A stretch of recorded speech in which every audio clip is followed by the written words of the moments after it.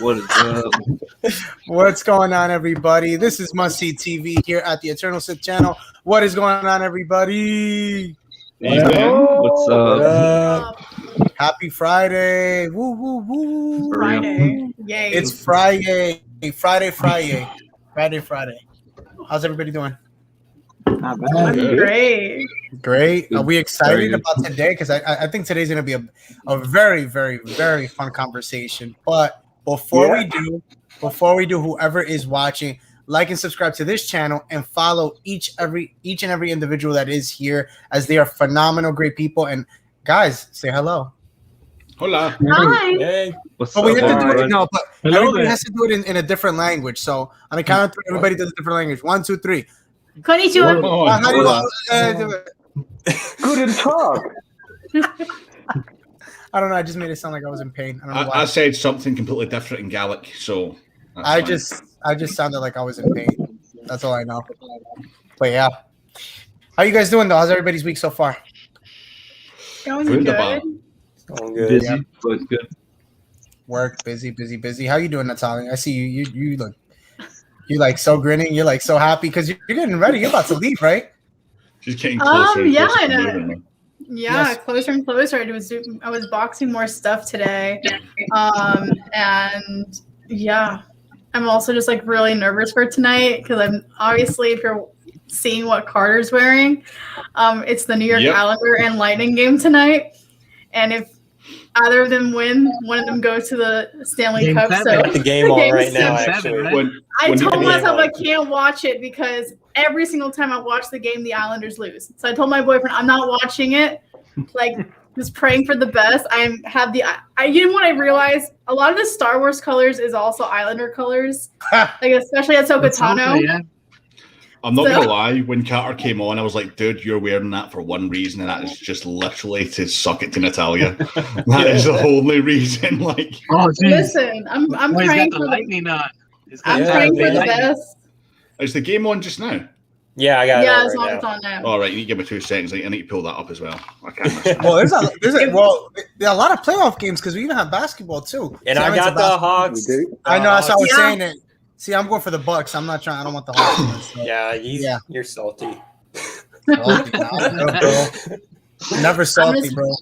Always. I'm just crispy. hoping the Islanders win because they win this be their first Super Bowl game since I think like '84. It's called a Super Bowl. You did Really? say Super Bowl. Yeah, Did you say Super Bowl. Super Bowl. No, I said Super Stanley Bowl. Cup. Did I? No, you No, you said said Super Bowl. Super Bowl. Did I really? My bad. I don't even like hockey, and I No, know this that. wine hit me way too hard. That Space Wizard juice. Space Wizard Juice. I've only. Oh, I mean, I guess I've had a couple of these already. Okay, I yeah. have some space coffee. Oh, it's gonna be a fun evening. Oh my god, that's so funny. But yeah, definitely going. Hopefully, everybody's team here wins tonight. You know, wish you guys the best. And yeah, let's get started with this talk show. Let's talk about it, guys. Bad Batch. Before we do start it, I gotta ask everybody: thumbs up or down? 1, 2, 3. Massive thumbs up. Wow, Sideways. George, what's going on? Oh, Sideways. Sideways? I'm with George on Oh, this one. what? Yeah. No, you know what? No. I mean- Wait. Let me talk about it. Don't. Okay. I'll get into it. Wait, Kevin, you said you're the Kevin, you feel the same way too, you said? yeah, I love the episode. I added my thumbs up. No, It was me that had my thumb to the side. Oh, okay, it was Jim. Always. Okay, It's always me. You know it's always going to be me. it's grumpy. It's No, grumpy. I'm a Jim, hard man to no. please. You liked last It's- week's episode, It's grumpy I Jim. did. I loved last week's episode. but there can only be so much. Nice. Yeah. So let's talk about it, guys. Let's dive into it. So we get the Bad Batch. Let's talk about this. Let's get a reaction from you guys. I want to get one. So we see how the episode starts right off the rip. Crosshair is chasing them. They are literally stalling for an apparent reason because Hunter thinks that he could catch up to Cad Bane, but in reality, they're nowhere near sight. So what do? They go into hyperspace. They end up going, and after that, we see Omega, and she's locked up. How funny was it though to see Toto literally like her and just like that like conversation just kept going back and forth. Like I just thought it was so funny. Like, no, you're a prisoner. Like, I can't help you. Like, no. Yeah. And I'm just like, dude, just freaking let her out. Like, you're literally there struggling to fix your freaking leg. Like, you know you can't do it. You know you need her help. And he's mad stubborn, and it takes him a little while, but it's okay. And then my man comes, Cad Bane, is like, how is my asset doing? How awesome. I thought that was so funny when he said that. I was literally dying. I was like, damn, calling a child an asset. That's a new one. I've never heard of that. Like, He's, yeah. he's what? so impersonal. He's very impersonal. Yeah, he is. I'm just like, dude, that was so. I was just dying on the inside. So after that, we do see that time goes, and he obviously goes up to the cockpit, and he starts talking to Lamasu, right? Am I right? Yeah, Lamasu. Yeah.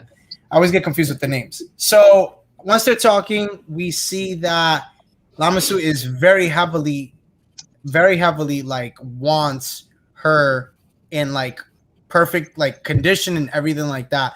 Then after that, we see that they start talking, Nala and him, and the other character is what is it? Tanao? I always get the name. Is it Tanao? Does everybody remember? It was like no something. So it's Lamasu, Nala, and then the other one is and Tonway. and Tanway. Right. I just call her Nala just for short. What's going on, dude? What's going on, Long Lad? What's going on, dude? But yeah, so we see that happen, and we see the conversation go with literally Nala literally like saying, "Okay, well, I'll go take the, I'll take the credits, to Boravio." There we go. So then he goes, no. He says no because of the relationship. Now, how do you guys feel about that relationship that they have together? Of Nala with Omega. What do you guys think about that? You like it? Mm-hmm. I feel like it's like kind of like a mother-daughter type situation. And it's different. Yeah. We haven't seen that. Usually we're used to, the whole, man on son or like, Din and, Grogu, Anakin and Obi-Wan and Qui-Gon and Anakin, like we're used to the male roles, but it was really cool to see a female, to see that. I mean, we've seen Leia and Rey, but this one was really nice to see. I feel like it fits more, right? So we see that play out. Then after, we get a little bit more of Omega as she is locked up, and we see Toto there. Such a funny name, right? Like Toto. Like, what were they thinking? Toto from Wizard of Oz. That's what I was just gonna say. I'm like thinking Wizard of Oz. So we see that happen, and literally, he ends up letting her out. And one of the things that she is, obviously after we see that she's like helping him or whatever, and then after that, kind of like puts him in sleep mode. Then she's looking for the communicator. And after that, we get the thing of why. Then we get the where Tech is talking when they go back to the Bad Batch, and they're talking, and they finally. This was the part that I was so freaking happy. We finally got it, and they got to talk about it. We finally got the mention of Boba. They finally got to mention Boba, and finally, Tech actually literally said how he is the Alpha and Omega is, what that means. We know what that means. The beginning and the end, and how they both are the same genetic, literally, and she doesn't have acceleration with aging, which is awesome. It's literally like they are the both first generation. So in reality, they're both brother and sister. Now, I was like, 100%. oh. Yeah. and it's funny because we've talked about it. Like we've said it here. We've been saying it for the longest. Like they have to be brother and sister. Like it's just like it's a no-brainer. It's like a no doubt. I feel like, you know what I'm saying? Yeah. Well, it's kind of like all And it was- clones are related, so this is like Yeah, they are. 100%. They are, but it's just different because with the actual clones, they're not the same. It's not. They're just copies in a sense of what Boba and Omega are, because they are different. They are different because that's literally like what Hunter ends up telling her at the end. Even though I know I'm jumping forward, but he does end up saying you are different from the rest of us because they are first generation and they are literally like right off of Boba. Like I'm sorry, not Boba, Jango. So there is a little of a difference, but hey, I'm still cool with it. The only thing I'm just like, what did you guys think though when you heard that drop? When he dropped that, what you guys like? What was your thought? Pretty How obvious. I kind of expected it. Yeah. Yeah. I think Confirmed kind of what, we've been speaking what about I was it for thinking. weeks. Yeah. Yeah, It kind of silenced the theories though of like if she's force sensitive. Yeah. Yeah. Literally. Because like she's now at this point I'm just calling her Jango Potter. Yeah. I still feel like she's way more advanced than what she is, if that makes sense. I feel like there's still more to her. Not anything with force sensitivity, but I just feel like there's still more about her that's different. Because again, like I understand why, like they obviously can't get to Boba because they don't even know where Boba is. They know where she is though, so that's why it's like kind of easier to have a bounty out for her. So that happens. Okay, so anyway, let's continue. So then they end up getting to Bor. Go ahead. Can I just quickly say, man, really quickly? Yeah. I think now the question has kind of moved away from who Omega is, because we know that now. Well, we knew it all along, but it's been confirmed. Yeah. And I think the question now kind of really more is towards the point of why do the Kaminoans want her? Why did they create her so long after, obviously, Boba was created for Jango? Why does she exist? You know, what is the Kaminoans' end game? Because we know the Empire's moving to Stormtroopers. So what is the end game with the Kaminoans for Omega? What do they want with her? What is the purpose? Well, I think they just confirmed that in the episode. They literally said they wanted her genetic DNA and then they want to kill her. Yeah, that's it. Yeah, but what do they want her but DNA why for? do they want her DNA? Exactly. Because the reason why is because she's the remember her and Boba, their DNA is different than that's what I was saying to Natalia before. Their DNA is very different from the clones, and that's why you hear Hunter at the end say, "You're different than us. You guys are first generation." They are first generation clones in a sense of they're actually like legit a split image of what Jango was. Yeah, so why do they want that though? Like we know that, but why do they want that? What's up? What is their end game? Hey, Balake. What's up, Balake? By the way, whoever it is, for the people that are here, guys, comment. Let us know what you think as we are talking. But I personally think I don't know if anybody wants to answer what Sam's saying. I'll answer. Yeah. I kind of He's feel like, please, that, me. I want to go next. I kind of feel like this might be like the beginning of like the Stormtroopers, right? I mean, the original like Boba Fett, like they made the first wave of clone troopers, and now she's the end of the clone troopers. So this might be the final countdown. the final countdown, right? So no, but what I'm trying to say is, I think the Empire is they're users, they get what they want, and then they'll just be done with you. So I feel that if they get Omega, I feel that they're gonna make their say they get Omega, they get Stormtroopers, and the Empire's like, thanks, all right, goodbye, and blow them away. I don't feel like this is like a happy ending. Like the Bad Batch goes off into the sunset as heroes. No, I agree. I mean, we got this time of the Empire, and it's like there shouldn't really be a happy ending. The happy ending is at the massage. No, I'm just kidding. Massage. Return of the Jedi is like the happy ending, right? Like the brother and sister and Han and everybody in the rebellion.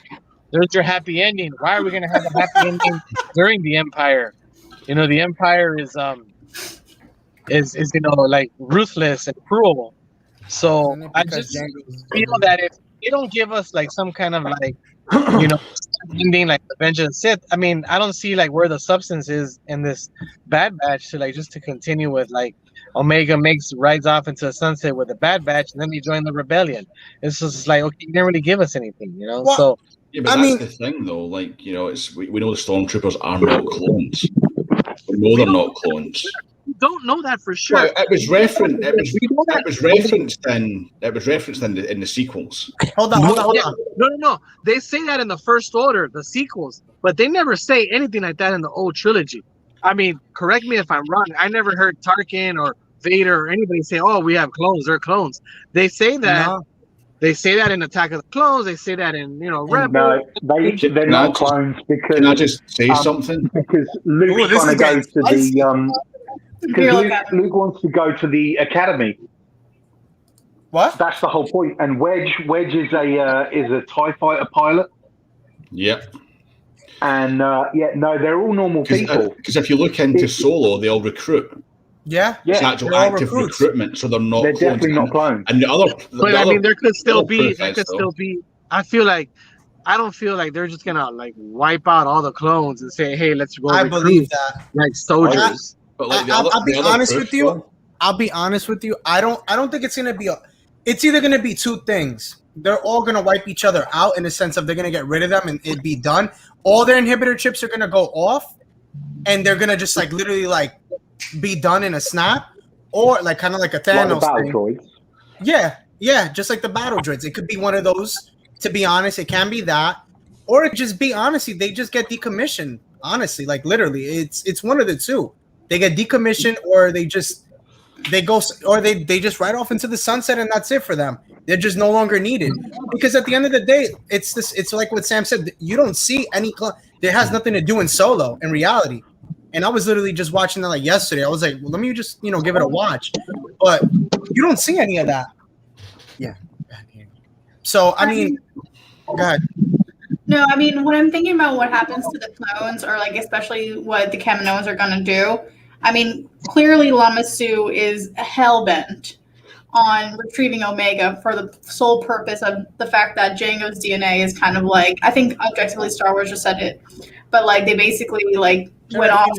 They have so much of Jango's DNA left. They're just like, we need the OG of Omegas because that's the only one we can get access to because nobody knows where Boba is.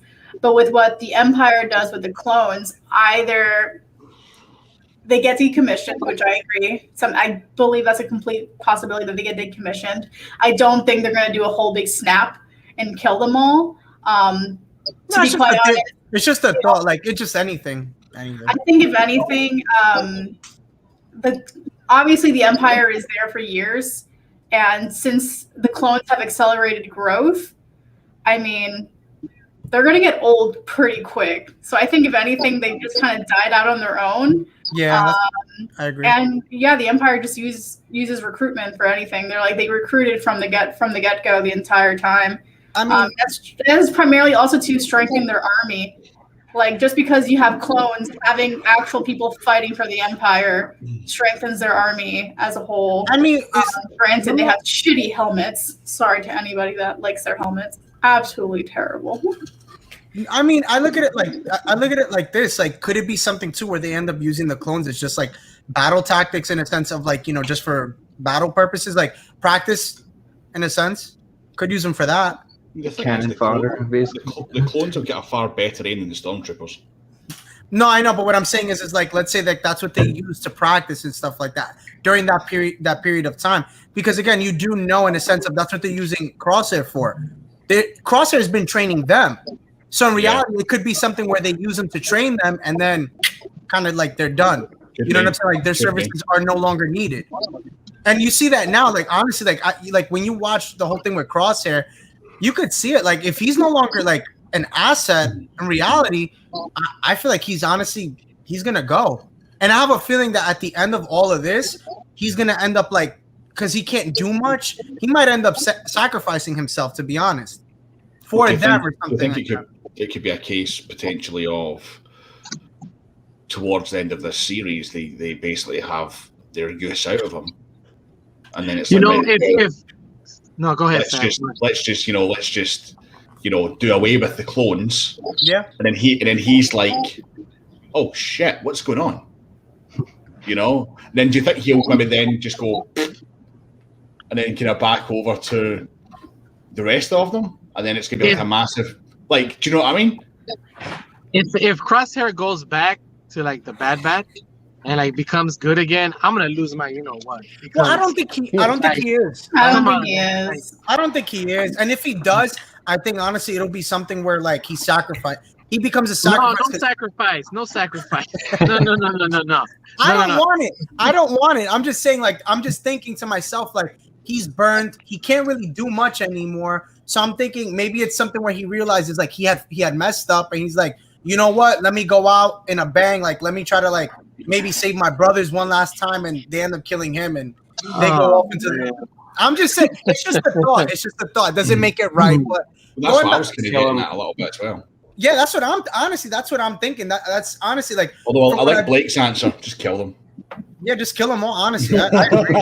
He can just do an Order 66 on them, to be quite honest, and just have anyone that works for the Empire just go off and kill the clones. Either way, like I mean, let's just nip it in the bud. Let's be real. We all know whatever it is that they're gonna do, it ain't even gonna work anyway because obviously we see that you have the OTs that there is nothing with clones. It doesn't exist. So either way, it's done. It doesn't really matter. The only thing that you see is like obviously in Rebels you see like Rex in them, but after that, they have nothing to do with the Empire after that.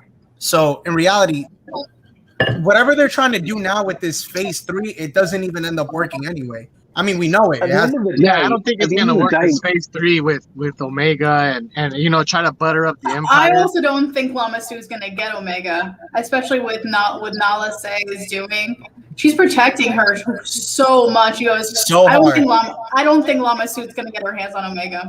I don't think so either because so let's get back into that. Let's get back into like what happened. So where did we leave off? We left off with I forgot. I don't know. But anyway, with Nala Se talking to Fennec Shand. No, that was at the end. No, not there. No, not there. Yeah, I think we were at the part where pretty much where the Kaminoans were talking amongst each other about the right and shit.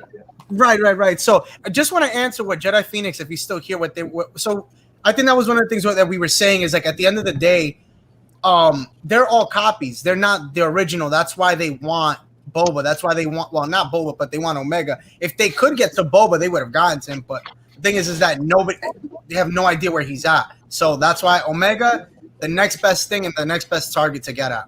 So anyway, so we see that happen, that play where they are talking amongst themselves. They send Tanu to Boravira, and we end up seeing Bane. They all get there, and then Omega ends up escaping. She gets her communicator, ends up calling them. They couldn't get a trace of her just yet. So then we see Cad Bane, whatever. Omega goes off. Cad Bane ends up getting her, and then who do we end up seeing? Which I was kind of happy for. I was super excited for that. We see Fennec Shand. How'd you guys feel about that one? Did anyone else think it was Boba? No. Nah. Just with the blaster shot? The blaster shot, yeah, but nah. That's what I thought. I thought too. I thought about that, but I was like, nah. My personal thing. Too soon for Boba. That's what I was thinking, but it was the blaster shot that kind of caught me off guard a little bit. I was like, wait a minute. Boba's at the end, bro. Honestly, I have a feeling Boba's going to be at the end. He has nothing to do with right now. He doesn't even need to be in this, to be honest with you. But I could see something in the end. Cody. Yeah, because there is a time that like Fennec and Boba have to meet for them to even be together for the Mandalorian. So yeah, I wonder how early that friendship's going to start. I don't think they ever met before. I think it was just he found her and then like helped her. That's what I'm saying. I think it was. I don't think they ever met. Well. I don't think Fennec and Boba meet any time before the Mandalorian. I've heard that a couple of theories, and I'm like, I don't ever remember them being like, oh yeah, like we knew each other. I think he just found her in the desert. Well, and remember in Mando, he had saved her life. And that's what she says. I'm indebted to you. I owe you because that was the only reason. So that could be but that's what we think is the first time they've ever met. Yeah. Well, I don't think they've ever met. They're definitely not going to meet in the show. No. They're not going to meet in the show then. Oh, Boba. Yeah, Boba and Fennec. If they finally meet in the Mandalorian, they're not meeting in the show. Well, I'll be honest. The likelihood of Boba is going to be very, very, very slim. I'll say no to that. I have a reason why though, but I'll say that I'll save it for the end. But so then we get the fight, which I thought honestly, I'll be 100% honest with you. So we saw them fighting together, against each other. I honestly thought, this is my opinion, I personally thought they really gassed up Fennec Shand in the fight because Cad Bane has fought Jedi before, and I mean he took on Kenobi and freaking Quinlan Vos. And then the moment he fights Fennec, it's like he's getting his ass handed to him, literally. And she's doing like all this like karate moves on him. And stuff. And I'm just like, I'm just like, Jesse, what's going on, bro? Boba gonna Nah, never happening. Never happening. I mean, Fennec came I to agree Wrecker with like you, she Shimmer. did, and then now Bane. I mean, they're definitely like, she's definitely showing her prominence in the story. Like, Yeah, But it kind of didn't. It didn't I feel to thought- me that like anything was gonna happen because Fennec is gonna be alive. She doesn't die there, so I just felt like, what if Cad Bane dies here or something? I But honestly- thought when he went over, he was gonna die. I thought so too. But then I remembered. I'm no, like, I remember like he had the boots with Yeah, the I remember rock, that. the But it was just it was one of those things it would have been like a perfect end to his story. So it was like in that split second, I was like, oh, that's it. He's done. Cad Bane's dead. I feel like Yeah. somebody like Cad Bane needs a better way to go out. Yeah, than going I can't over just- from the I can't ledge. just see it. I can't just see him getting pushed off of a ledge and him being that like. Then so everybody's gonna strong. say, why didn't he use his like little boots with the jetpack, right? Like, what happened? Wait, let me ask you. So let me ask you this. I guess Blake, did you want him to die? Like, do you even care for him in this? Cad Bane, I love Cad Bane. Oh, okay. Because I was like, I mean, if he died, I wouldn't be like that upset. But like, I do really like him. He's cool. Yeah. I like the other guy better though, with the big ass. Like, oh, you took Embo. I love Embo. And yeah, he's sick. Oh, dude, we need Embo. Embo's the man, bro. I love Yeah, that. but okay, Cad Bane's hat went from like I know. I'm so to mad. like here. He went Like, from what the having- hell? Yes, He went I- from What the having those hell? like burrito hats, those poncho burrito hats, to like having like Yeah. a fedora. I'm like, what happened, bro? What's going on? someone burned his hat and I'm mad. Well, so let's talk about that too. You saw when he took off his hat. Did you guys see his head? Yeah. I Yeah, was it wasn't thinking- smooth. It was like No, and I'm Well, thinking it has to do with that deleted scene that we got. I think we don't obviously we don't know, but I think it could be that. It's just an unknown. the duel with Boba happened already. Then Yeah, no, I mean- well, yeah, it happened in the Clone Wars anyway. It didn't happen in Book of Boba. I mean, Mhm. I'm sorry, it didn't happen in the Bad Batch anyway. So, yeah, that's true. That's true. I mean, either way, I mean, it would have happened before, but I mean, it was cool to see that because then it makes you think because all the references with Boba was just like, damn, like we just got that deleted scene like leaked like what last week or a week and a half ago. Then we see his head, and I'm just like, hey, you look like you got into a fight or shootout with Boba. Yeah. But anyway, so what that happens, we see. Oh, let's talk about this. This is where it's gonna get good. What's going on, Zach? Bam. Hey, What's What's up, good, Zach? dude? So we end up seeing Omega run off as Fennec and Cad Bane are fighting, and she goes into this mysterious room full of these aliens or whatever they are. What'd you guys think of it when you saw that? I got something. Go ahead, go for my it. dude. card was like, I'm Bro. ready. I mean, I have the answer to that. But go ahead. It's really Dude. easy. It's really Okay, easy. so in the tubes, they looked like Kaminoans, right? Like the little aliens in the tubes, they looked like Kaminoans. So my theory is, what if the Kaminoans built their society off of cloning each other? Yeah, That's what I think. that was the I think exact they- thing I thought of. Well, in reality, that is what it was because remember that was an abandoned cloning facility that they had, and that was where they Yeah. first were established. Right. Because they mentioned that at the end, or no, I'm sorry, in the beginning when they're having that conversation about the credits and giving it to Cad Bane. So that was kind of answered right there, and so I know a lot of people are like, "Oh, it's Snoke." It's Snoke. I'm like, no, please, let's not start the whole Snoke thing. Please, no, don't start. Looked like Who is saying that was Snoke? No, Oh my it's all gosh. over. It's all over YouTube. Like, there's a bunch of YouTubers saying like, "Oh, it It's could not be." even the same time. Like, It's Dude, it's let's not. No. It really leave isn't, Snoke and, out of this.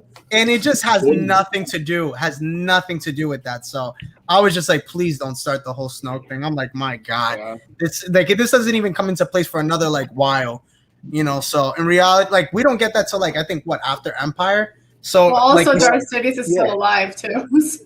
Luke's got to have his hand cut off before that can even start. well, no, Yeah, well, that's the thing. right. Snoke is around when Sidious is still around. Because remember, that's why they have the comic book where we got that image leak with the whole Exegol thing, with the whole Luke hand, and that's how everything was created. So but see, like that's the part that is like so cringing and confusing because it's like people don't know that. Like not everybody reads the comics. Yeah, I was gonna say, like, I didn't know that until you just said it. I was just like, aha. So comics are gatekeeping, not telling this information. Yeah, no, 10-4. I just it's nah, yeah. No, I mean Snoke does play a part during the time, and because those comics are canon. Am I correct, Jim, I think you said yeah they are, Yeah. and Carter, I think you know too. Yeah, they are canon Yeah. for that time. So I'm just like, Yeah, well, you because know, they're brand new as well, aren't they? It literally Yeah. just happened that they connected Snoke to Luke's hand, which, Yeah. to be fair, isn't massively far off what they did in the books. yeah. They used Luke's hand to create a clone, but a clone Yeah. of Luke instead. So. I was just like, all right, yeah, why not, right? We'll go with that one, bro. Snoke is Mace's second cousin on his mom's side. I mean, at this point, he might as well be, right? He's his cousin's mother's sister's former roommate. What does that make them? Great balls. Absolutely nothing. Absolutely Makes them nothing. nothing. Lucasfilm doesn't even know who Smoke is. I don't know who Smoke is. You know who Smoke is? Snoke was smoking I'm not with gonna Smoke. lie. I'm not gonna lie. I was completely confused as hell when I seen like 4 other versions of Snoke in Rise of Skywalker in Yeah. test tubes. Yeah. Like, I had to literally pause and keep playing and pausing to understand that scene because I don't know if anyone else experiences in theaters. But the coloring of that scene alone in theaters was so dark, it was impossible for me to catch. I'm not any gonna lie to message. you. Is it? I was so mad. Was it me or did it look like really like just the animation on that looked really bad? Like whoever colored those, like whoever was coloring the, It looked like a those comic book, honestly, in animation. very, very dark on screen. So like it wasn't until I finally was watching it on my actual TV. I can't believe I did this. It's probably how I messed up my eyes. But I came literally up close to my TV and kept playing and pausing because I couldn't well, it looked better on my TV. I'm not gonna lie. Yeah, no, it's not gonna look better on my computer. I don't have 4K, so I mean, But it's not even 4K. It's the fact that whoever was coloring the edits for theaters, like this is more like a production standpoint, did an absolutely shitty job for that scene because it was so dark. You couldn't see absolutely anything. And, like, Natalia, you said the S word. Muted. No, I'm kidding. I'm kidding. What if all this clone technology, all this clone technology is where like the Emperor gets all this stuff, like the Kaminoans, cloning and Sith, and He looks he's like back. It's I mean, really this is where warm it in starts, London. maybe, I right? can't Isn't be this where, like, wearing it all these starts? clothes. Wait, what'd you say, George? Isn't this where this starts? Like all the cloning with like the Sith, possibly Not with the yet. Not yet. Kamino and the cloning and the Emperor like into the whole cloning thing. this is what I don't get about the whole friggin' saga, right? He made a clone army. Why not just clone himself like 1,000 times? Well, Sorry, guys, but I mean, I've thought that. Have you ever seen Invincible? The TV show Invincible? yeah. No. That's why, dude. Those blue dudes that just kill each other. The two clones, the ones that they keep. They're always they keep arguing cloning about each who's other. the original. Yeah, Yeah. and that's exactly what would happen, dude. If you had a bunch of freaking palps around, Yeah, they'd but all you be could've- killing each other. Could have put inhibitor chips in there, man, to keep control. That's Like, it. Just blow them up. What happened to all the clankas? I just blew the whole saga wide open. Sorry, guys. No, you're fine, dude. I mean, but it was set. I mean, if I'm not mistaken, I mean, in reality, I think that happens. Like the whole thing with Sidious making clones, doesn't it happen after Empire that he starts dabbling with that? If I'm not mistaken, because even it becomes more known after. Because also too, I know in oh my God, correct me if I'm wrong. Isn't it in the what is it, Thrawn Ascendancy? Is that the name of the book? That he has like clones of himself in his like in his like where he lives or something like that. He had an unfinished clone of himself. I think so. I haven't gotten to that book yet, so I don't know. Yeah, me if I'm not neither. mistaken, that's one of Sorry, the I other read things. I read the original Thrawn trilogy. I didn't read that one. Oh, all right, yo, quiet, But he quiet, did bro. have a Sith clone. Thrawn did have a Sith clone before in the Thrawn trilogy expanded universe. Oh, why is it on me? What did I do? Read the comment. I read it. Oh, okay. Mama, Okay. come on, bro. You're not letting us talk. What's wrong with you? We talk too much, dude. What's going on, Jake? Oh my God, dude, that's so funny. No, but I mean, yeah, I was thinking about that. And I'm like, I feel like the whole thing with clones comes into after Empire Strikes Back because you start seeing it heavily in like the comics as well. You see him in the comics, you see him in the books, and you see like I said, Thrawn has one, but the only thing is his wasn't actually finished after he died. So there goes that. But anywho, on that note, we'll keep the thing rolling. So we saw the whole thing. How disgusting was it? Yo, I thought this was so disgusting when that clone or whatever fell right on top of Fennec. Like how crust, it just looked disgusting. Sitting in that tank for The only thing I thought of was like, if it was me, I would have found the nearest shower and like said, you know what, Cad can wait, Omega can wait. I need a freaking shot. This is disgusting, man. But you're doing it for the And credit. how long was it sitting there for, too? Just goes to show you how badass she really is. She don't give a She's like, let's keep moving. She takes alien Oh, juice what, to the like- face. Come on. 30-year-old alien juice all over me. Screw it. That's it, right? Screw it. Right into the sunset. I'll take the challenge still. Ain't no alien just gonna stop me. I wonder how long that facility had been abandoned there. Oh, quite a It while. looked like old. Clone man. Wars. Clone Wars. I mean, it's before that. No, yeah, I would say it seemed that looks Hold like before, because don't forget. Oh, I think it's also before they were doing the actual clonings of Django, because Yeah. before Ooh. that, it was 10 years. Let's see, Right. when we saw Attack of the Clones 10 years before that is when they were already creating the clones. So I would say like 11 at that point. I would say like maybe 15 years. But that's Maybe. 15 years before Attack of the Clones. So, Yeah. so you're So looking we're talking at, about Plagueis and Palpatine time.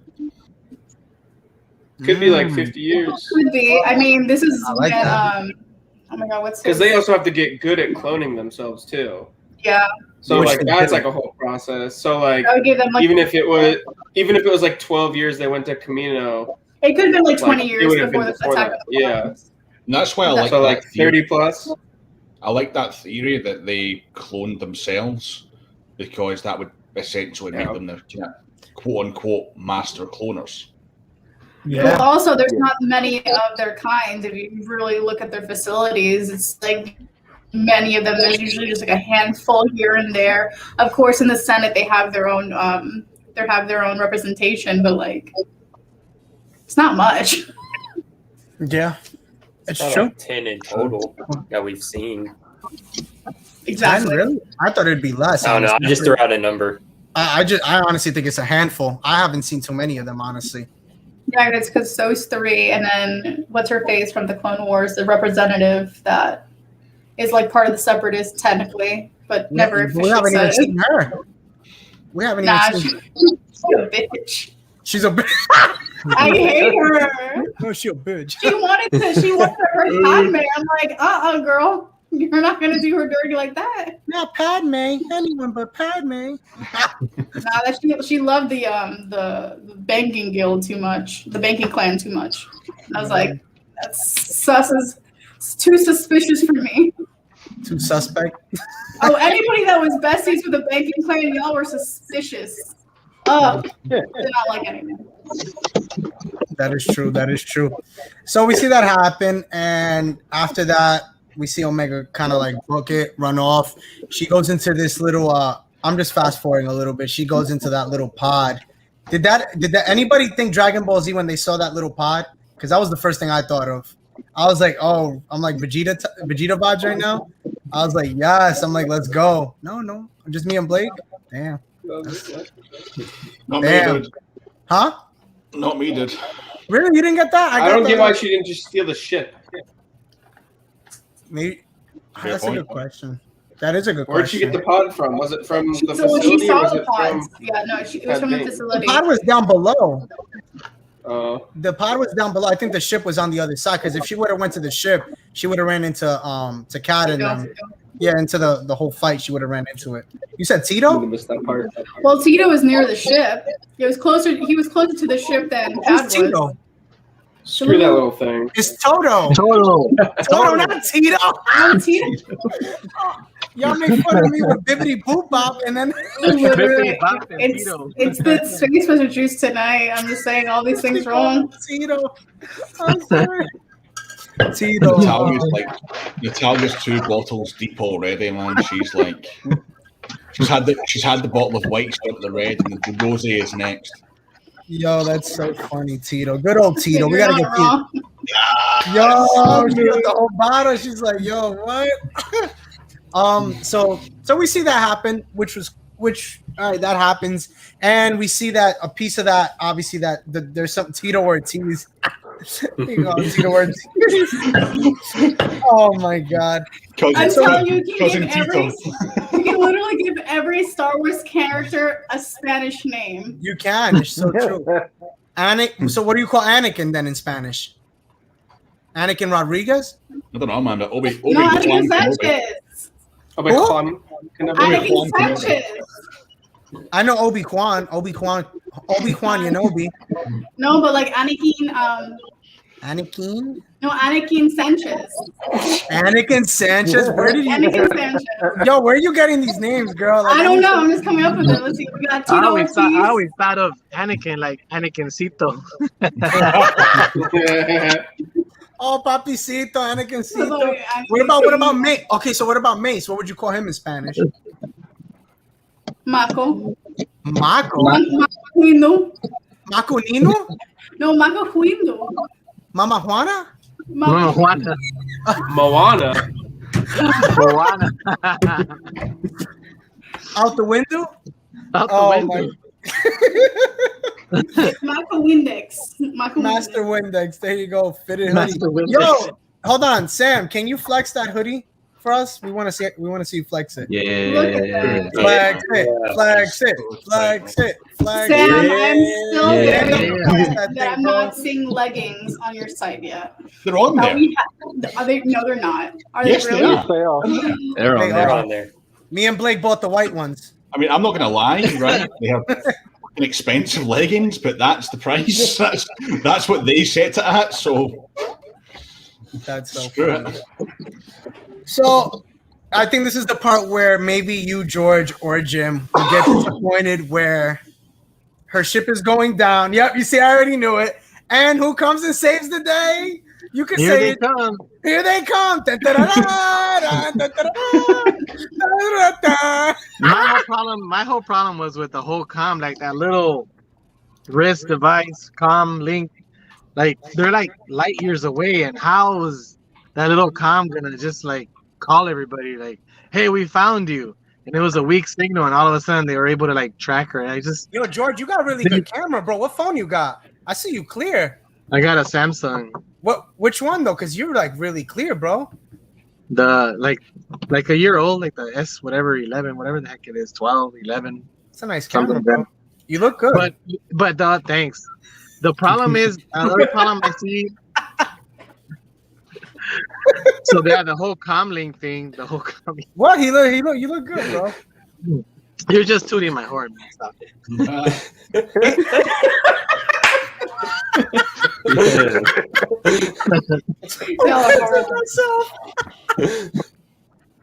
That's so funny. Wait, which part? Which part? It's just the way he said thanks. Yeah, thanks.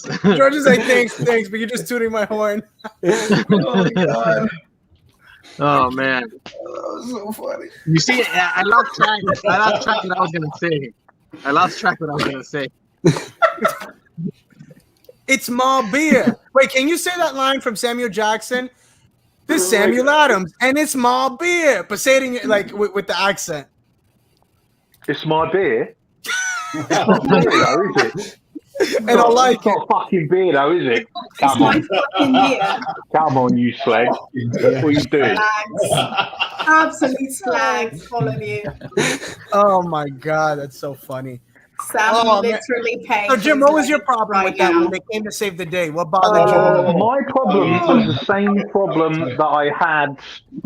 Natalia, few hold up. Did you put it through yet? Oh, No, not yet. Don't put it through yet. Wait. I need to update them. What? Sir. I haven't had. Well, I mean, you can get whatever ones you want. I appreciate it either way, but I haven't updated them yet, so I'll give you the choice. Okay. I'll wait. Y'all could talk about this in the private chat. We got business to attend to right now. Sorry, Yeah, right? We've got Sorry, Star Wars Daddy. to talk about.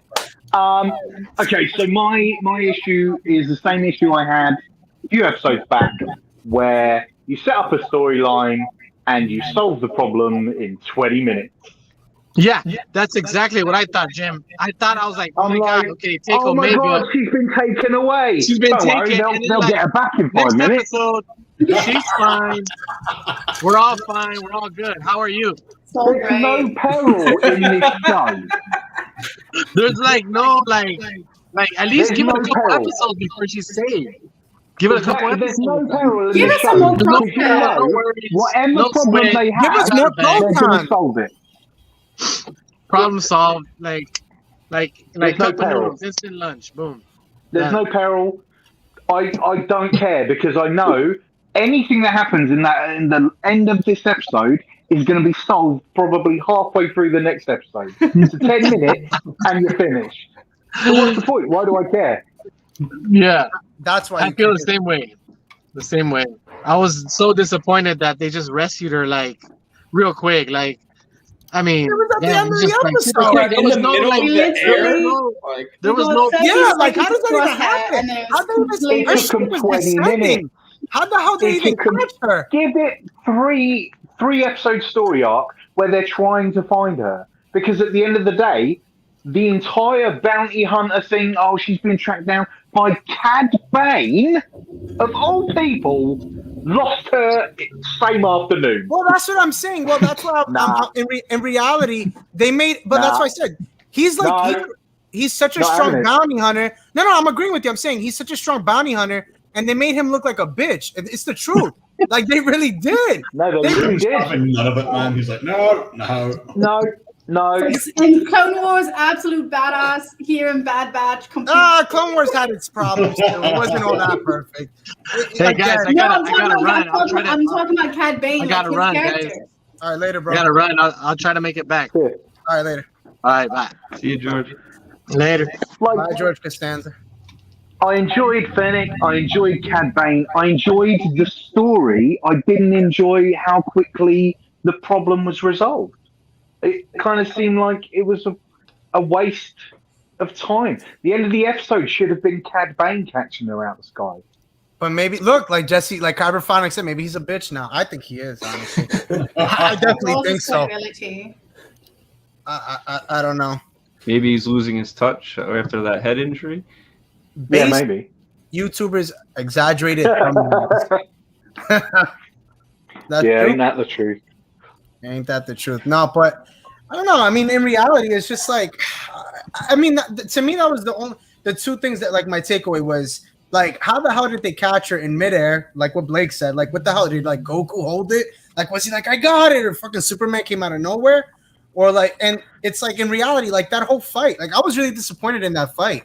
Like she really put it on him, like literally put it on him, knowing what he's done. So Yeah. the issue I have is this episode solved all of our problems. All of these wild ideas that we've been having about who it might be, is it Bale, is it this, is it that, two Kaminoans. It's not broken out of that circle. You're like, one of them's trying to get her to kill her, the other one's trying to protect her. Okay. What's the story? I just want to know why we only got 30 seconds of Crosshair. Like, I wish they could have tied back at the end of the episode to see where Crosshair Still was now. no Empire. Still. No. That's what I was just gonna say. In reality, Still no Empire. we still have like it's like we get like they you know what they're doing? They're giving us like little they're just throwing little jobs like, oh, you want to see a little bit of the Empire? Here you go. Here's one stormtrooper, and he turns around for a split second to look at Crosshair. But That's that what we was my got. worry That's with what we having got. that's what my worry was with having a 16 episode season, is that you're gonna delay so much of the storyline out, and it's just kind of like, To be it's honest not, with you, it's not the first season of Clone Wars. This is Clone Wars season 8.5, and it's just like you need to have like your storylines in check, have these story arcs ready to go, have something to connect to, and it's just like it's getting frustrating now. I'll be 100% honest with you. I definitely believe they should have went the Kenobi route. Give it like 6 to 10 episodes, do them for an hour, you're done. You didn't really need this story, to be honest with you. This is just what's happening from their point of view. We're really just seeing what's going on with them. This has nothing even to do with the Empire. I think the whole thing. It turns out I don't care. Yeah, it's the truth. I don't think anybody does. You know, what Zach said, Empire employees are still in orientation and training. It's true. I mean, in reality, no, but I mean, you are seeing stormtroopers, but it's just like, it's like, I have a feeling this is what's gonna happen. We're gonna get their story, and it's gonna be like the stormtroopers are just gonna be there. Like, we didn't even get like introduced like how it all really started. Like, we're not gonna get that full story that I think we all really wanted. You know what I'm saying? What we've got? 6 episodes left? 7. 7. Because this was the 8. 7. This Was was the this 8. Yeah. episode? Right. There's a lot to fit in if we're going to see anything good. Because they're still building, and I said this last week. I was like, they need to kick off from here, and they've just gone, they rescued her. Don't worry about it.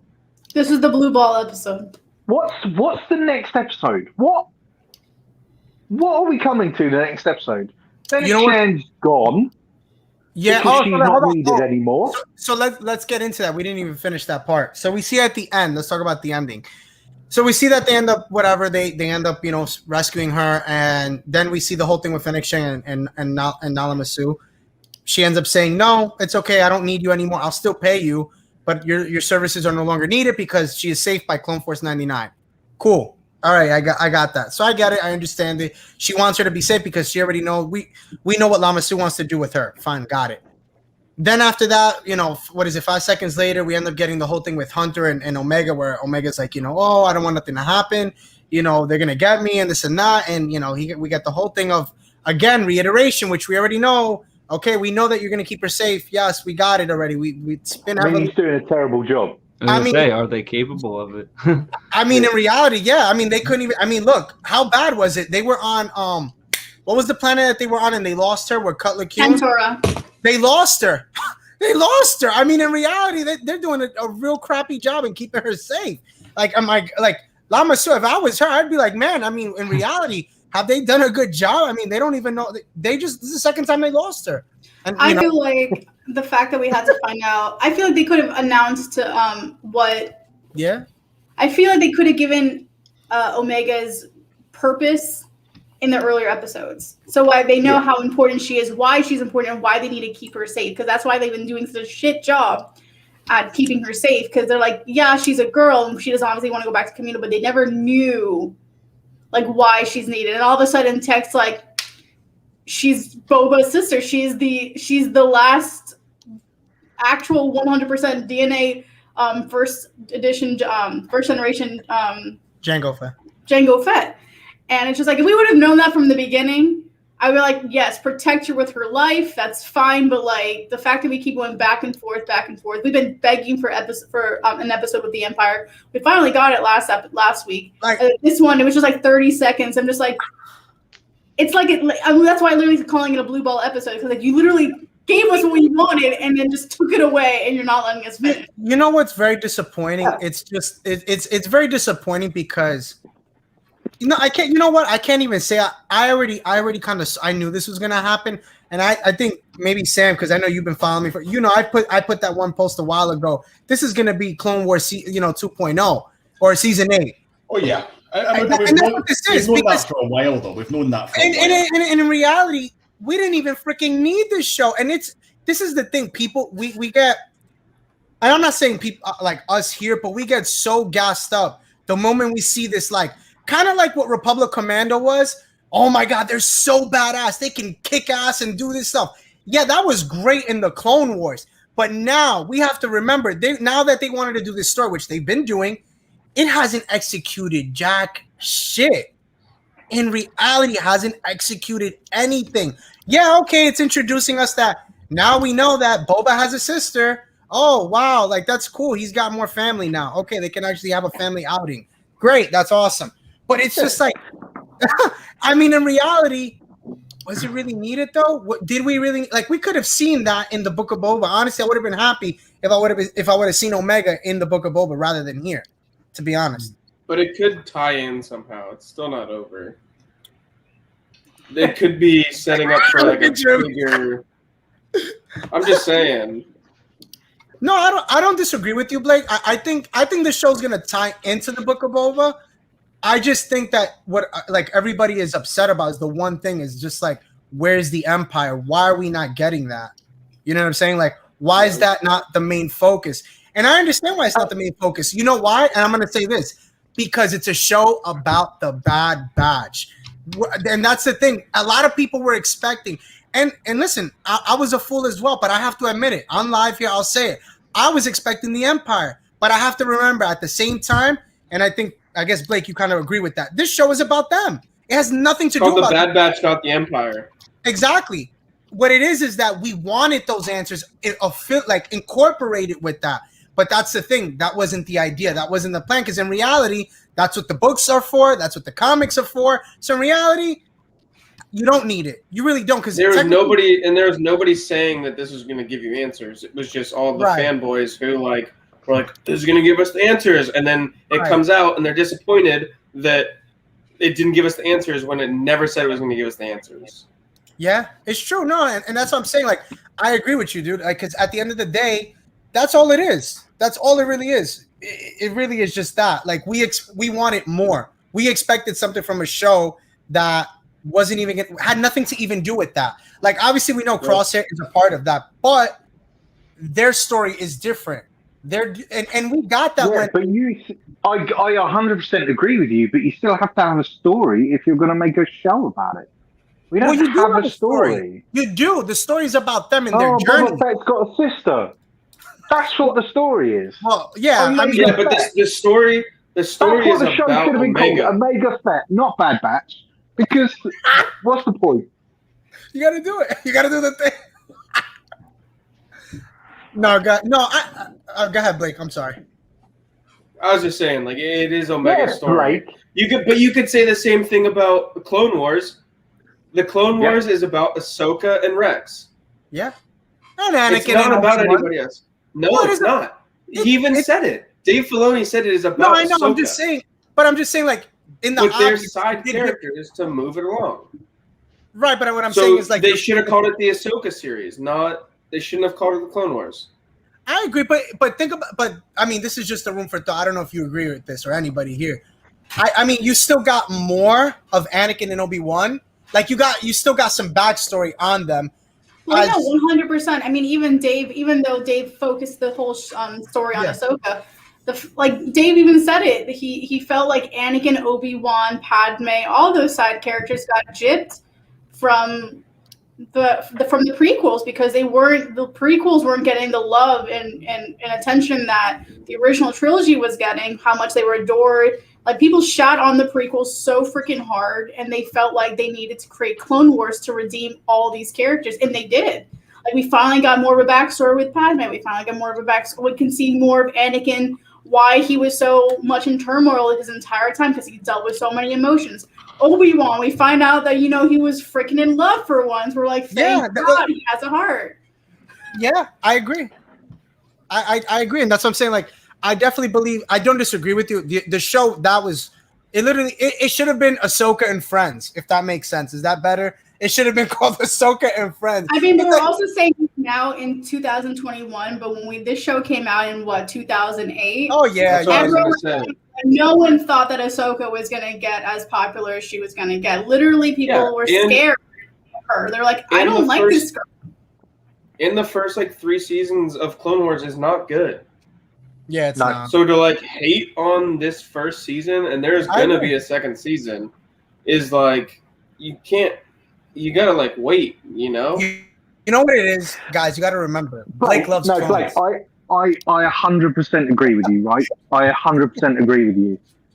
Clone Wars first 3 seasons, dog shit. Fine. It then gets good. Manure. But I still cared about the characters enough to watch it. Yeah. I'm not finding that with this. That's the problem. But you're still watching it every week. Yeah, because I have to come on here and talk about it. Did you not watch this week's episode? Then you can't say that. Well, here's the thing. Regardless of what everyone's going to say is Star Wars is a franchise that whatever content's being put out, Star Wars fans are regardless gonna watch it. Do you see Star Trek fans having a TV show? No, their shit went to the trash can, and whatever regenerated version of Star Trek's coming out ain't good. But here is Star Wars, and we take what we can get. Everyone learned this after Revenge of the Sith. You take what we can get because it can be taken away in an instant, and just you roll with it. Yeah, but I'm just waiting for something to happen. Still, and I think the last 4 episodes or so are going to be like that. You know, let me ask you that. I have a question. That's what I'm holding out for, because for me, I have to be honest. The last season of Clone Wars, it's all about that last arc. Yeah, the first part of it, it's good, And if by the end of the season we don't get that crazy thing, I will be the first one to admit that I was wrong. I'm totally fine with that, but I also think that I don't think Dave Filoni is gonna blow it. There's no way that he's gonna blow this TV show. Does this make but I guess my question to you, Blake, is this or anybody here? In reality, is this really gonna be that bad of a show? Because either way, this is their story. This is their even though they are setting it up for Omega and stuff. No, it's never going to be a bad show. It's just going to be a show that I don't care for.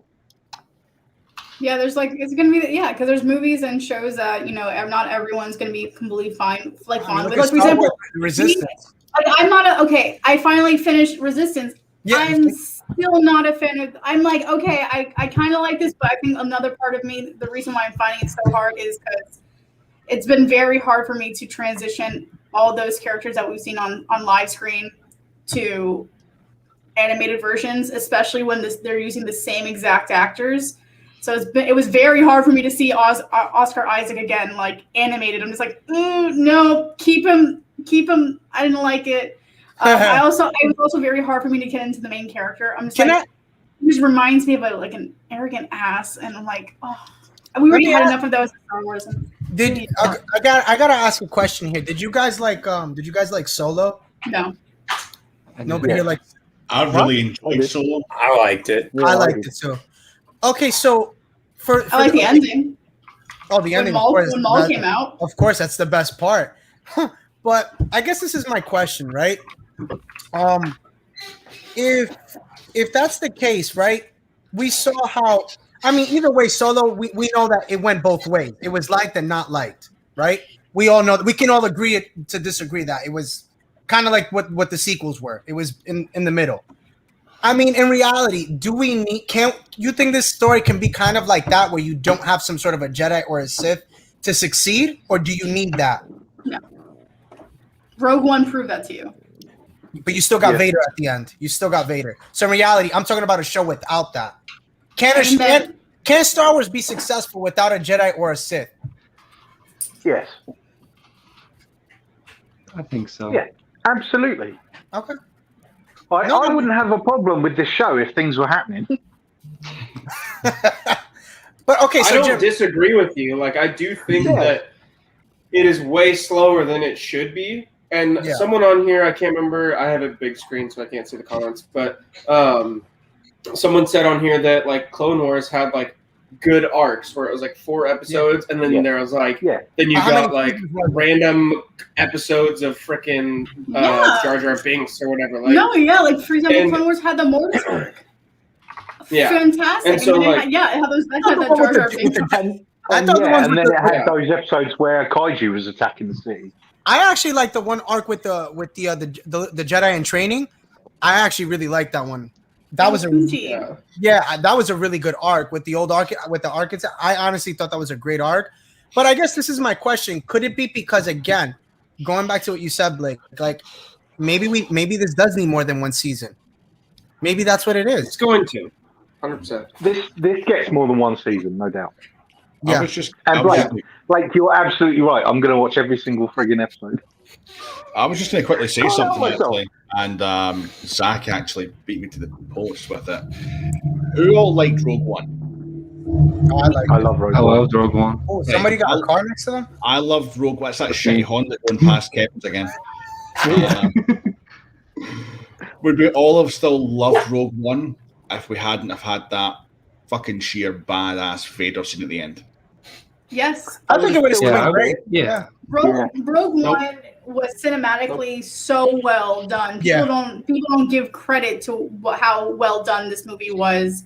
I mean, even seeing the side characters of Bail Organa and Mon Mothma, like Mon Mothma. Even if, for example, we didn't see Vader, like if Vader just showed up in the end, 100% yes. If that's a scene taken out where when Director Krennic was talking to Vader, I think that was great. I personally think Rogue One did so well on its own. If those Vader scenes were taken out, it still would have held up on its own because the story itself was so good. The fact that we needed to find out where these plans came from. That's what everyone wanted to know. That's what every OT fan wanted to know is like, how did we get these original plans? Where did they come from? And how did they get from the Empire to Princess Leia's hands? And it literally was the most perfect transition.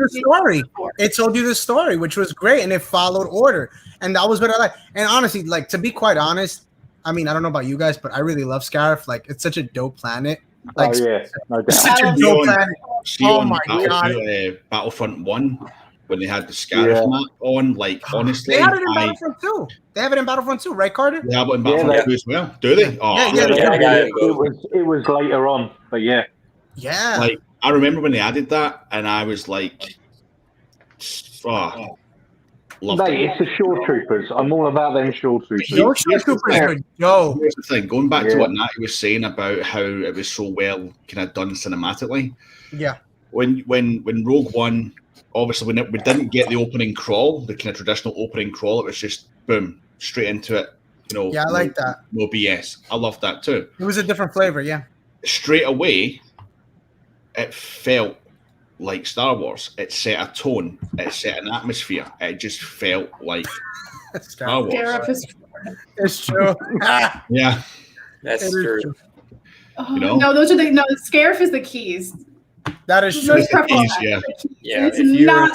Florida. It is not Central Florida. It's not. No. Hey, puppy. Central Florida is scary. Whoever's watching, give this a like. Come on. If you don't like this, that's scary because, I mean, I love dogs, so you got to like it. Oh, Blake, I never got to thank you. Oh, wait. So, thank you, man. I seen it. Oh, whoa. He's in boxers, man. Oh. I'm not. It's okay. We love it. We've seen those legs. We've seen those legs before. What were you saying? Sorry. I was just saying, man, thank you for... I seen what you were wearing on Tuesday, man, so thank you so much. Oh, yeah. I was hoping you'd be here. I was going to wear it tonight, but... I seen the original lineup and I thought, Blake's not here. Damn it. No, yeah, I really appreciate it. I was at work, so cruised over after. The Blues Bro is in the building. No, dude, yeah, it was nice. It was so funny because he was like, dude, we had you like go on the screen. Yeah, we took a picture. We were like, yo, flex it. We were like, flex it, dude. Oh, that was fun. Yeah, it was a fun Super day. grateful, man, so thank you so much. Yeah, of course. I'm going to get those leggings once I get paid. I'm literally paying for those leggings right now. Let's go. Leggings all day. Leggings gang.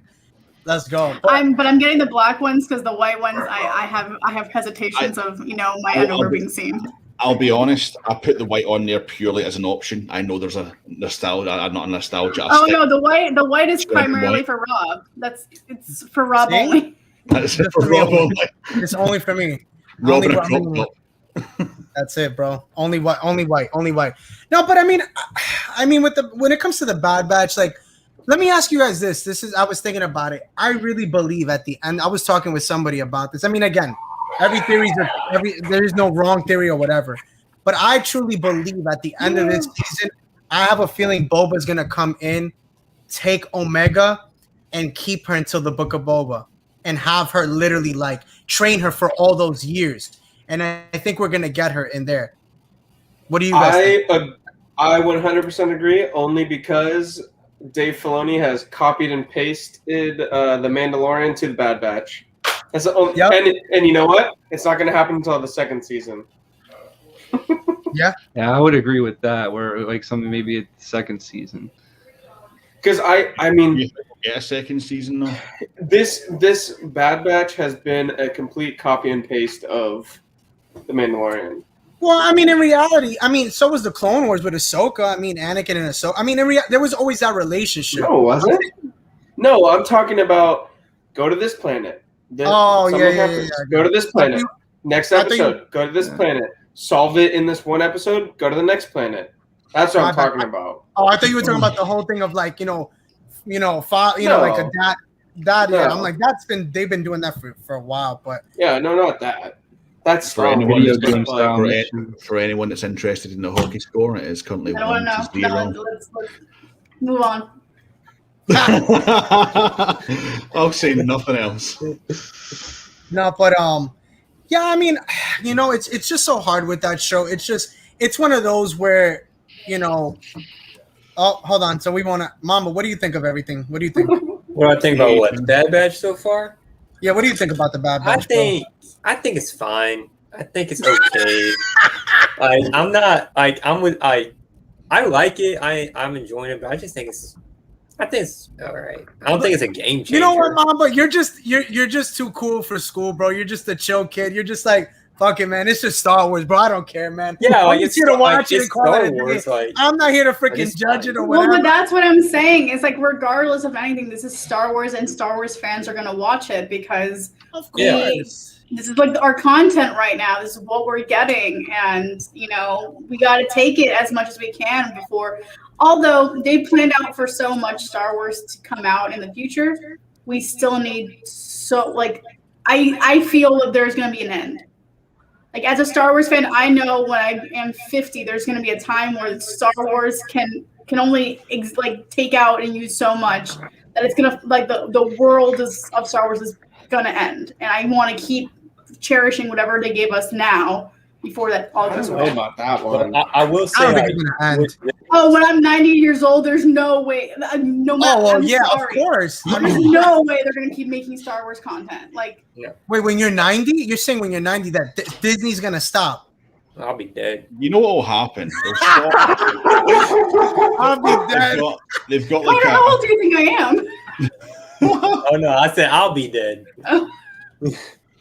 They've got a schedule just now. They've got a timeline for content, right? Yeah, they do. It's this is their kind of phase 2, because the phase 1 was really kind of the last trilogy. Either way, what is going to happen is they're going to take a break. Yes, I mean Marvel's going to take a break. Yeah, they're going to. I reckon 10 to 15 years they'll take a break. They have everything planned out until 2027. That's what they have planned out until. They've got it planned out beyond that. I think they've got it planned out till about 2035, and then they'll just. They might. I don't. Yeah, I mean, it might be that. It really might be that. I mean, okay, let's talk. All right, we could get away from this. They just. I don't know if you guys saw this. They just confirmed they're going to start filming next year, The Acolyte, in 2022. I did see that. I was about to send it to you. I did. Yeah, no, I saw that. I haven't really I was like, because I was thinking about doing something for that. But and then they also said something about Rogue Squadron too. Next year as well. Yeah. Next year as well, they're going to start filming. They're going to go in production for those 2 films, which makes sense. How do you feel about the comments that were said? Has anybody heard about the comments about Leslie Headland's Rider? Not watching Star Wars, right? Go ahead. What? So the director, the writer or director for The Acolyte, Leslie Headland, one of her other writers came out and said that he had no idea who Luke and Leia were. Oh yeah, that's what Kathleen Kennedy said. She would rather have hired people that had no idea what Star Wars was doing, like what they know about Star Wars. Just let her go, man. You agree with that, Jim? Of course I don't fucking agree with that. Oh no, you're like this. I'm like, are you out of your mind? I'm like, holy shit. I was being sarcastic. The world's really shit when Jim agreed with Kathleen Kennedy. I will say this. This is what I have to say. It's very disappointing because look, I understand it. I get it. People want fresh faces and all this stuff. But my God, somebody who doesn't even know the freaking franchise. No, I'm sorry. There's in the film production industry, there are so many people that are great writers. Number one, but number two, no Star Wars. Like Star Wars is it's like textbook. It's textbook in the film industry. Like I'll ask. So I was presented with this point. The whole thing with Loki, you guys know, like the director supposedly had no idea about the character, and he had to kind of fill in. in the sense of what Loki was about and who the character was. I don't know if you guys knew this. And I'm like, all right, cool. That works. I'm like, that's fine. It works for Marvel because, again, they've had success. But again, for Star Wars, we cannot afford that right now. Like, we cannot afford somebody coming in and saying, I have no idea who Luke and Leia are. For you to even publicize that and be okay with that, that's so dumb because you know right now the franchise is so divided. Like, and to be honest, like, if you think it's not, go on YouTube. Go on Instagram. Look at the comments that people go about each other. Go on Twitter. Go on Twitter. Like, literally, like, people can't even freaking take a certain thing about the sequels. Like, because somebody likes the sequel, and I'm being honest, like, I don't like the sequels, but my God, like, don't come at somebody's throat because, like, they like the sequels. It's okay to like the sequel. It's really bad on TikTok. That's why there are two sides on TikTok of Star Wars. Like, you're on the good side of Star Wars TikTok. You're on like the very toxic side. All my girlfriends get shot on every single day just because they like the sequels. And I'm like, I don't want to like be mean. I'm not saying this to be mean to them, but they are young. They grew up literally with the sequels. They were in Star Wars. That's their Star Wars. I have coworkers. I've had coworkers where they are like about my age, and they'll be like, "Well, you know, we'll get into JJ in a little bit. I've had a coworker who said, "Well, what got me into Star Wars was The Mandalorian," and you know what I say? That's great. I'm happy because guess what? We just gained another fan in the fandom, and I'm okay with that. It's introducing you. I don't look. Listen. In reality, has every saga had its problems? Of course it has. The prequels. The OTs even have problems. When people say, oh, no, the OTs are the best, they're the perfect. No, they're not. They're really not. They're not. I'm sorry, they're not. You can shit on me. You can make whatever you want on me. I don't care. Everybody has a problem with something. And if you don't think so, then you are lying to yourself and you're living in an alternate reality that is not the truth. Freddie Prinze Jr. said it the best. He was on an interview with somebody. And he said, I love that interview. That interview number one. There's no such thing as freaking great Jedi. Oh, don't even get me started. Number one, I have to disagree with that. But aside from that, everything he said was completely correct. The original trilogy were for kids in the 70s.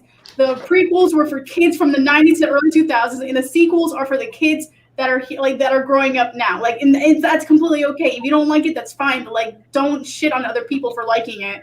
Let them have their opinion and let them live. Like, let them live. Like, I know people like shot on. Like, there's like I remember I was in a film student meeting last year, and I literally said, I love Phantom Menace, and someone literally like belittled me because I liked the Phantom Menace. And I have my reasons. What were they? They were young or older? I'm sorry. Were they an OT? No, they're definitely younger than me because like don't forget I'm in college. So like I was like 26 like when I finished my senior year. So like most of these kids are like 19, 20 years old. So they're much younger than I am. By much I mean like definitely in a different like mental capacity than I am. And like they shot on me for liking the prequels. They're like, it's so terrible. Why would you like the Phantom Menace? It's the worst movie in the prequels. And I'm just like, I'm like, ma'am, because she's. Were you like, have you seen the worst in the prequels, but better than the sequels? I would go as far as to say that the Phantom Menace is definitely top 3. Oh, I love it. For me, it is. Duel of Fates alone, man. And I've said it before on this show, the best lightsaber battle we got for 45 seconds, I believe. Obi and Maul. Yeah. Just the speed, the technicality, the rawness, the passion, the emotion, just everything we got in that 40 seconds. Did you guys also see the behind the scenes on that? Love it. Oh, yeah.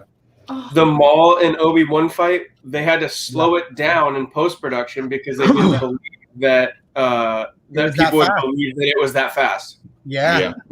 That's dedication. Yeah, and that's what we were talking about when it came to Ewan McGregor. And that's why you hear Ewan McGregor. Like every time he grabs his saber, he's like, you. Like I know that's why post-production hated. He always says that. Well, he was saying it. I think in one of the interviews, like he's like now you don't even need to freaking do that. He's like, I'm so used to it. He's like, when I first got on the set of Kenobi, he's like, I started doing that. They're like, yo, like You don't need to do that, dude. Like, we're past that already. We're like way past that. But it's funny though. It's cool though. It's show you what can happen when you've got someone like Ewan McGregor who is so dedicated to every project that he does. Yeah. You put with someone like Ray Park, who is also, people might not know this, they think he's from London. He's not. He's actually from Glasgow. Yeah. He is a friggin' expert when it comes to so many forms of martial arts. Yeah. When you put someone like that, And he's a really nice guy. with that, you know, he's a stand-up guy. He's such a Ray Park is such a sweetheart. Meeting him during Star Wars weekends was a highlight of my life. He was and he came back every single year more grateful. He goes, "I'm just grateful to be here. I love meeting the fans. I don't care if I don't have a long line. I'm here at Disney World. We're all here having a great time." And I'm like, well, he's a great part, bro. I mean, this guy does so much for people that are ill as well. Sam, I think, were you a part of that video? I know, Kevin, you were. Sam, I think you were, right? For that Danny? video. For Danny, yes. Yeah, I was, yeah. We had done a video when like a little while ago for a kid that actually has cancer, and I ended up like doing a video with like a whole bunch of people in the community, and it was cool because Ray Park actually had went to go visit him at his house, and that's what I mean. Is just like it's so beautiful when you see the community come together. And mind you, we didn't even know this kid, and like literally, like I racked up about like 30, 40 people. I mean, whoever is here, please go watch that video. It's a beautiful video. We got Kevin, you remember it, right? Yeah, man. I got What's the name of the video? What was it? What was the name of the video? It was called Celebration for Danny. Yes, Celebration for Danny. Yeah. Yeah, I actually kept in contact with his sister Adelina, and unfortunately, things have taken a bit of a darker turn. Oh wow! Dude, look what George just said. I didn't even know that just recently. Oh wow! Yeah. So I mean, you know. Yeah, I was talking to her just briefly. You know, maybe about a week or so ago, 2 weeks ago. Yeah. And yes, it's not looking good. So just sending so much love and positive kind of energy his way. You know, he seems like a great kid, and he is just that. He's a kid. Yeah. He's a kid. You know, and I had some, and Rob, you know this. I had some bad news of my own. You know, I know. Mine's been diagnosed with stage 4 cancer, and she's only 38. You know, she's really young as well. You know, it's 38 to 28, dude. There's too much of this going on. There's far too much. You know, so no, definitely sending vibes and good energy his way. Yeah. No, I mean he's a great kid. I mean, I like I said, I was in talks with the sister the whole time when I was in the. Oh yeah, that's right. George participated in it as well. Yes, he did. We had like I said, it was great to be in that whole process and do this video for him. You know, listen, I mean, we're not all big YouTubers, but I mean, it was just a thought that we can do something for somebody that's going through it, because again, we all have to be grateful that we all do have, you know, what is called life, you know, and we're here now. So, you know, your health is your wealth, guys. Your health is your wealth. Yeah. You know, and that's our lesson here today. So, But on that note, I wanted to go off of what Sam was saying. What do you guys think after hearing that comment? What are you guys thinking about the Acolyte?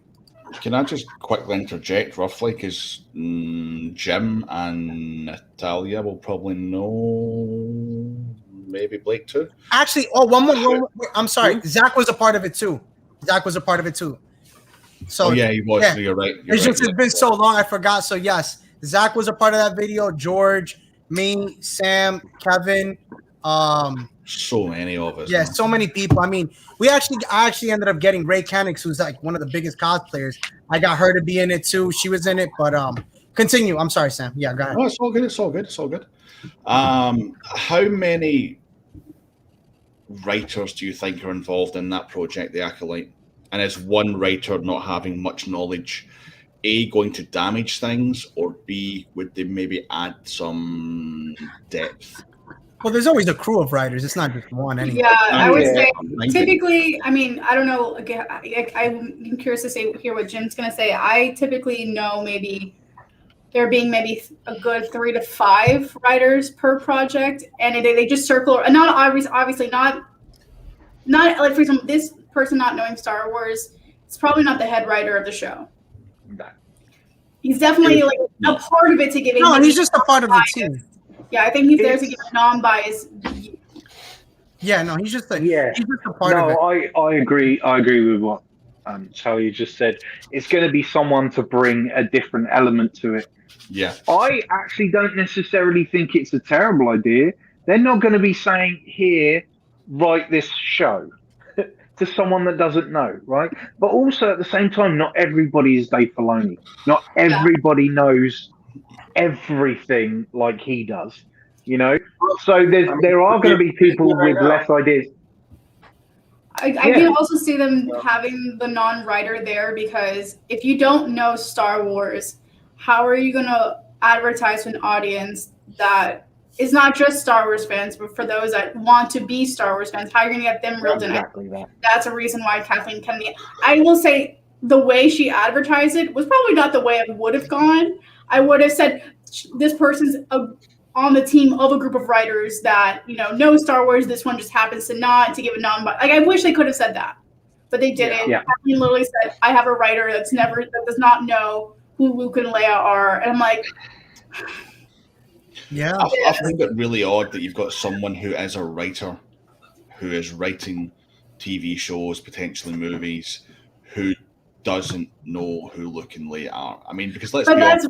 But that's what I was saying earlier. Like, Star Wars in the film industry is like, it's history. Like, if you were reading a history book in the history of film, Star Wars is a part of it. Star Wars introduced literally what was in Jim or Blake, correct me if I'm wrong. Star Wars introduced incorporating picture with actual film. Like, they had all those scenic backgrounds painted, and then they actually had like it far away, like they edited some scenes in, so it looks like much bigger than it really is. Like, so Star Wars like opened the doors to the film industry to many.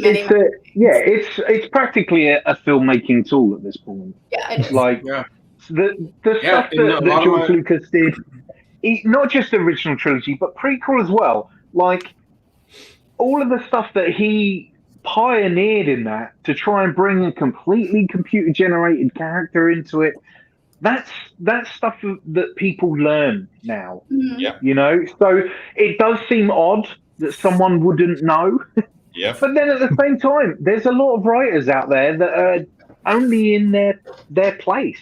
That's writers true. Creative people, quite a lot of the time, they sit in their lane and they don't venture out.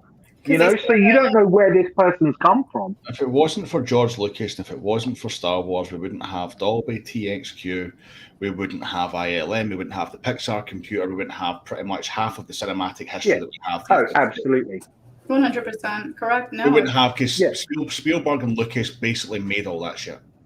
Yeah, they basically 100%. made it, you know. So we wouldn't have things like Toy and Story. Everybody else from here on out is standing on the shoulders of giants.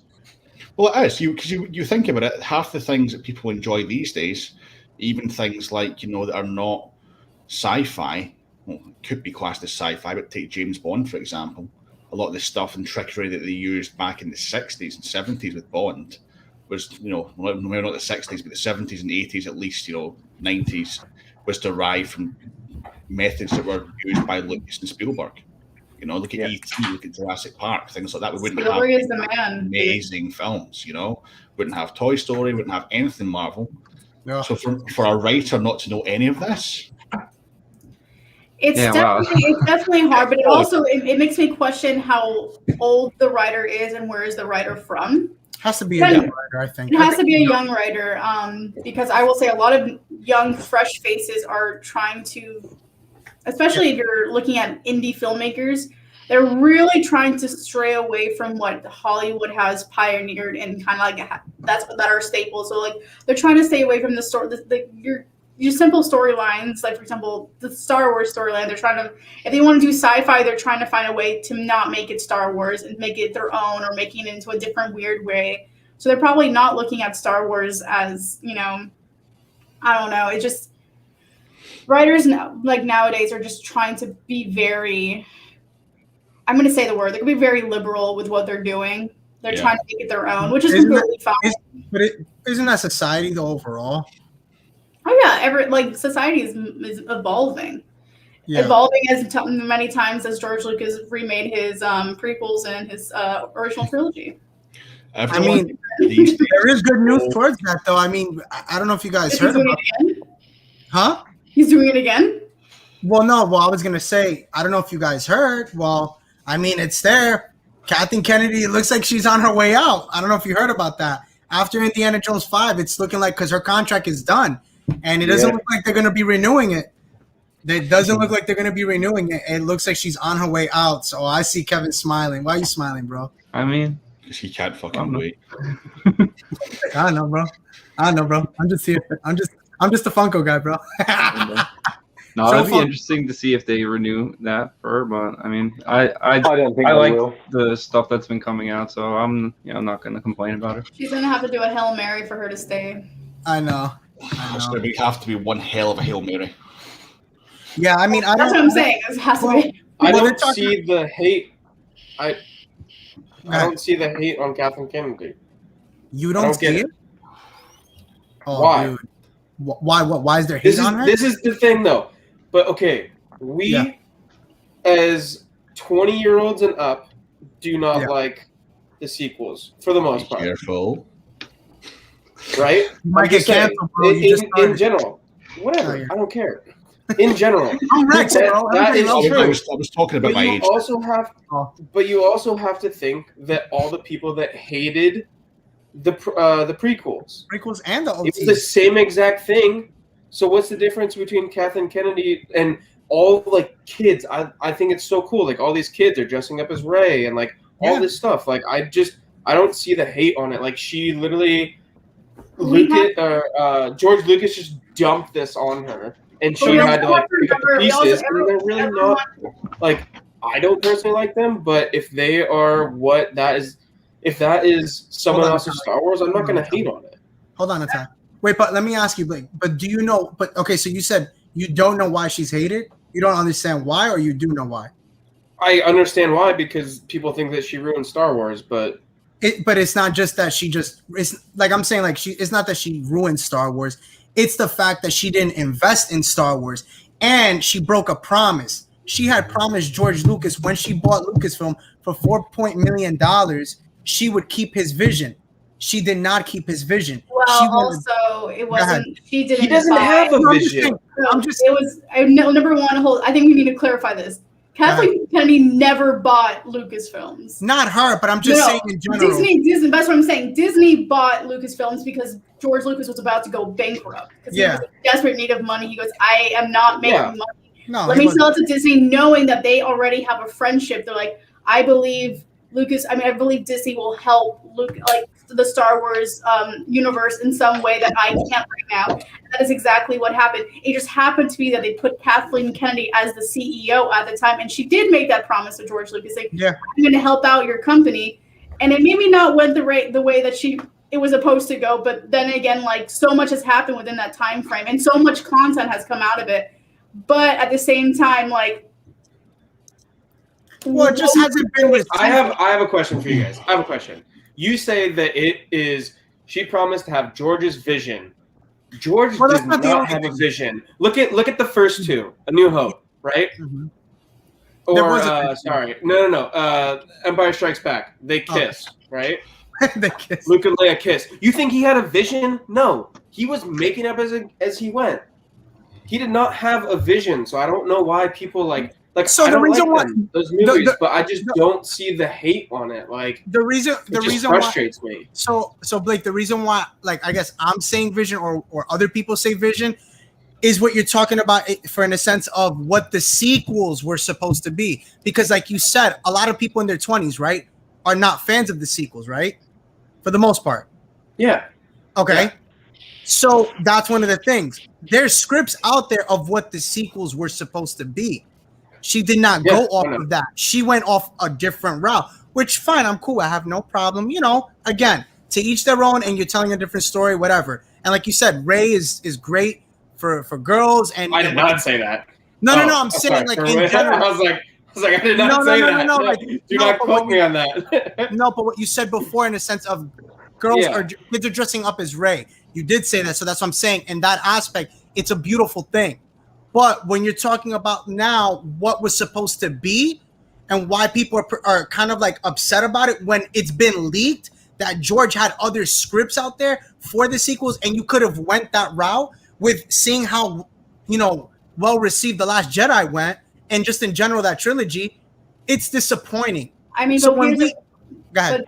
but George is no longer the head of Lucasfilms.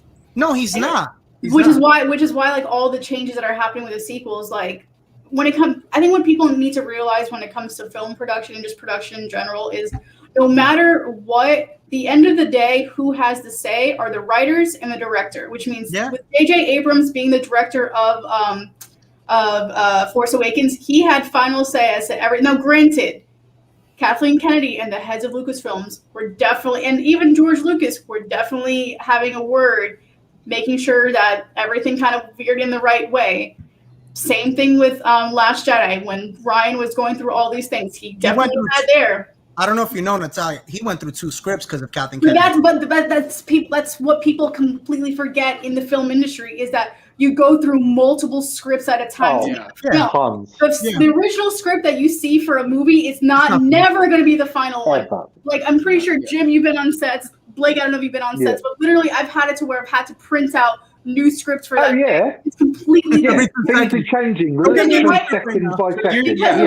You're saying no, continue. I was just gonna say that, like, you think that there's only that one script that was printed out. That might have been the first draft, but like it gets changed like 50 times, no matter what. So, okay, so if I can just weigh in as the old man of the group, who was around when the original trilogy came out, spank that knowledge, bro. Spread it. We right? We're not worthy. We're not worthy. No, you ain't. All right. As long as you know that, it's fine. I don't hate Kathleen Kennedy because at the end of the day, she did the best job that she thought was right. I just don't think she was the right person for Star Wars. I agree. And I think there's somebody else, Jon Favreau, someone like that, who could come in and be better for Star Wars going forward. But I don't necessarily hate her for the things that we've been given because, sure, people don't love the sequels, and I get it. But for the sequels, we also got The Mandalorian.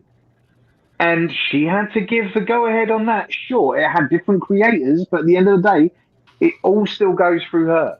So you have to take the rough with the smooth. If you're going to love one thing, you can't then hate everything else. It's not the way it goes. You know, I was not a fan. I was not a fan of the prequels. You know, I thought George did it wrong, and that was his vision. So, like, for me, I'm like, well, whatever, dude. Let's just go on. I just don't think she's the right person, and so I think the idea of her leaving is a good thing and could reinvigorate Star Wars again, because that's all that keeps happening. Like, George didn't direct Empire. He didn't direct Return of the Jedi, you know? So it's just like bringing new people in, letting other people go. I think it is the way forward. But I don't think she needs to be hated for... I don't like her, and I don't think she's the right person for it. That's just what I was trying to get at, is I feel like she's the scapegoat. You know, like 100%. That's what I don't like. Because she's fun and I don't fun, agree. Yeah, exactly. Like, yeah, maybe I don't agree what happened with the sequels and stuff, but I feel like people just like have this hate towards her for like no reason. Like, she literally got dumped the biggest franchise in history, and gone. Obviously, if something goes wrong, she's going to be the first. Because there's millions of people out there waiting for you to fuck up. Well, I'll say this. Yeah. I'm going to say this. This is why I say this is where you see the division, right? And I'm going to speak because, again, like, I know, like, for example, like, I do know bigger YouTubers. I know, for example, what they speak of and what they touch on and whatever the case may be. So in a sense of, like, that they cover this type of stuff. The reason, one of the biggest things is, like, you see it. I don't know if, Natalia, you'll agree or not, but one of the things is this. Look at Jon Favreau and Dave Filoni, what they did with The Mandalorian. Yes, Jim, that Kathleen Kennedy does okay it, but that's something that they did. Now you have what Kathleen Kennedy did with the sequels. It hasn't been well received, but The Mandalorian has been well received, and that's why you see everybody rooting for Dave Filoni and Jon Favreau because of the job Kathleen that they Kennedy did. was still involved with that project. Yeah, I think what made it worse for Kathleen Kennedy was the fact that I mean, there's a whole bunch of things. First of all, okay, and this is divisive amongst the whole community. Yeah. But we need to be honest about it. Is Last Jedi was not very well received by many. Some people love it, some people hate it. It's we would say in the UK, it's very much like Marmite. You love it or you hate it, and that's you love it or you hate it. Marmite. Jim's like, yeah. The only two that can understand what that means. I'm just here like, yeah. Yeah, I don't even know what you just said, bro. It's like a vegetable spread that you put on fucking toast, It's right? fucking minging, mate. It is minging, I agree. Right, I fucking hate it too. So The Last Jedi was pretty much we don't like have that, anything like that here. right? Shit. But I think what made it worse, and feel free to, chop my head off and shit down my neck for this, but what made it worse was the fact that there was, number one, a massive fuck up with Skywalker, with number 9. It changed direction so many times. There was delays on it as well. There was several delays. It wasn't actually supposed to be December. It was actually supposed to come out in the summer originally. It was slated for the summer release because they wanted to go back to summer releases from what I've read. No, it was. It was meant to be August. It was meant to be August. Last time I checked, Star Wars, they always had it set for December. No, it was meant to be August. Well, at least the sequel movies they wanted to. Yeah, 7 and 8 were December, but they wanted to do this one August because they wanted to bump up something else, right? The fact that it was delayed as well, and the fact that some of the actors came out and basically said, "Yeah, this was changed so many times during there was reshoots." Oh yeah, no one knew what the fuck was going on. Yeah, but you could also say the same thing for Solo and Rogue One. Yeah, you can do, but they were decent movies. And that's my point. That's exactly the point. You can't say that by changing all of these things is the reason it made a bad film, because they changed all of those things in Rogue One. They went through like 3 different directors with Solo, still came out as a great film. It did. Of course it did. Opinion. Of course it did. And I love I love JJ as a director. I just personally don't think they should have picked up the phone to JJ. I think they panicked. I think they shit the bed. And that's the thing. It was a massive fuck up. Well, that was the fuck up in a sense of you went from JJ to Ryan to JJ. I mean, you're gonna have. It was supposed to be Ryan for the last film. Right. It wasn't supposed to be JJ. Right. So what I'm saying is, I think the biggest problem in all of it was the fact that they let Ryan do his thing, right? And he went, "I'm going a different way than you think." Yeah. And then because of the backlash, they're like, "Fuck, we're just going to completely change what we had planned, and we're just going to throw something together at the last minute." And that's what made and try and right this ship and give fan service, and all you did was alienate everyone. But no, I will say this, and this is why I get really upset with the Star Wars fan community, because they were the ones that literally shat on the writers, and that's why JJ took basically everything that the fans wanted and threw it into the Rise of Skywalker, because they knew, they literally threatened the writers, they threatened Lucasfilm. They're like, if you guys don't add this, you don't understand that this is why I'm bringing this up again. The Star Wars community, there's 2 sides. There's the really good side, there's the really toxic side. The really toxic side, unfortunately, is very, very threatening. They're very violent, and they've threatened these writers, directors at their homes, in their personal lives, saying, if you don't change or give us what we want, we will hurt you. And it's just like, in times like that, that's why they have to do that. But also, like, what I'm going to backtrack a little bit with Kathleen. The one thing I really wish Kathleen would have done, and something she did not do, and you can see it on her face, is she does not love Star Wars as much as what we wanted her to love Star Wars. She loves Indiana Jones more. Dave Filoni loves Star Wars because he is the kid that grew up and literally thought George Lucas was his grandfather. He's like, dude, I need to learn from you. Kathleen does not have that same love for Star Wars as the fans want her to have. Like, I saw it when she opened up Galaxy's Edge. She saw this as an opportunity and didn't see it as like an opportunity for Star Wars fans to see the Millennium Falcon in person. So can I ask you something, Natalia? So wouldn't that right there give you your answer? Not you personally, but I'm just saying somebody or whoever. Isn't that your answer right there as to why fans are, first off, there's a division and why people are upset? Because you just said it right there, that key word. Dave Filoni loves Star Wars and Kathleen Kennedy doesn't. I think at the end of the day, we all disagree, like with things. Yeah. Here, Like, Yeah. I love things that you guys don't, and vice versa. I love But baseball. we're able to but we're all able to have this The fuck is discussion. cricket, bro? Oh, I don't know. Who the fuck knows? But the fact is, we're able to have these conversations and go, you know what? I respect the fact that I respect your opinion. I respect who you are as a person, and I will gladly listen to your critiques. Take that on board and go, okay. The problem is, there's too much of the other side. Well, that's what I was trying. What I was trying to say is that in reality, as a fan, if you hear the fact that if I'm hearing that Dave Filoni is so invested and really loves Star Wars, and I see a person like Kathleen Kennedy who, like what you said, Natalia, doesn't care for Star Wars. I mean, wouldn't you want the person that? I think I missed it because what I was trying to say is Kathleen is not as invested in Star Wars as what the fans wanted her to be. Right.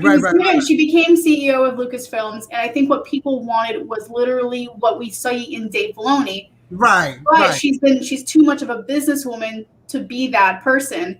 Yeah. And that's why I think people also have a very big disconnect with her because they're like, well, she's not as much of a fan as I am, and we want her to be.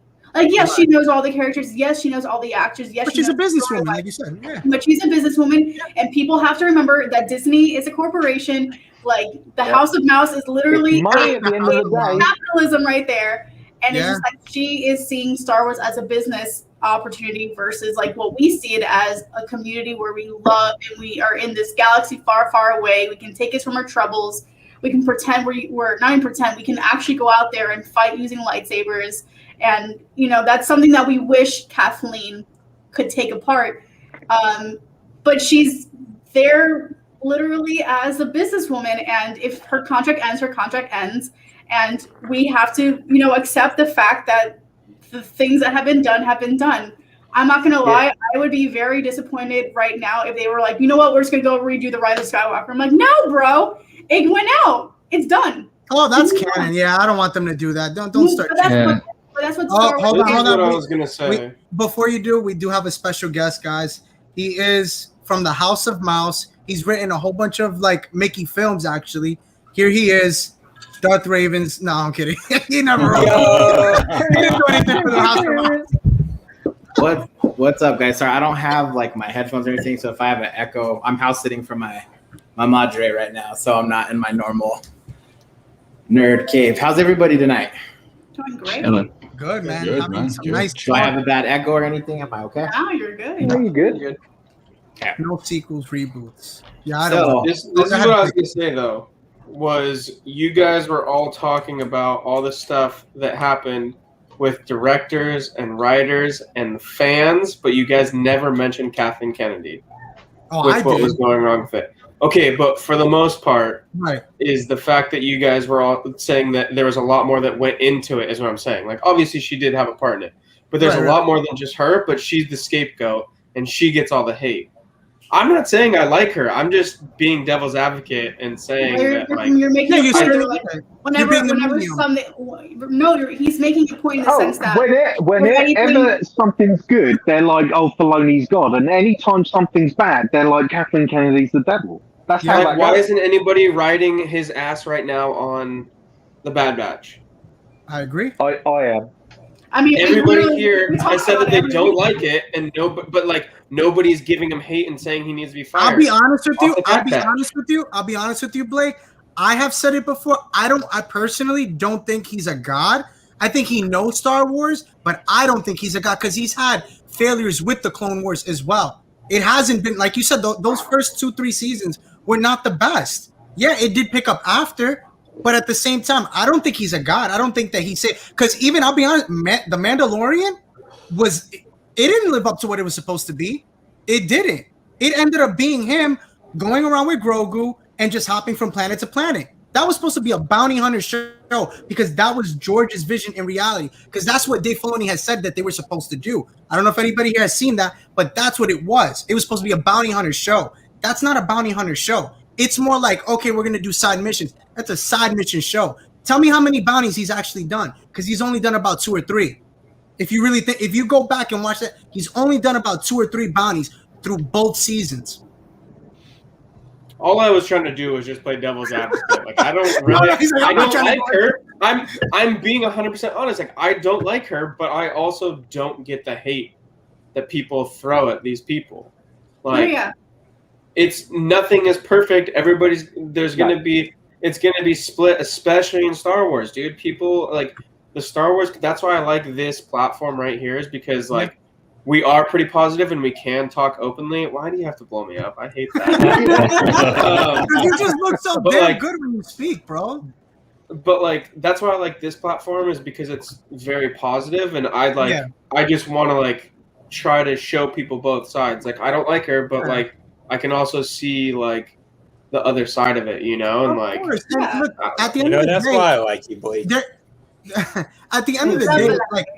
They're not bad people. Like they're just making decisions. Like, and I'm grateful that you said that, dude. Like, I'm happy that you feel like you can come on the show, or any of you guys can come here and really give your opinion and talk. Because honestly, that was my mission. Was when I made this show, people could come and talk and still be positive.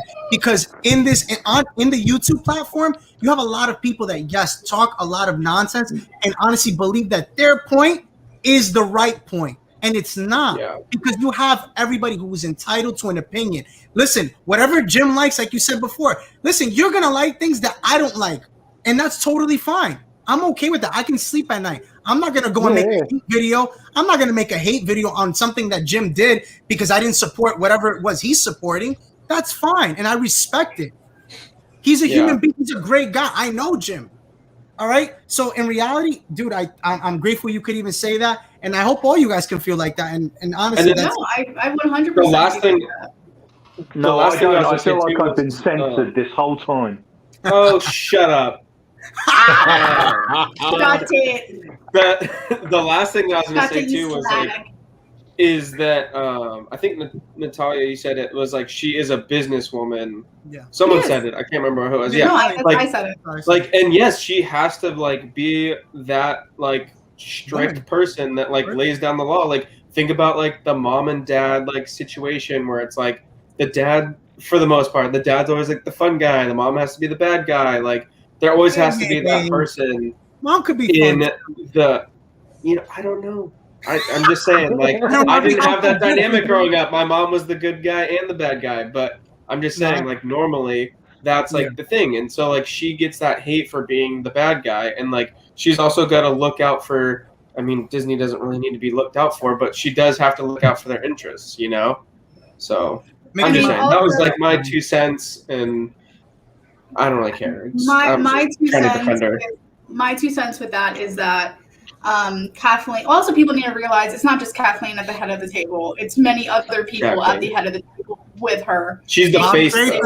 Bob Chapek. We just happen to be the Bob Chapek alone is ruining Walt Disney World, and I can go on a whole thing about that. But on another, like, do it right now. Keeping it on Lucas. Do it right now. I'm doing Star Wars. Do it. We accept it. I'll do the Star Wars thing, and then I'll go back to why a big Bob. No. You're gonna talk about Mickey right now. Talk about Mickey. Oh, fine. Okay, so everyone knows that the 50th anniversary for Walt Disney World is this October. It's October 1st. Everyone and also they didn't invite you. How could they not invite you? Audacity. Right? No, but I mean, what's frustrating as a former cast member is that they're announcing all these things happening with Walt Disney World, and they haven't called back all their workforce. Like they're announcing, and the worst part is Disneyland has reopened for the first time in a year. Yeah. They're bringing out they just opened Avengers Campus successfully, having all these characters out there. How awesome is that Spider-Man? I have to say, that's pretty cool. Woo, it's so good. Is sick. Disneyland is doing so good. I think the reason why Disneyland was so upset for the longest time is because they couldn't open when the rest of the parks are opening. But then again, California's governor was like, "Nah, y'all being closed because we're in a panoramium." And in a what? In a panoramium. In a panoramium. In a panoramium. We're in a pandemic. A paradox. A paradox. But we're in the multiverse right now. We're in the multiverse. But right now, Disneyland is doing so good character-wise. They're having distance character meet and greets, but Disney World has not even gotten to that point yet. They're just like, no, we're just going to do characters from a distance, characters in cavalcades, and no one can ever meet these characters again. and they just announced the 50th, something that we all knew was coming. We all knew that Disney World needed a brand new parade. Disney World knew we needed a brand new nighttime parade. And what are they giving? They're literally giving statues and a cavalcade. So all the people, all of my friends that are currently literally furloughed to this day since May of last year are not being able to come back because Bob Chapek decided to put statues and a cavalcade. Oh, look, Natalia, did you see what he said? But that's Disneyland. Disneyland is hiring, and don't forget, Bob is only for Walt Disney World. Right. No, Bob is the CEO of Disney itself. My bad. But like, regardless, Disneyland has always gotten their shit together. I will say this to the day I die. Disneyland knows what they're doing with their parks. They know what they're doing with their guests. They know what they're doing with their entertainment. They're just great. Disney World, it's been pissing me off, and I just want all my friends to come back to work. I want them to be able to create the magic that we did before this pandemic. And I feel like you said magic. That's such a Disney thing to say. That's so but it's true. Like all my friends that have been furloughed or laid off, like they got laid off because of the pandemic, and now they're fully reopened and they can't even bring any of them back. It's just like, Bob, what are you doing? Like it just frustrates me. I'm very happy that I'm no longer with the company under his presidency, or whatever you want to call it. But like, he frustrates me to no end, and he's not making great choices for Walt Disney World. And on Kathleen Kennedy and Lucasfilms, I forgot what I was going to say about that. Because you guys got me on this tangent for Disney. Great. Go, Screw girl. it. I'm moving into the UK. I don't even need to be in the United States anymore. Jim, I'm on my way. I've got a spare bedroom. You're there welcome. You go. Well, take me to Scotland. In Scotland. I'm just chilling, man. Jedi, I am literally just chilling. I'm just chilling for Glasgow. Not Glasgow. That's Glasgow. Shit needs to stop. I love you. But anyway, yeah. Going back to what I forgot what we were talking about. Star Wars. By the way, Zach. Yeah. So, what do you think of the conversation so far? I wanted to say something. I have something to say. Oh, is it divisive? Sam's a bitch. Yo, no, I don't think so. The sequels. It's gonna be about the sequels for sure. Oh, but I think it's more of something that I think we can all kind of agree on. Okay. Ooh, I love it. So I remember when The Force Awakens came out, I was so hyped. Like I was like, yo, like, because we didn't know, right? We were like, we know we're getting new characters, but like, what is this overall going to be about? Who's even the Jedi going to be in this movie? Because there was a lot of confusion from the commercials. We saw Finn holding the lightsaber. Who is this Rey character? I think broken promises. We all assumed Rey was going to be the Jedi, just literally because she's wearing Jedi clothes. But like, whatever. I like The Force Awakens. I think it's a good movie. I think there's a certain formula that you have to do, or you don't have to, but that has been done in every one of the first movies of the trilogies.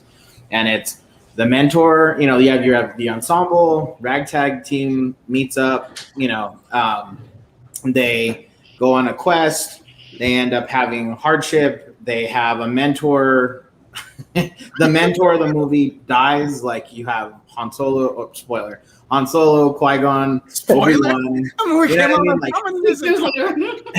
So you have like that formula, right? Okay, like the person that would have guided them and been great in the movie, they all die. Then they have like, they have a space battle. They have like odds that they probably are not supposed to overcome. There's a lightsaber duel usually. And then, they end up winning. They blow up the Death Star literally. And then they fly away, right? Like that's like the formula to make the good first one.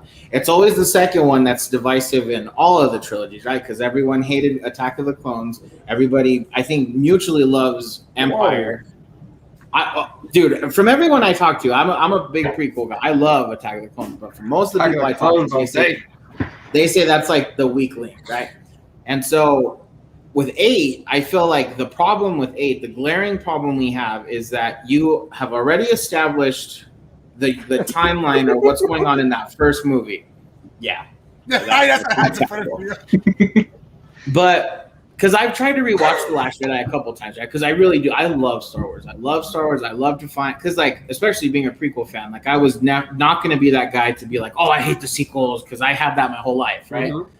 But the problem with 8, in my opinion, is you had all of this momentum coming from The Force Awakens, right? Like whether people didn't like it or not, they took the safe route with it. It was fun.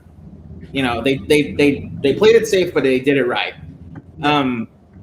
With 8, it's like everything they built in 7, someone got an eraser and was like, no, I'm just kidding. Snoke, no. You know, Rey, literally, I'm gonna use the most pimp pickup line ever. You're nothing. You're nobody. But not to me. Like, you know what I mean? So like it really was like, right? Like that was the number one question I feel all of us had leaving The Force Awakens, right? Is who's Rey? Who is she? Like, is she somehow Obi-Wan's love child that we never knew about? Like there was so much going into that. That's what everybody thought. Yeah, I remember. So then we go into that, and it's like, okay, literally, like I feel like all the things we were hyped for in that first one, like Rian Johnson deliberately was like kind of trying to derail. You know what I mean? And that's where I don't have so much of an issue with Kathleen Kennedy. It is what it is with her, but like I feel like, in my opinion, he was the issue with that, because. I'll say this, dude, to touch on what you're saying. I don't know if anybody else did, but did you personally see those interviews with Mark Hamill and with Rian Johnson?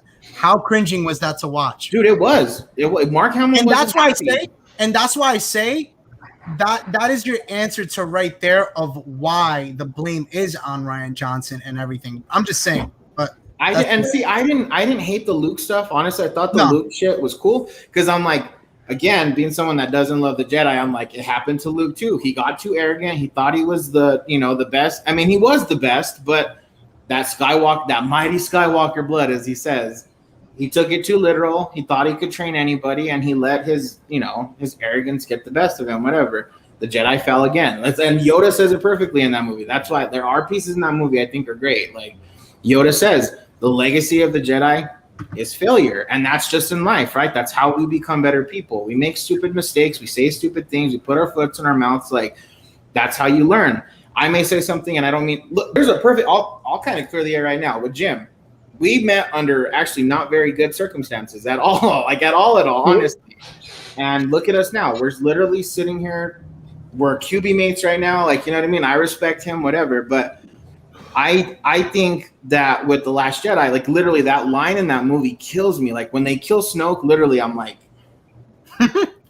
just because like, okay, like they didn't commit to it, right? Like they're like, okay, at the end of that movie, you know, Snoke dies, whatever. Okay, Kylo's the big bad. Okay, let's dive into that. What does it look like to see Kylo be the actual big bad? Kill the past. And they're like, just kidding, here's Palpatine. You know, so it's like, dude, they could have even made Rey a Palpatine. They could have made Rey a Palpatine without even bringing him back. Like, you know what I mean? Like, I feel like that would have been even more impactful. Do you think that all she would have had was like hearing other people like, you have no idea who your grandfather was. Like, he was horrible. Like, you know, but I'm not. I mean, I don't have the chops to write or direct a movie. I have no one to say any of those things. But I feel like 8 really was that one movie that like it just felt like he deliberately, I don't like saying sabotage, I think that's a stupid word to say, but it just seemed like he was trying to go for more of that awe-inspiring, like, oh, let's try this, because with the assumption, because I think Natalia was one that said that it was under the assumption that he was going to do 9 too. So it's kind of not fair to him either, and I hate defending him, but it's true, because who knows how that story could have been fleshed out, right? He was also supposed to be directing the following trilogy. Like he was contracted for all these things with Star Wars, and that's like it all went. Well, that's why he's so happy now that he's actually getting his own trilogy. He didn't even want the Skywalker trilogy, to be honest. He was actually supposed to get his own, which that's why he's like head over heels for the one that he's getting. Well, and like literally everything that was like, and this is silly to even bring up, but even like Rey's hair in the second one, right? Like they changed her whole outfit, her hair, whatever. I get people have costume changes from movie to movie. But then literally like the second the Rise of Skywalker starts again, she has her roll buns. You know what I mean? So it's like there's those subtle little things of like, damn, they Zach, were just let me kind ask of you, jabbing, you know? Do you feel like like 9 took jabs at 8 a lot? Yes. Okay. And to be honest with you, me and I just Cody have- were talking about this the other day, and he asked me what because a lot of people will say no, and it's just like I wonder if you watch the same movie. Just curious. Yeah. So me and Cody were talking about this the other day about what my list of Star Wars movies are, right? And I'm like, that's such a controversial topic to bring out, whatever. I'm like, but you would probably be surprised what my top 3 were. And so him and Matt from Babu were trying to guess, and I was like, nope. So I was like, all right. So my top 3 favorites are, and in this order. So 1 being Revenge of the Sith, 2 being 6, Return of the Jedi, and 3 being The Rise of Skywalker. And both of them, their jaws dropped. They're like, oh my God, you like that's your top 3? And I'm like, I don't know what it is. Like, I love the conclusion of the stories of these movies. They're just so, and it's just, they got to go big. They got to go. And I said, like, it's funny because I can probably point out more things in The Rise of Skywalker that I didn't like than most movies, but I do like that movie. Like, it's just, The Rise of Skywalker, literally, I feel like had every bad possible thing that could have happened to a movie happen, right? You had director changes. You had the just horrific passing of Carrie Fisher, right? Like, that was supposed to be her movie. Like, you know, gone. They had bits and pieces to work with that. Like, you know, like there was just so many challenges that went into that movie to the point where even the actors are saying like, oh no, we had no idea Palpatine was going to be in this movie. Like, Zach loves endings. But like, I don't know. Like, that's my favorite line in The Rise of Skywalker when they're talking and Poe's like, all right, everybody gather around. So Palpatine's back. Like, they like make Palpatine like his crackhead uncle that shows up like every couple of years. They're like, damn it, man, this guy's back again. Like, guess who's coming to the barbecue this week? Guess who's coming to the barbecue? you have Mary from the Lord of the Rings like, oh yeah, it's those Sith cloners. Oh, like, man. it's like, oh, dude, In the come on. theater, I was just like, oh. I remember that. But there's a lot of exciting stuff in that movie. Like, I love that duel between Kylo and Rey on top of the Death Star. A lot of people don't like that duel. I love that. Honestly, I it's love such a good duel. I felt like it that is. was such a good, like, dude, that scene, oh man. The only thing I just don't like about the movie is just Finn. I'll always say it. What they made him do the whole movie, Rey, just yelling her name like basically the whole movie. Yeah, Like, that's so sad, bro. Like, honestly, what they did with his character, I mean, my gosh, just terrible. Yeah, I loved, so I'm going to be that person. I loved The Rise of Skywalker. Like, I definitely heard the Star Wars fans in the theater grunting and getting upset over different scenes. That's any of them, though. And Honestly. well, no, it was because I was there for every single opening for like from Force Awakens to Rogue One to Solo. I was there for them all. I just kind of like it kind of got worse for Rise of Skywalker, but with Rise of Skywalker, there were these scenes that are so like at the end when freaking Lando shows up with the battalion behind him. Like, you cannot say that every Star Wars fan did not jump out of their seats, yell and scream, because you're like, you see all those ships in the air, and you're like, this is what I've been waiting for. This is what I wanted. This is the resistance that I've been hearing about. They're out there. They're somewhere in the universe. And like we got the duel with Kylo and with Rey, that was great. Also, when Kylo was seeing Han for the first again and replaying that scene word by word, and then this time he's like, "Screw it!" tosses his lights, which I thought was a dumb move. And I'm like, "You're not getting that back, sir." But there it goes into the ocean, and then of course we're finally seeing like I did love seeing the other clones, not clones, the First Order troopers that left the Order. And they're kind of just like Finn, and they're out on this planet of Endor, just chilling, just like, we're here and we're gone. And I'm like, I love that we could see people outside of the Order. That's not just Finn. I did think that Finn got shot out. Give me more Ben Solo. The second I saw number one, people have to remember how powerful the Knights of Ren are. The Knights I of would love Ren to see- are murderous creatures, and Honestly, Ben you know what I Solo wanna- single-handedly killed them all. I always wanted to learn the story of Ren, actually, like the main one. Like his story is very, very pretty. It's really insane. Like I don't know if you've heard it, Zach. Like it's really dark, and honestly, like that. I wish that's why it's like, and that's another part of like the sequel trilogy. I wish, like it took till episode 9 for us to kind of get really the Knights of Ren. Like that was just kind of like really, like they were so hyped up to be this badass elite crew, and like. I mean, They got the same treatment as the children of Thanos in Endgame and in Infinity War, right? Like me from a comic standpoint, I'm like, bro, they're bringing Corvus Glaive in. Like this dude goes toe to toe with Wolverine. Like they just stab the living shit out of each other. No one drops. Like, and then you see him in the movie, and I'm like, yeah. I mean, dude, and that's the thing is like we all know. Like, I mean, I don't know if anybody agrees with it, but I mean, like they hyped them up big, and it was just like.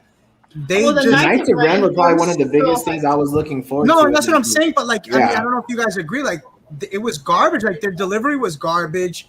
Like the fight scene was just like I was expecting them to be way stronger, and just get more of them. But like, that's what I'm saying. They are stronger, and that's why like it was so insane that Ben Solo just wiped them out. And I know now YouTube has ruined it for me because whenever I see that scene now, I think of I Need a Hero playing in the background while he's massacring all these guys.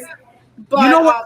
What did them justice though? The comic, honestly. I mean, it sucks that we had to get it like I that. will say comics, and I'm gonna be weird to say this, but fan fiction has redeemed the Knights of Ren. Yeah, I've read some really great fan fiction of describing what each of the Knights of Ren are, what they do, why they love their weapon as much as they do, how good they got into the Knights of Ren to begin with. So like. Comics and fan fiction has redeemed them. I just kind of wish I was more translated on screen. Yeah, I agree. Maybe one day. We'll see. I agree. Just don't animate them. Don't what? Animate them. Whoever's watching this in the Star Wars Lucasfilm universe, do not animate the Knights of Ren, please. Just keep. I'm just wondering how much wine Natalia has left. What? I haven't actually. I'm not gonna lie. I haven't filled it up, so I still have a lot left. She's been talking the whole. She's been telling her story. She told her Mickey story. She told everything, man. Well, you guys were like you have to tell the Mickey thing. Like, okay, I'll talk about why I'm not a big fan of Bob Chapek. That's more or less why I did like The Rise of Skywalker. Are those sentimental scenes, right? Like the Han Solo and Ben, like the Ben literally getting Anakin's lightsaber, like he earned it. Rey literally hands it to him. Versus in the beginning of it, he's like, that lightsaber belongs to me. Like just those little things in that part. But like, yeah, there are a lot of problems with the movie. But like, there are so many scenes in it. Like even when Leia like corrects Rey about something and she's like, yes, master, and it's like, oh, dude, like if we could have seen a scene of Leia training her, like. That there were so many things that could have. So many missed opportunities. That's what it is. So many. I think that's what. Oh, go ahead, Beth. No, I was just going to say. I think that's why I like the sequels. Like, I'm able to pick those bits out, and I kind of just ignore the stuff that I don't like because it's not like I sit there and I'm like, oh my god, the sequels are so amazing. You're not analyzing it. You're not there to analyze. You're just there to watch. I'm picking the bits that I'm really enjoying, the character development, whatever way they're going with them. Because for me, I love that version of Luke. I love what they're going with, and I'm enjoying seeing his story and stuff. I mean, there's loads, but I think that's what I'm able to do is just sit back and kind of just go, let it wash over me and pick apart the bits that I enjoy and just ignore the bits that I don't. Yeah, people do the same thing with the prequels. They're like, I like this, but I don't like this. Like, I'm that person, I will defend The Phantom Menace till the day I die. And people are out here like, that was the worst movie ever seen in my life. And I'm like, I'll give you 17 reasons why it's not. I don't have 17 reasons. But, like, I have, like, a good handful of reasons why I do like The Phantom Menace. Like, Natalia, me and you will start a podcast of our own, and we'll call it 13 Reasons Why We Love, and we'll talk about each of the. Oh, dude, no, I'm down for this. Dude, I kind of already started it. I did for episode 1. I did 5 things that I love about it. So it's fun. That's good. because it's better to, because it might even change people's minds a little bit, right? Like, well, this is how I've always seen this movie, right? But because that's kind of what my buddy Sebastian at Starlight did for me for episode 8, right? Because I was like, dude, like, I'm sorry, I'm that guy, like, I just don't like that movie, like, whatever. And so on an emotional level, something had happened to my friend, and during that he was going through a rough time. He saw that movie and it helped him out a lot, and he explained why, you know, and I was like, oh, okay, you know. So like that's the part of it that I love to hear from people. Why do you love it? Like, some people love the Phantom Menace for the pod race. Some people exclusively hate the Phantom Menace for the pod race. Like, it's just, it's person to person. Like, it's just, it's so intriguing to hear why people like and dislike things. If you can do it in a respectful way, like we all are doing now, that's exactly what I was gonna say. Was I, until like a year and a half ago, was that person that would say that the sequels are the worst movies there. I was that hater. I never like tweeted about it or anything because I never Twitter, but never like. But that's how I felt. I was like, they are absolute trash. Like, throw them away, get them out of here. But then I heard one podcast and it changed my whole perspective of, and that's why like I was defending Kathleen Kennedy, because like it just changed my whole perspective, especially on that, like the fact that one, it's for kids realistically, like, and two, like there's other people that love it and that is their Star Wars. Like, people don't like Star Wars, and that's totally fine with me. Like, I don't need to argue with someone, and everybody thinks that they're a film critic now that they have Twitter and YouTube. Oh, dude. And like, and I hate it so much because I do that for school. I do that. I'm trying to do it for a job. Like, I just want to watch films just to enjoy them. Like Jim said, I just let it wash over me, and I like pick out what I like, and I just hang out with it. And I've changed gears so much of how I see films because of one podcast. And that's the thing, to be honest with you. Like, I mean, like, I know for myself, like I've said it before, like in general, each trilogy is gonna talk to you. Like, that's gonna, like, for the sequels, that's for Jim. The prequels, that's like for me or for whoever here. Like, the OT is for George. I know he likes the OTs. And these new kids that are growing up now, that's their Star Wars because they're growing up with it. They don't know about the prequels. They didn't grow up with that. They grew up with this. So in reality, this is the best Star Wars for them and to them in reality. So I mean, you can't. I think this is another reason why I vibe with the sequels, because they're my kids' Star Wars films.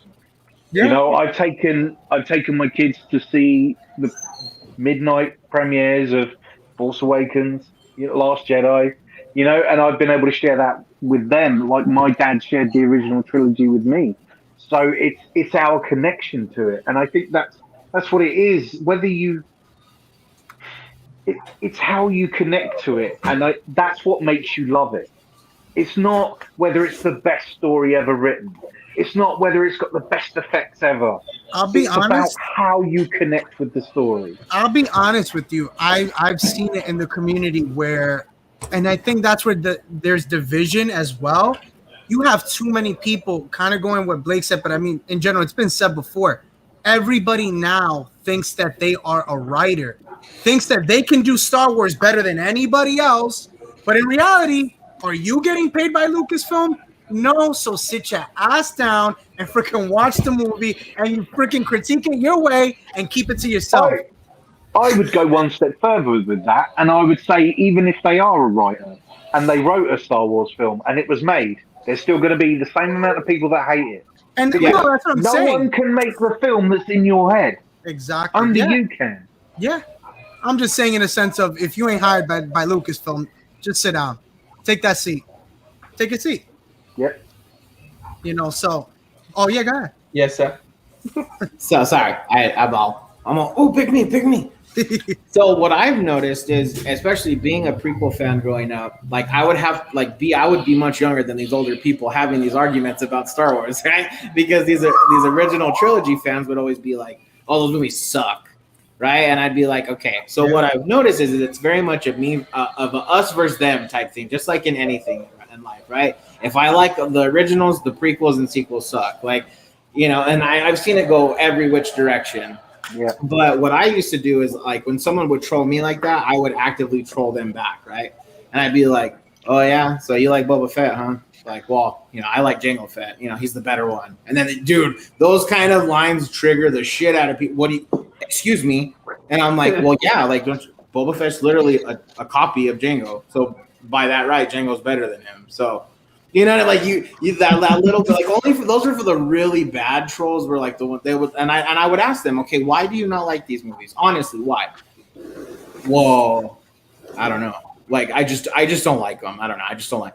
Well, no, like you can't come and shit on my movies. Like, give me a you know what I mean? Yeah, have a reason. And then a lot of them didn't used to have them for the prequels, and I feel like a lot of people say that even now for the sequels. It's the narrative right now to be like Kathleen Kennedy sucks, the sequels suck, you know, and a lot of these people don't even really know the story from like a cohesive standpoint. You know what it is? Say it. You know what I believe honestly. Like I've seen it. Like the prequels were like that was a heavy topic back in the early 2000s. The difference with then and now is that you have social media to blow it out so much more. Back then, there was no MySpace. MySpace wasn't even around at that point. It was like blogs. Yeah, it was like certain people that were big that had blogs. That was exactly, and that's even if you even got like people even read your stuff. That's even if it even got to that point. But in reality, that's the only reason why we're sitting here and people in reality are critiquing the sequels way more than anything. It's because people have a platform. Anybody now can make a YouTube channel. Anybody can have a Twitter, and that's unfortunately like the bad part, because I feel like you should still kind of like you should go through like a hiring or process if you're gonna have. Because honestly, you see too much out there in the sense of people just promote this negativity and like are so stuck on it, and especially like again, I'll say it again with the sequels, like just leave it alone, let it rock. Like they're out there, they're even if okay, we'll put it in this world. Like it's been talked about that they're gonna do a reboot of the sequels. Yeah, okay, but in a sense of a different timeline, like it's a different vision from what we got with the sequels, what we have with the movies, to what we have with the Mandalorian. It's different because again, they are talking about doing a reboot through the Mandalorian, but it's a different vision and it's just different overall. It's not the same flavor that we had with JJ and Ryan. Way different. So. Well, and you know what I think too, bro, is like, and Jim, you're my other Game of Thrones fan in here for sure. I don't know anybody else. I'm a Game of Thrones fan. Yeah, so it's literally the exact same topic, right? Those last few seasons, people hated them. They said they were rushed, blah, blah, blah, blah. I was, again, one of those people, like, I definitely looked for the things I enjoyed. It's definitely not the ending I would have picked, but there were a lot of those moments in that show I thought, you know what? It was pretty cool. I liked the Battle of Winterfell. I liked, you know, the dragon scenes. I like, you know, whatever. But the thing is, they still have the books, right? Like George is still writing it. What is it with these Georges, right? That just changed. I know so many Georges. Mythical lands, right? But they're still writing it. Like you still potentially could have that ending. But what if that ending sucks too? Because what pisses me off is that people say, no, let's vote. Let's get that whole last season doesn't count. Let's have them reshoot it. Dude, and I know Natalia can understand this too, like, and respect this. What about all those people that worked on that? That shit was not easy to film. No, that's what I'm saying. Like, it took 100 days to film The Last Jedi. What they put in, that's why, like, I have respect for The Last Jedi, because the amount of time it took to make that film was, number one, insane. It's not my favorite scene, but it's definitely the most expensive scene they've done, not at least in that film, was Canto Bight. The Canto Bight scene took so much money out of their budget to make it as nice as it was, to get those props and those costs. Oh, if you're just like, from a producer standpoint, which I want to be a producer, I was able to get my hands on not the actual budget, but like a similar budget to The Last Jedi, and I just like cringed on how much I saw they spent for that. I'm just like, ouch. Yeah. But no, that there's always going to be people that, like, for example, I'm a hardcore Attack on Titan fan as of recent. Like, I love the anime Attack on Titan, and every Attack on Titan fan knows that the last part of season 4 is coming out at the end of the year. Oh. And everyone. I was like, I haven't finished it yet. Shush. No. Like there's season 4 has 2 parts. The last part's coming out in December. Everyone has literally been shitting on Hajime Isayama, which is the writer for that anime, saying you need to change it. But the manga's already written. We all know what the ending's gonna be. So it's kind of like you guys got to let it ride out and just accept the fact that there are people animating, there are people working hard on doing it, there are people behind the scenes that, of course, there are people like Jim, Blake, and myself that are in the film industry that work to make this happen. And if it doesn't, like, listen, there's all the film crew is what makes that film. And when people shit on the story, they're like, yeah, okay, shit on it, but like, don't shit on the hard work people went through to make that film happen. Absolutely. Like people don't realize this, but a lot of times in the film industry, we're working 60-hour weeks just to put out, like, we're on set for hours at a time. We have literally one, if you're lucky enough in your production to have like a 45-minute break for lunch. Like, you're on set all the time. Like, you're in different locations, and it's very strenuous on so many people, including the actors. So it's kind of like people like shit on all these films. But like, do you realize how much it took to go and make that film happen in these different locations? It's just I sometimes, like, you gotta think about that. And I'm gonna talk about what Blake and what Zach were just saying, is that, you know, if you hate it, just hate it on your own. Like, obviously, like, yes, voice your opinion, but be respectful. Like, that's so here's an idea. If you hate it, just don't watch it. Well, I think it's so crazy that people get so enraged to hate a movie. You know what I mean? Like, that's that too. I've not got time in my life to hate a movie. I've got better things to do with it. It's just like with all of us, right? The content, the type of stuff we put out.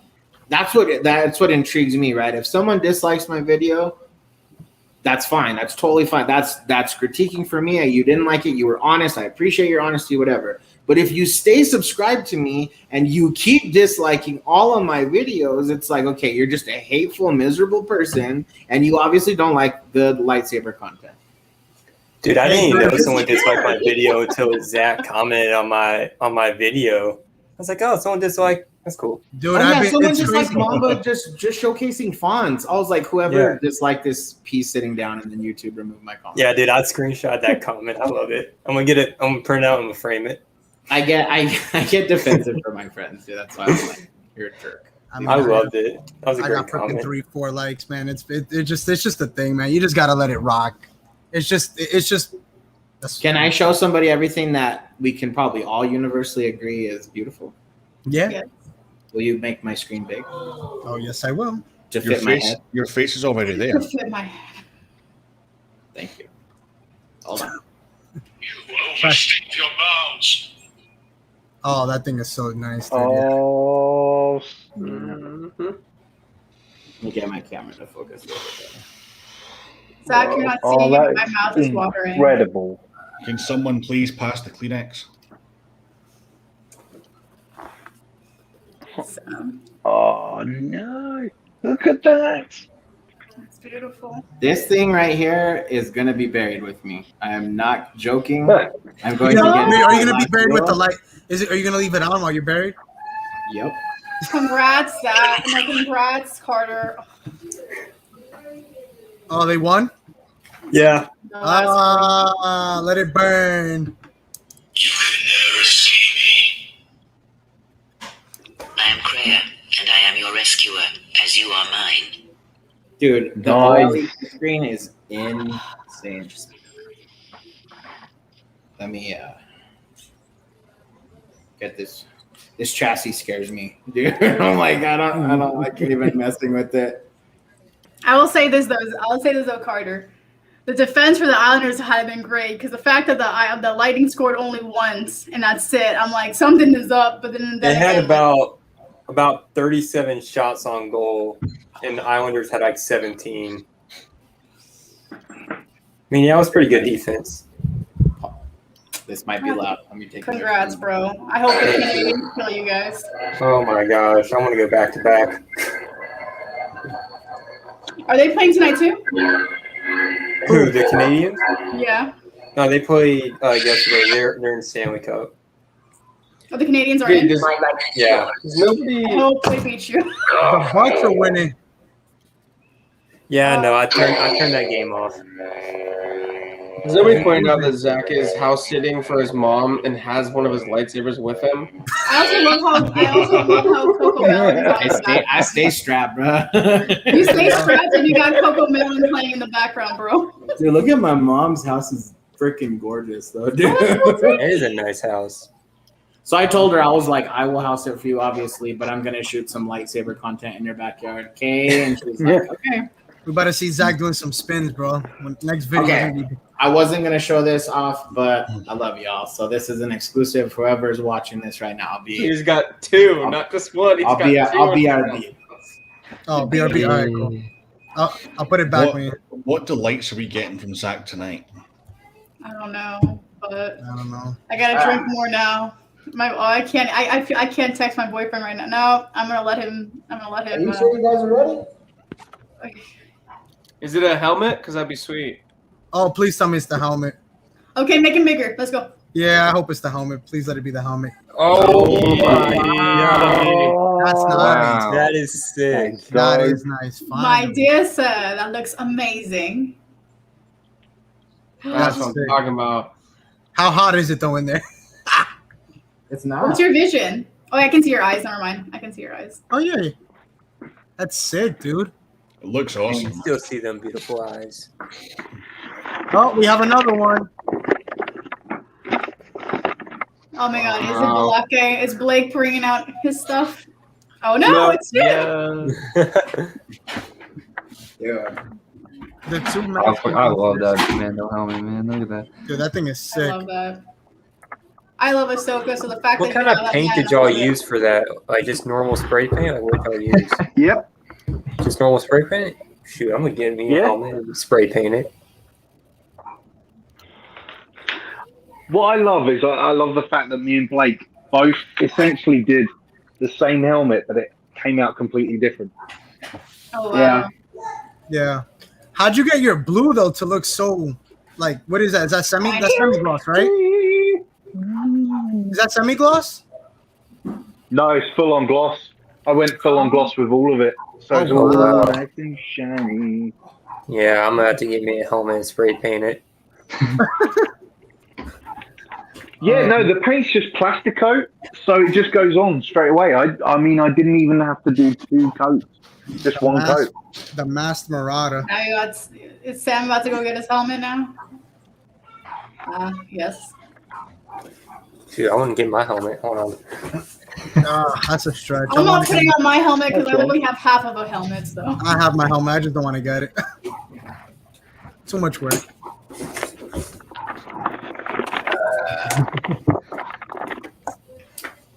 Oh wow. Look at that, guys. Beautiful. Nice. Shoot, I should just spray paint this. You could. You could. I could. I mean, you could make it like a solid color though. Yeah.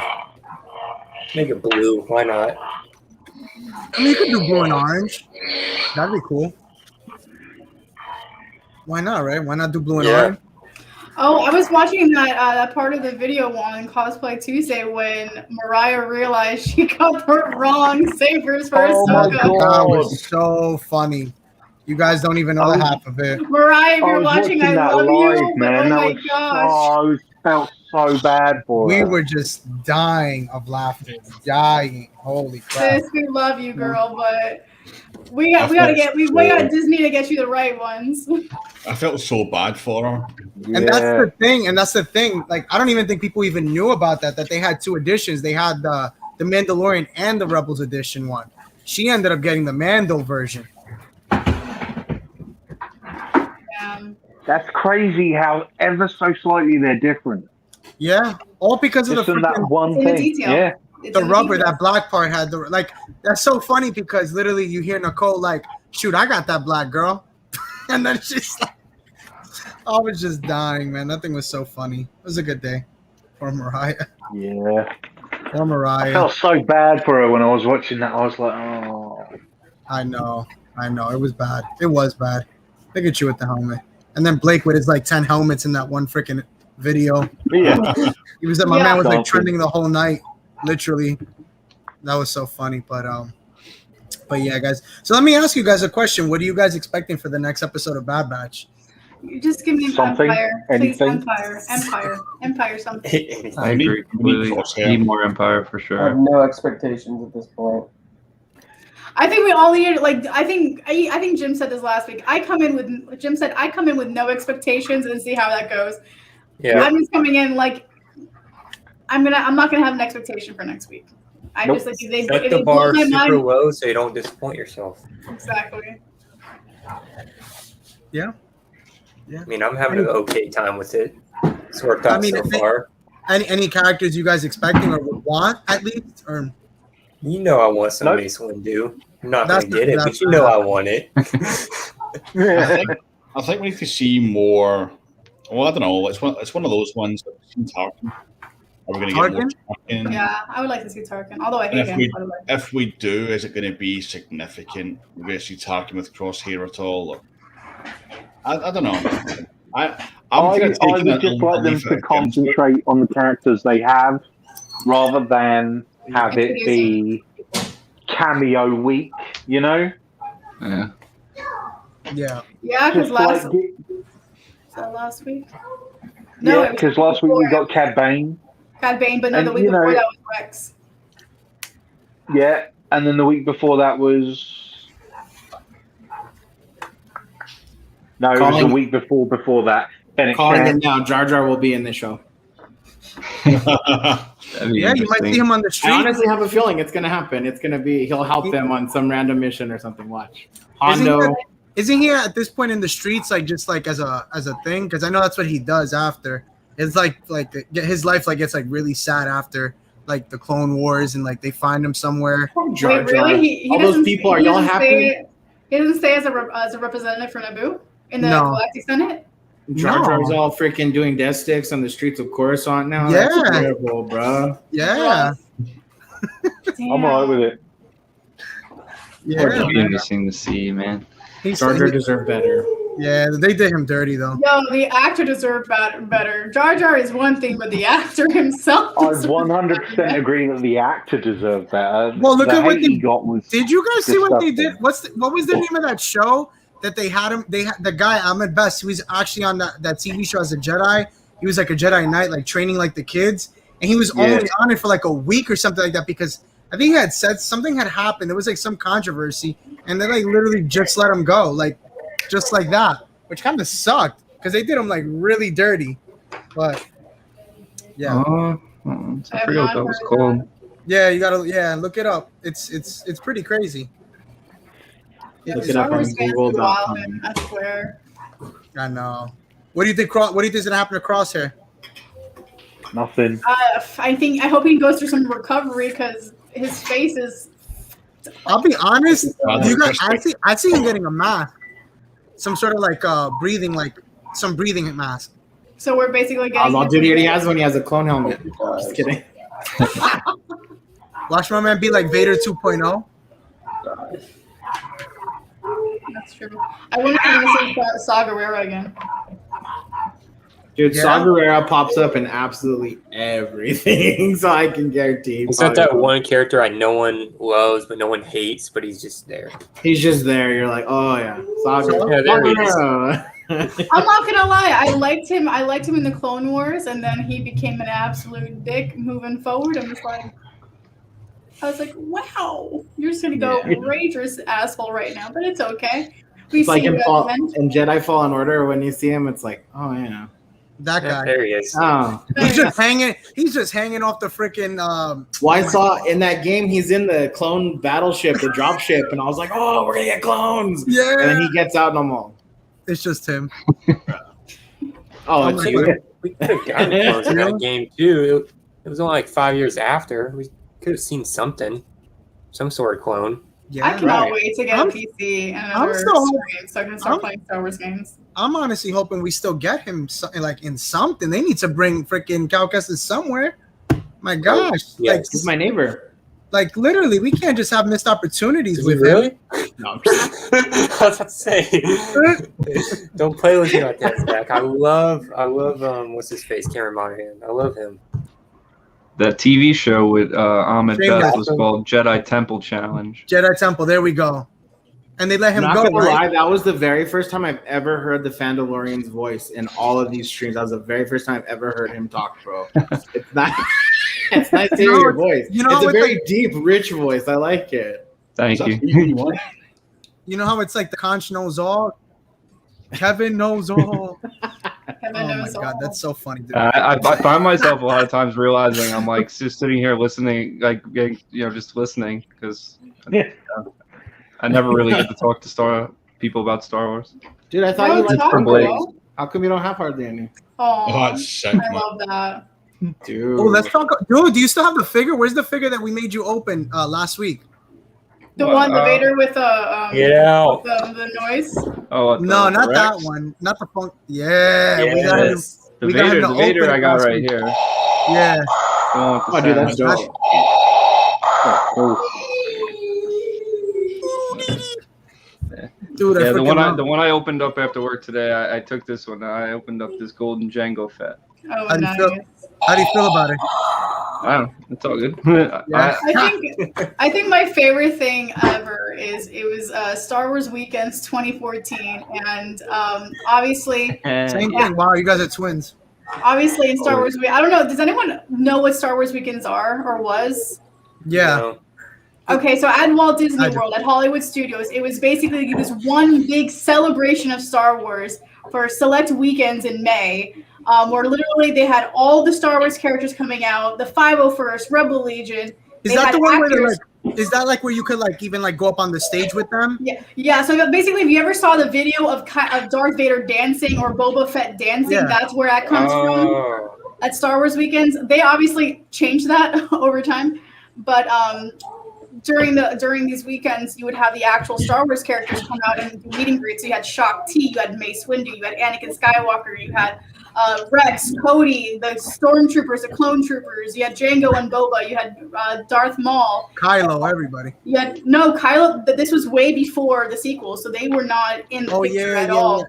You had Ahsoka. You had the Rebels was out, so you didn't even have Kanan at any point? No, not Kanan. The Ezra. and Sabine. You had them out.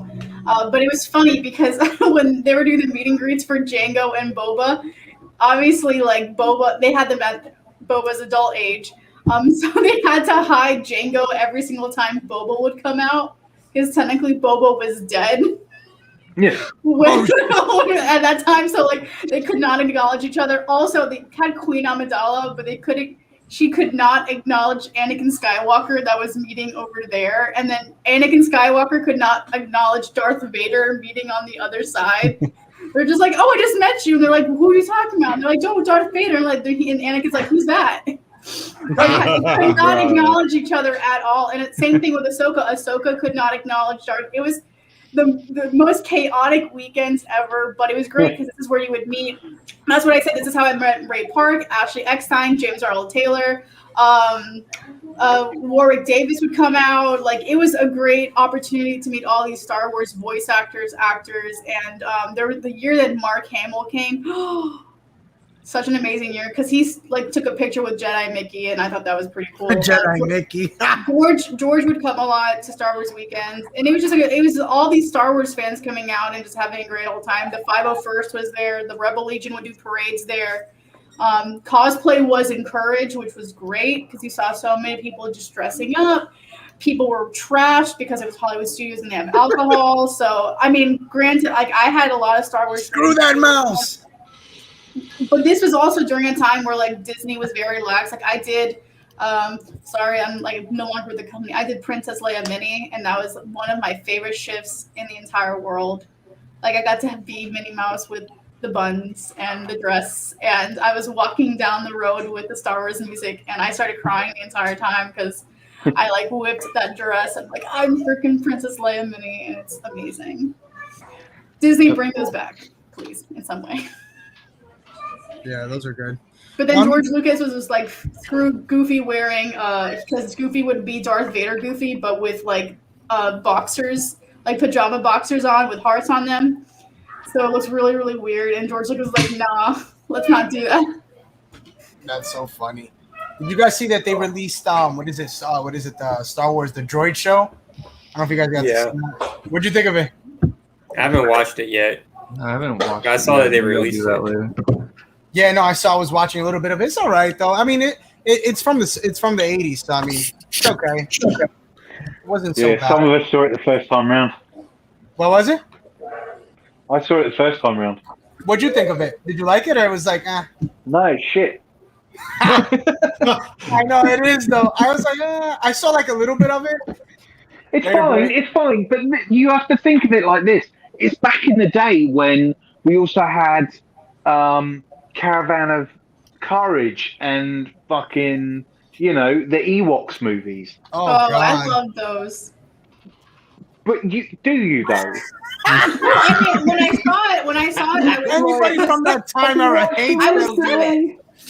Well, no, I haven't seen it. Okay, I haven't seen it recently, but when I was a kid, I saw it when I was like, I would say 7, and I thought it was really cute. I'm She like, wanted to hug those teddy bears. That's all. She just wanted to hug they them. are teddy bears. They're the cutest. Yeah, but if you rewatch it, it's some of the worst thing I've ever seen.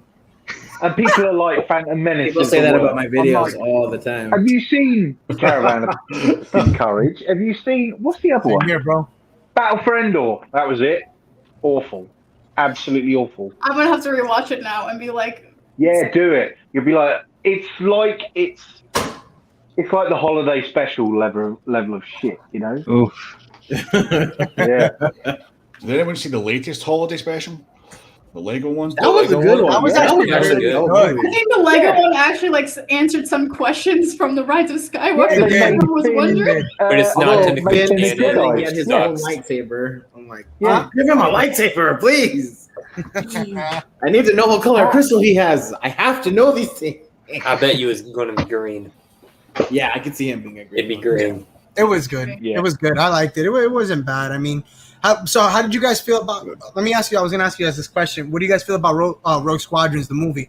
Since they're saying that production is gonna start next year for it. I'm excited I'm for all it. for it.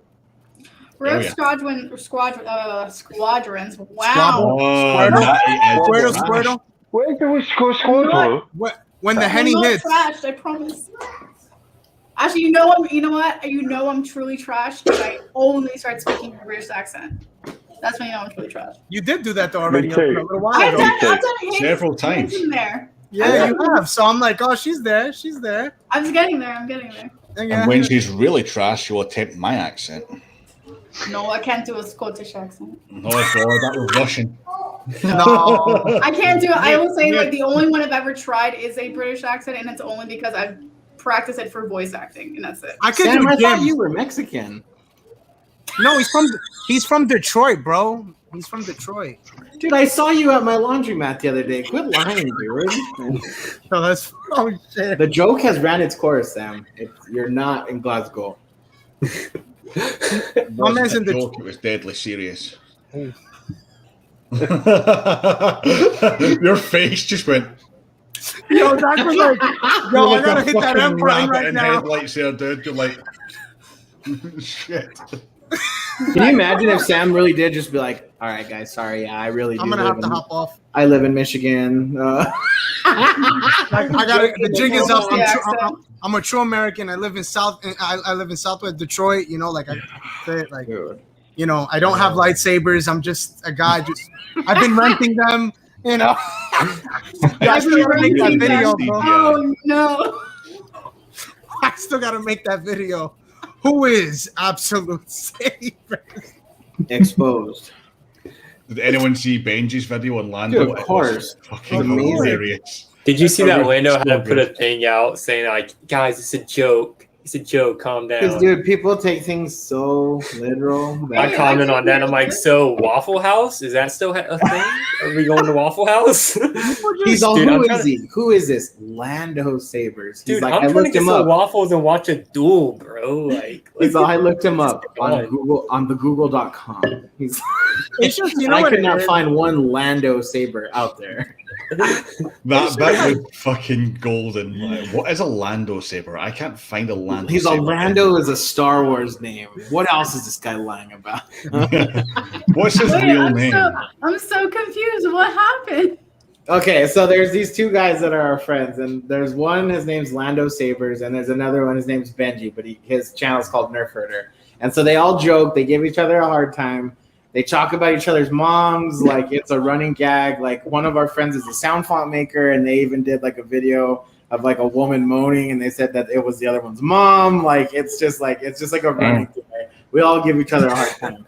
And so our friend Benji literally made a video called Lando Sabers Exposed. The guy's name is Lando Sabers, but all he does is like well, I don't mean to say all, but like he does like reviews like what I do. But then he also like helps the community out a lot. He like tells them how to like program a lot of like what Sam does, like literally like exactly like the same kind of content as Sam.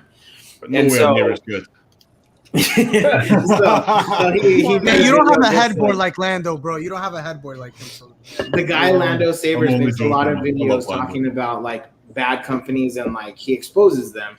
And so that's why our friend Benji made a video saying Lando Sabers Exposed. So he just gave like stupid facts of like, who is Lando Sabers? Is his name even really Lando? Guy keeps lying. Like he just was making fun of that. Like my favorite people was thought like, it was serious. They're like, oh my God, they're not friends anymore. Like what happened? And it's like, no, it was a joke. Like, did you watch the video? Like, it's funny. My favorite thing was like, he talks about my mom. You don't know my mom. You don't know my mom. And then shows a picture of Mary holding Jesus. I'm like, dude, get out of here. What are you doing? We'll have to put the link in the private chat so that way you can check it out. It's super funny, but yeah, they're silly. What are you doing there? You look invested into something. Oh, dude, I'm just trying to get things done. That's all. I know. I feel like Sam's not even talking to me, bro. I came on here just to talk to you exclusively. Because you're my whole world, bro, and then you don't even talk to me. Oh, bro, I'm sorry. Oh, I meant to say something. All the people that are waiting for animated things for me, including you, Kevin, I needed to take a week off because creatively I was spent. Everybody wanted me to do clouds and lightning. And I needed to take a little bit of time. Well, there's never, I'll never try to rush that. It's all good. Well, Jim, I want a holocron, and I want it to open up. I want a Twi'lek coming out of the holocron, and I want it to be. I want her to say, "Thanks for watching," but I want to be in your voice, Jim. That's what I want. Right. I always love how they talk about how that Star Wars isn't that dark, but then Twi'leks are like sex slaves in Star Wars. It's like, but that's not dark. And then you have the freaking Zygerians who are slave. Yeah. Not dark. Not dark at all. It's for kids. It's for kids. Yeah. That's right. Watch it. Come on. It's PG. We would have Kylo massacring people out here just. It's for kids. It's for kids. Anakin's out here killing younglings. I still never forget when we were trying to watch that freaking skit on SNL. Oh, then we got shut down. Oh, because we were trying to watch Kylo freaking on his job on career day, fucking massacre people. The YouTube police came after you, Rob. You're gonna get. They do. They say they don't love me, man. They don't love me at all. I get no love for hate. It's all good. No. Rob nearly got fucking cancelled. It was hilarious. You try to go back to Rob the Rogue Jedi. Eternal Sith gets canceled. It's like, you try to do something nice and fun, and nope, gets fucking turned right off. How dare you have fun? How dare you expose Kylo Ren to the world? Right? Like, man, over here trying to like freaking promote positivity and bring all these people together. Ashamed of yourself. I know. I'm the worst, bro. Fuck it. No, but yeah, man. Oh, dude, that's so funny. But no, yeah, I mean, I'm excited. I'm okay for Rogue Squadron. Like going back to that. I mean, I don't know. How do you feel about it, Jim? I'm excited, although I'm confused because for me, Rogue Squadron is led by Wedge Antilles. Yeah, but obviously he's old as fuck in real life. I'm thinking they might use Hera Syndulla for that. Maybe, I don't know, because she was in the game. I mean, yeah. I feel like the actor would be okay with having another like a younger version of him in the show. But the younger version of him is him. Jim. Do you know what I mean? That's why I in my head I'm like, but he's already been in it younger. I can't see somebody else as Wedge as younger. Well, so I don't. Do Can you see it being Hera? Since they made the game and it was like with her, can you see it being her? I'd be over the moon if it was her. Because her as leader of Rogue Squadron, that makes 100% sense to me. That's why I brought it up. Yep. Yeah, no, I'm down for that. But I mean, we don't know, like, at what point in the universe it's set. We don't know if it's before. We don't know if it's after. We don't know anything. Yeah.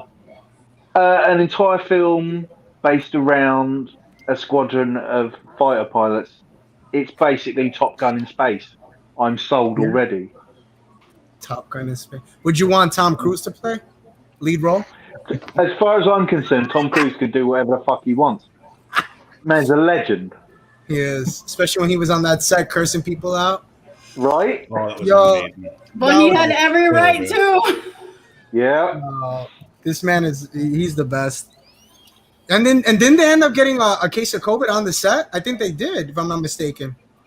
I mean, so technically, like COVID wise on a film set, you only, I guess it really depends, but if more than like 3 cases of COVID, like there's 3 positive cases of COVID, and they're tying it back to like they got it from like on set or they got it out, they have to like shut down production, which people don't realize. When you shut down production, like how much money, not even slows it down. Not even slows it down. How much money gets thrown out the door? Like when I was in Gainesville for that shoot, and we just pushed it back 5 days, we lost $20,000. Like that's a lot of money, and that's just like a docu-series on Discovery Plus. Now imagine a film being made if they have to push back A Mission Impossible film. A Mission Impossible film. Like imagine that being canceled for a week. Like that's like nearly $1.5 million easily, just gone, wasted, out the window. Yeah, I'd be freaking pissed too. Shit. Yeah. Either way, I want to know when that docu-series comes out, just so I can watch it, because it sounds friggin' awesome. Oh my god, it's Is that the ghost one you were talking about? It's Scream, yeah. Yeah, I wasn't on that one, but I heard you talking about it. That looks dope, or it sounds dope. No, it was definitely a cool project to be on. They have other shock docs. I believe the one they did prior to this one's called it was on The Conjuring. It's on Discovery Plus. It's the host of the I think the host of the series is his name is Steve Shippey. He works in Paranormal Activity. A really nice guy. And Cindy Kaza, who's a medium, really sweet woman. But no, it was crazy shit happening with that series, man. Every time you've cursed so much, you might as well take a shot every time you curse. Oh. There you go. You got like 5 more to go, girl. Cause I'll take one with you. Well, not a shot, but I'll take a sip. I haven't got any. Not here. No, I've finished. I've finished all of mine. Jim and I are on the same page right now. Jim's finished his multiple passion fruit martinis. Hey, listen, there was only one passion fruit martini. The other one was a watermelon daiquiri. Oh, I like that. Daiquiri. Damn, my man said it was a daiquiri. Yeah, I have a cheap rosé from Publix. Publix, damn, I haven't been to a Publix in a minute. I spent $8 on it. $8. $8. I love Publix. I do too. I can't wait to go down there since I'm heading It's out. not like I work there. No, I know when I moved to freaking Atlanta, they don't have Publix in Atlanta. Well, they do, but it's not as popular. They got Kroger. I don't know how I feel about that. Kroger. Thumbs down. Kroger sucks. But yo, Kroger's so expensive. Kroger is so expensive. I mean, Publix is I have no idea. Publix is very expensive.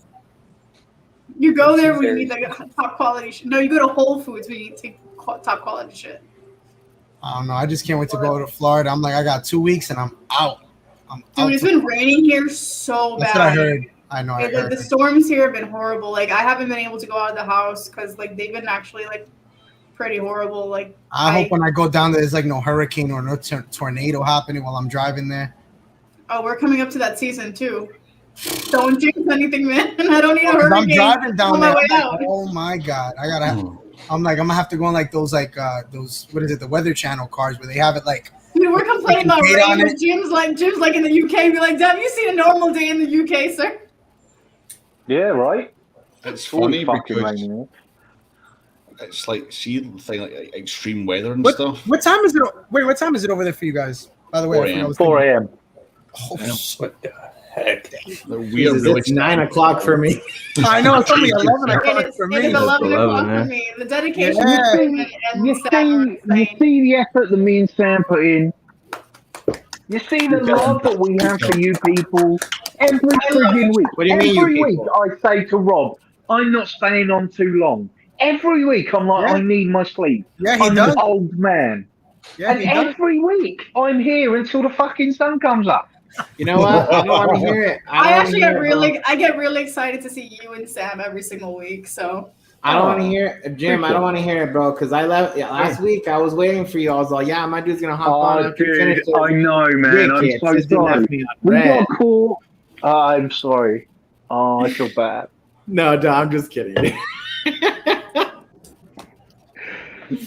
Oh man, that's too funny. It's funny though. Like, Is it funny? yeah, no, it's funny. Is it funny? It's like, no, funny. let me reassure you. It's funny. It's funny.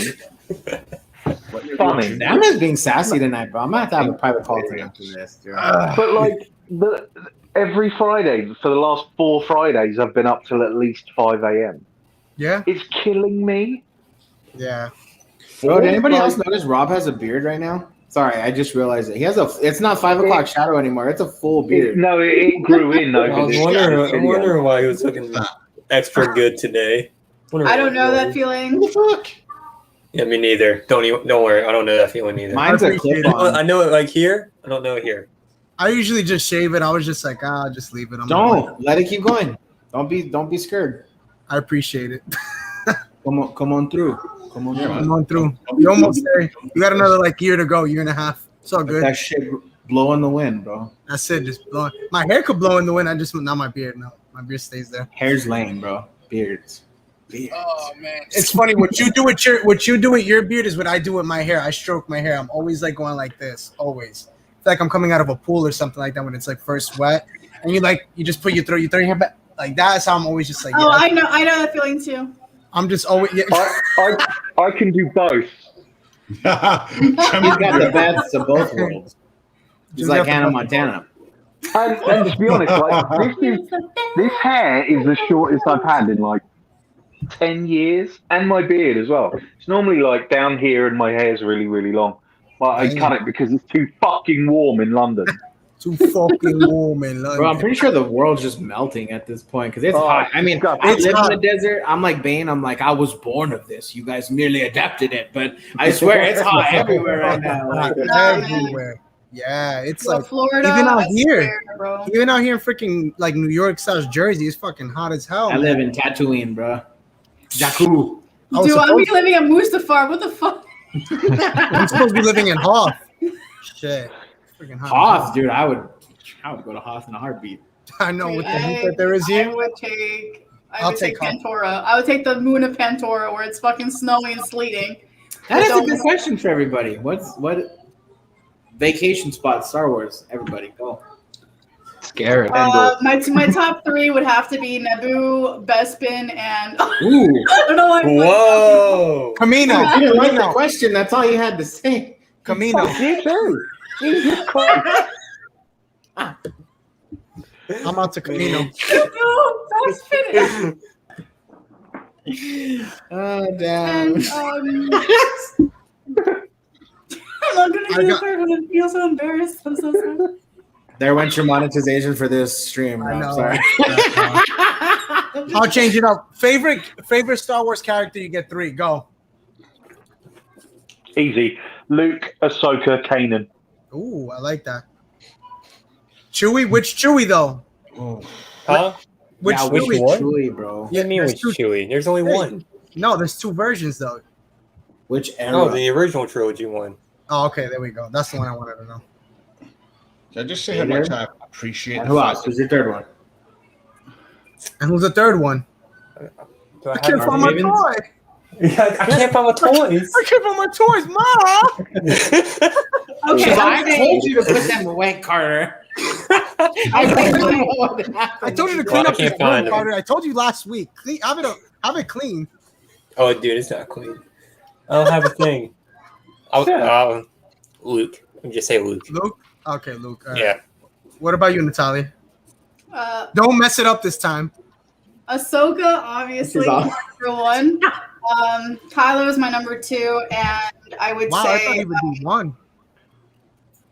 no, Ahsoka trumps literally Kylo every single day. I would bet money that Ahsoka would hand Kylo's ass to himself. Like Ahsoka would destroy him immediately. No, it's Ahsoka, Kylo, and I love Princess Leia. And that's just because I love She her. doesn't get enough love, I feel like. No, Carrie. Not her, I'm sorry, not her. Padme. I'm thinking of Padme. She doesn't get love. Nobody loves Padme.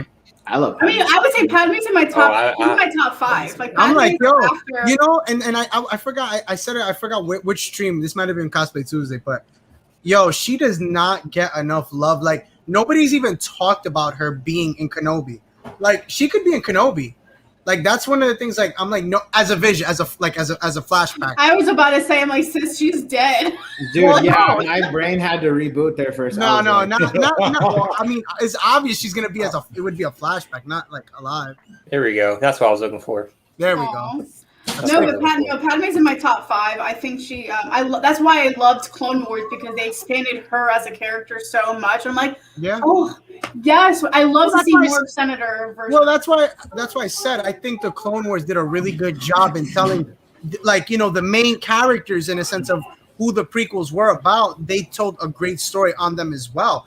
I mean, my gosh, talking about Obi-Wan, like you said, Natalia, the love arc with Satine and Obi-Wan. with the like literally, even you know, like even with Asajj Ventress, like I wish we could get more of her. To be honest, like that's another character I'm really dying I'm for. not gonna lie, Asajj was actually one of the most popular characters at Star Wars weekends every single year.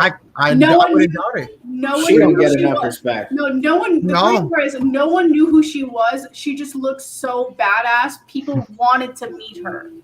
Like Yeah, she that's looked so like different than every other character. They're like, she had the longest line. People And- had no idea who she was, and I'm like, And that's why I'm Yeah. hoping, like, that's why I hope to God, like, you see, like, what happened with Cad Bane and the whole Boba thing, that deleted scene, and, you know, we got to see his head, like, kind of, like, sliced off a little bit or whatever. I'm hoping that they could bring Asajj somewhere where it's just, like, I know the book is canon, Dark Disciple, but it would be nice if they really did bring her back, because she didn't die in the Clone Wars. Like, we didn't see her really die. I think Dave would do something with. I think Dave has a plan hope. for her in some way. I hope so. I hope I feel she's- like I think Dave always has a plan to start and finish his characters in some sort of way, and Dave started Asajj. I think he wants to Yeah. do justice at some point, but we'll see what the House of Malice allows him to do. Dude, I even liked Asajj in the 2D Cartoon Network Clone Wars series when she attacks. Oh, yeah. everything. Oh, Dude, yeah. that Dude, Asajj. that was epic, bro. Yeah. When she's That like, whole "For fight. I am Sith," I'm like, yes, tell him, tell him. Show it to me. Show it to me. Show me the Sith. No, but even like another character, like, and that's why I say, like, I felt like that show did. For example, this character Grievous got so much, like, literally, at least we got so much screen time with him in the Clone Wars. Like, we didn't get enough of him in the prequels. Like, this We did a didn't great even job. do in the prequels. Again, That's what I'm gonna saying. route back to that 2D version. Grievous and that one was like OP. No one was touching Grievous in that series, bro. It was Yeah. insane. And then I watched the movie and I was like, kinda got But you work see what with I'm a bitch, saying? like- But you see, like, that's what I'm saying is, like, they don't like, people don't recognize, like, why, like, people just think, like, and I get it, like, I get the whole thing with Ahsoka and Rex and them. Yes, it was telling their story, but it really was telling more of a story of these characters as well, because again, they didn't get enough love in the prequels. You know what I'm saying? Like Dooku, he, like you said, he really didn't. He only had a couple scenes with him, and look at this. We got a whole freaking 7 seasons, or, well, 6 with him, not 7. Yeah, people that say they love Dooku purely off of the end of Attack of the Clones and then Revenge of this, I'm like, bro, That's there's not like even barely that's not- anything of him. You know what? You know what character I love that we got to see in Clone Wars, and this is gonna be the most randomest character that probably somebody's not gonna think of me coming out of my mouth. Wat Tambor.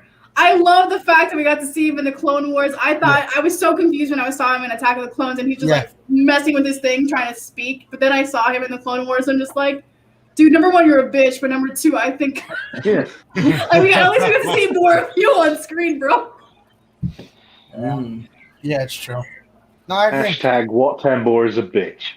No, straight up he is. Like, if you see him in the Clone Wars series, the guy is like running away from terror.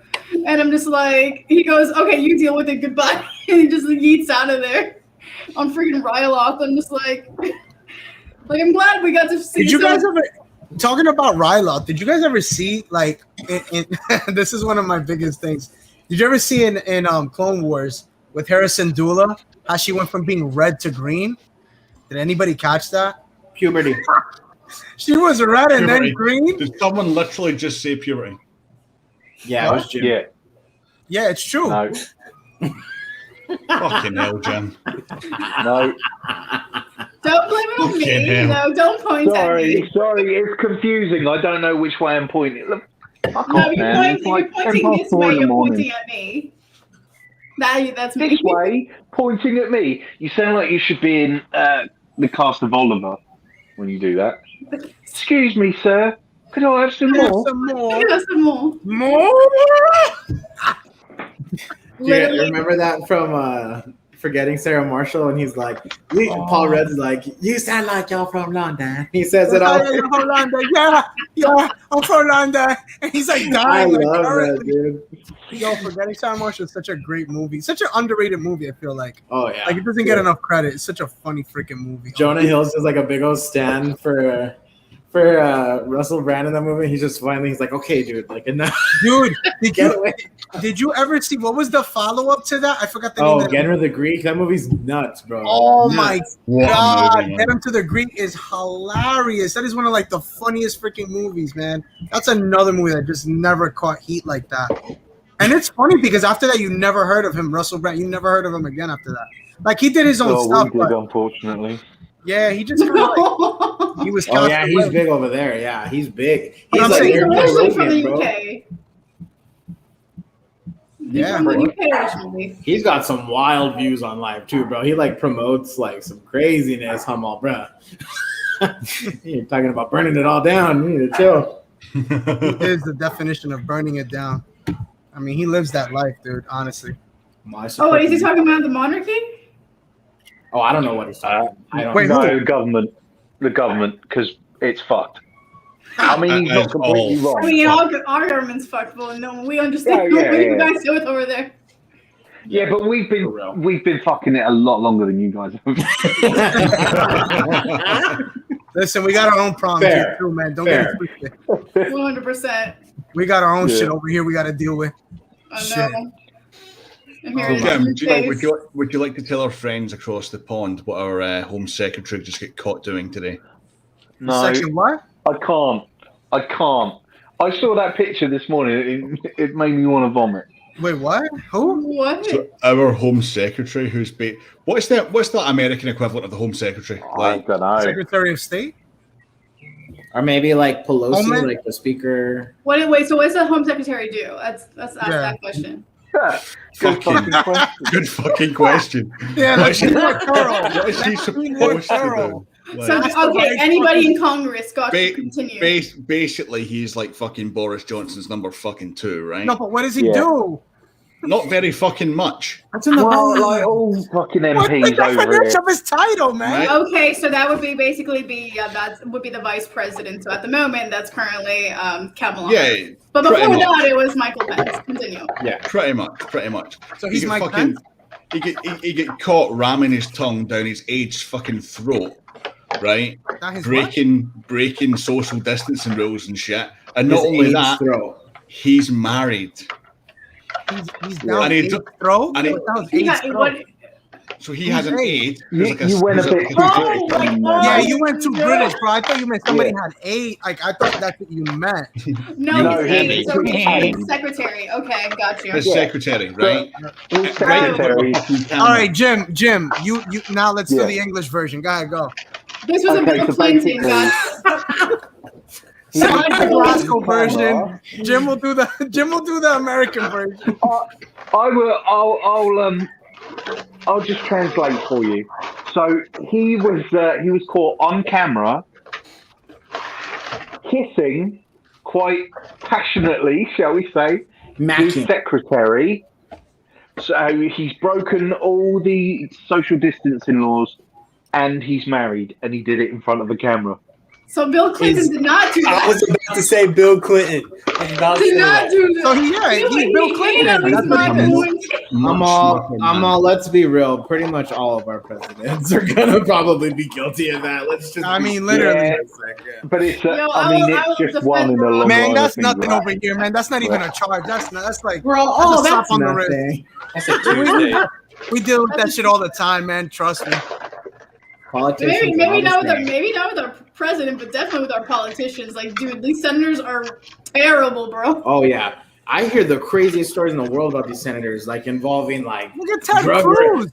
Drug raids and like look at animals in the Ted Cruz. bedroom and like craziness, and they're like they get reelected again, and I'm like, bro. Dude, the only reason why I'm saying a resident of Florida when I moved to Alabama is because I want to vote Ron DeSantis out, bro. That man has done nothing but terror to Florida. Well, That's why when people want to move to Florida, I'm just like, no, not with this governor. Every crime documentary or like any like crazy story I ever hear always comes from Florida. Always. There's a Florida. I want everyone to do this right now. Look up Florida man and the day of your birthday. Just see what story comes out on the day. Yeah, exactly. Yeah. There's a story for every single day of the that. year. We just deal with, like, for example, like, look at this guy. What is it, Governor Cuomo? He just got hit with, like, literally, like, feeling up some girl, like, and it's just always somebody's doing something like that around here. It's always. And I was hoping for the best in New York too. I'm just like, God damn. Nah, we don't catch a break out here. It's the same. Florida shit. man, I'll Walmart employee for anything that would kill 200 people. No, I'm telling you, look up your birthday in Florida man, and there's a story that will Florida come man. up. Oh, there's Bro, they had the freaking bath bath salts with the zombies. Yo, you remember that? I saw the freaking footage. I'm putting out my age out there, but I was in high school when that shit happened, and I remember like my high school became so freaking like. I'm not gonna compare this, but they were very like. You know, security-wise, went to 100%. They were checking our bags every single day. They were making sure we had no candy on us. I'm just like, God damn, like it was so bad because these bass were eating each other. I thought they were foaming out the mouth. I'm like, yo, what's going on? Like, and you saw these images, like, oh my, it really looked like zombie. Like people were biting people's ears off. They were eating each other's skin. I'm just like, y'all are like on a whole nother level. I'm like. You want to hear a parent moment that happened today for me? So me and my son were having lunch, and I ordered pizza or whatever, and I went to go grab a plate, and I looked, and I saw my wife had brought home like this, like essentially the equivalent of like the Tide Pods, but for the dishwasher.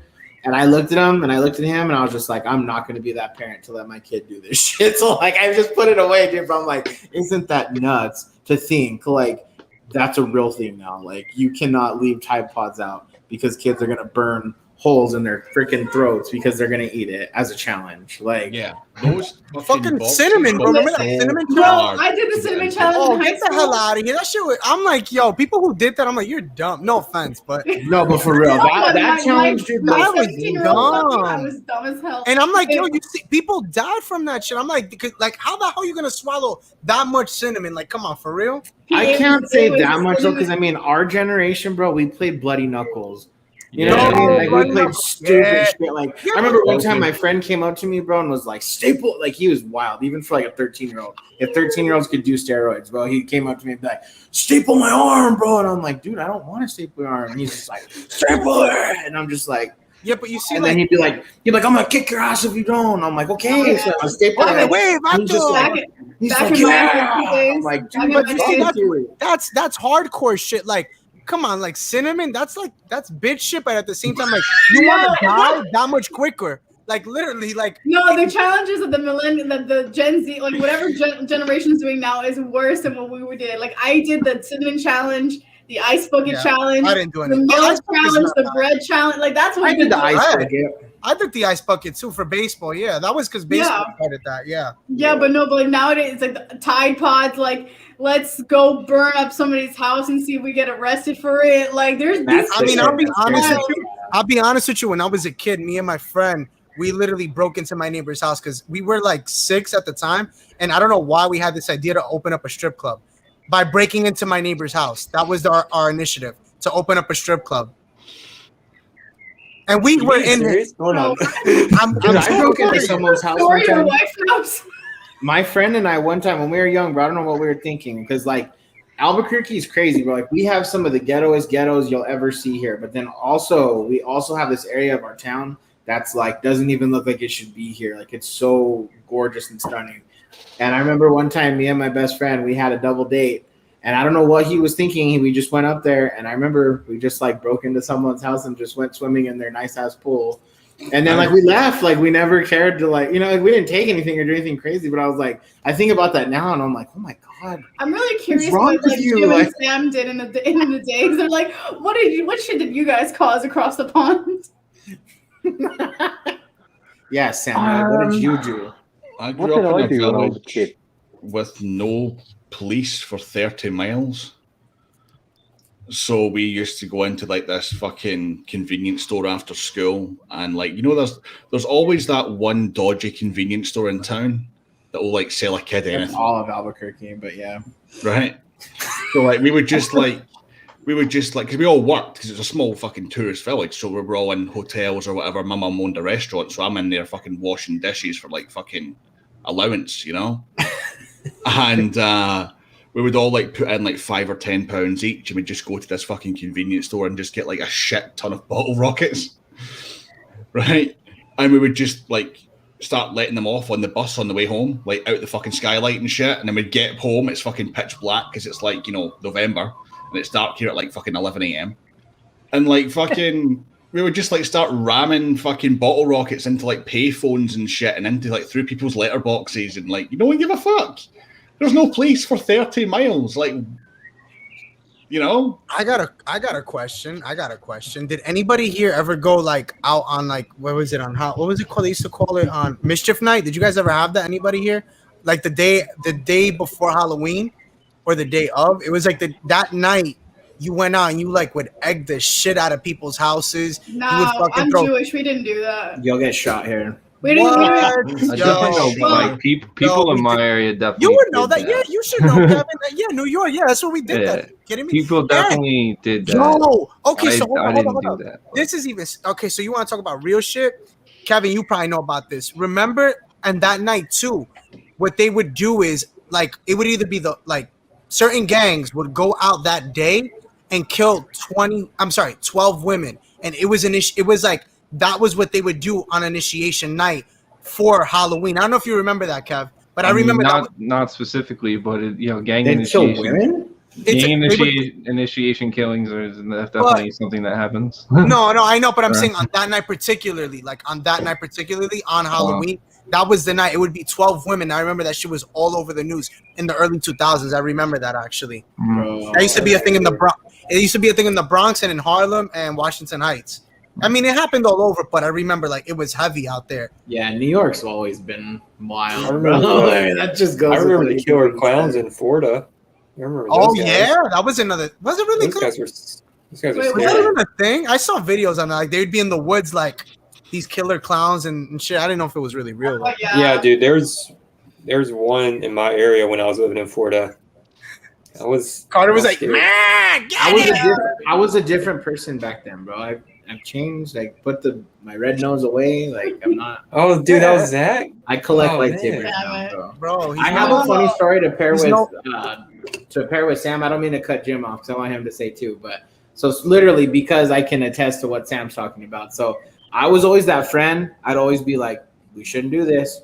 We shouldn't. My mom and dad are gonna whoop my. Like y'all just think that's a saying. My mom was borderline. Like she abused us. So I'm like, no, I don't want to do that. Like, it's stupid. So a lot of times I had common sense enough not to do a lot of things. Like whatever. But I remember one night I was at home.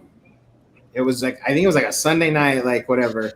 And I remember we had a 2-story house at the time, and went downstairs to get some Kool-Aid or something, and then I was coming back upstairs, and I shit you not, like a mini like earthquake or something happened on my block, and like I remember I fell, I spilled my Kool-Aid, like my dad was all pissed off at me. It was like not the Kool-Aid. Yeah, like it was crazy. And we had carpet stairs, of course, right? So like I got in trouble, blah blah blah, whatever. So the next day I go to school, right? And I'm like, or no, we come out of the house the next day and a car blew up. That's what happened. A car had blown up like 3 or 4 houses down from me. Nice. And like it was crazy. And like there was just like this tree was on fire and the car was just incinerated and like everyone was outside. This lady was like screaming, like it was just nuts, right? So then I remember I went to school the next day and like my group of like homies, but like they were the bad ones, you know? Like they were the bad batch, literally. And I remember I would chill with them, but then a lot of times I knew not to. And then like that was that night. I'm glad I didn't, because none of them were in school the next day. And then the next day they were there. And then my homie David was just like, bro, we blew up a car the other night. Like, and we were like 12, dude. And I'm all, dude, it was on my block. I know. Like it was insane. Like, yeah, it was like this huge storyline. They were like thinking it was like I don't want to say that word. They probably will cancel the stream, but a T-word attack, like they thought it was like Attack of the Titans. No, it's just Attack on Titans. It was Attack on Titan. Attack of Titans. That's what we call it. There was literally just some dumbass kids that probably threw an artillery shell in the back seat of a car. That's what they said they were doing. They were just throwing them in like the mailboxes and everything, and then how did they get access to an artillery? Right? Yeah, like dude, nuts. Like here in New Mexico. Dude, here in New Mexico on the reservations, you go outside of city limits, they saw you any kind of firework you want. Anything. Yeah, that's how it is in PA. In PA, you can get like any type of firework. It's like Joe Dirt. Remember, he's like snakes and sparklers. I feel like every state's got one of those sketchy firework places, because I remember I was driving to Georgia for the first time, and I saw this massive like sign for saying the most illegal, and they said it like this in the sign, like the most illegal fireworks you can buy right here. And I'm just like, Lord, just be advertising this like on the highway. Yeah, they're like they put on their like slogan. They're like, the ATF is looking for us. Come look. Come in and buy from us. Wait, but Jim, what did you guys do growing up? Well, you see, now I have to try and remember because it was a fucking long time ago. Like, I was 7 in 1985. Holy shit! Right? I wasn't even a thought. Yeah, I wasn't even a thought. So, like, we didn't get up to too much. We'd go scrumping. Scrumping was classic. You know what scrumping is, yeah? I don't. I was gonna say like crumping, like in the ATL. Is it like skinny dipping? No, no, it's not even that bad. Scrumping is stealing apples from people's gardens. Oh. Yeah, mate, it was the 80s. Nothing was going on, right? Right, it was the 80s. What was going on? I love that. But near my house, we had. I grew up in a place called Surrey, which is quite. I mean, it's quite a nice place. It's quite treey, you know. Quite an affluent place, Surrey. It's quite an affluent place, yeah. And it's very. Like, there's a lot of, like... That's right. Wait a minute, sorry, like, isn't that place from... I hate saying this, and I don't take offense to it, but I'm pretty sure that's that place from Harry Potter. Yes. Yeah. No, that's fine. I don't take offense to that. He's like, I don't take it. No. But we had these really weird sand dunes where we used to go and sand dunes. So like, you know, sand dunes, like on Tatooine. You know, War of the Worlds. Oh yeah. Yeah. H.G. Wells comes from my town. That's where he wrote it. So we used to go out into these massive sand dunes and have like fires and drink and shit like that. That's what we would do. Wow. Yeah. What's changed? Nothing bad. But also, my dad was a copper, so I wasn't really allowed to get away with anything. A policeman. Your dad was a copper. He was, yeah. He was in the army and then he was a copper. Yeah. Oh, what regiment was he in? Grenadier Guards. Grenadiers. Holy shit. Yeah, yeah. Not bad, not bad. Yeah, when I was like 18, I joined. I got kicked out because number one, I have asthma, and number two, I have a really bad knee. To the point of actually, it's funny because everyone's like, "Oh, yep, the knee excuse." I have a terribly bad knee to the point I have no ligaments in my left knee because of a bad sports injury, and I joined. Well, I was supposed to join a regiment that was nicknamed the Psychos. And it's the Argyle Sutherlands. Basically, the guys that they send in to like the shit areas, you know, like if it's going down, I send Argyles in, you know. Got you. The infantry marines, got you. Pretty much. Yeah, the Bad Batch, you know. No pun intended. That fucking crosshair. Send in the fucking jocks first. Yeah. Always. Send in the fucking jokes. Because either Actually, A, we all get National Guard for the United States. Send in the goddamn clankers. Either A, we all get killed, or Those B, little we clankers. do the job. And all my friends, because I grew up in a military area, like right next to a fucking naval base.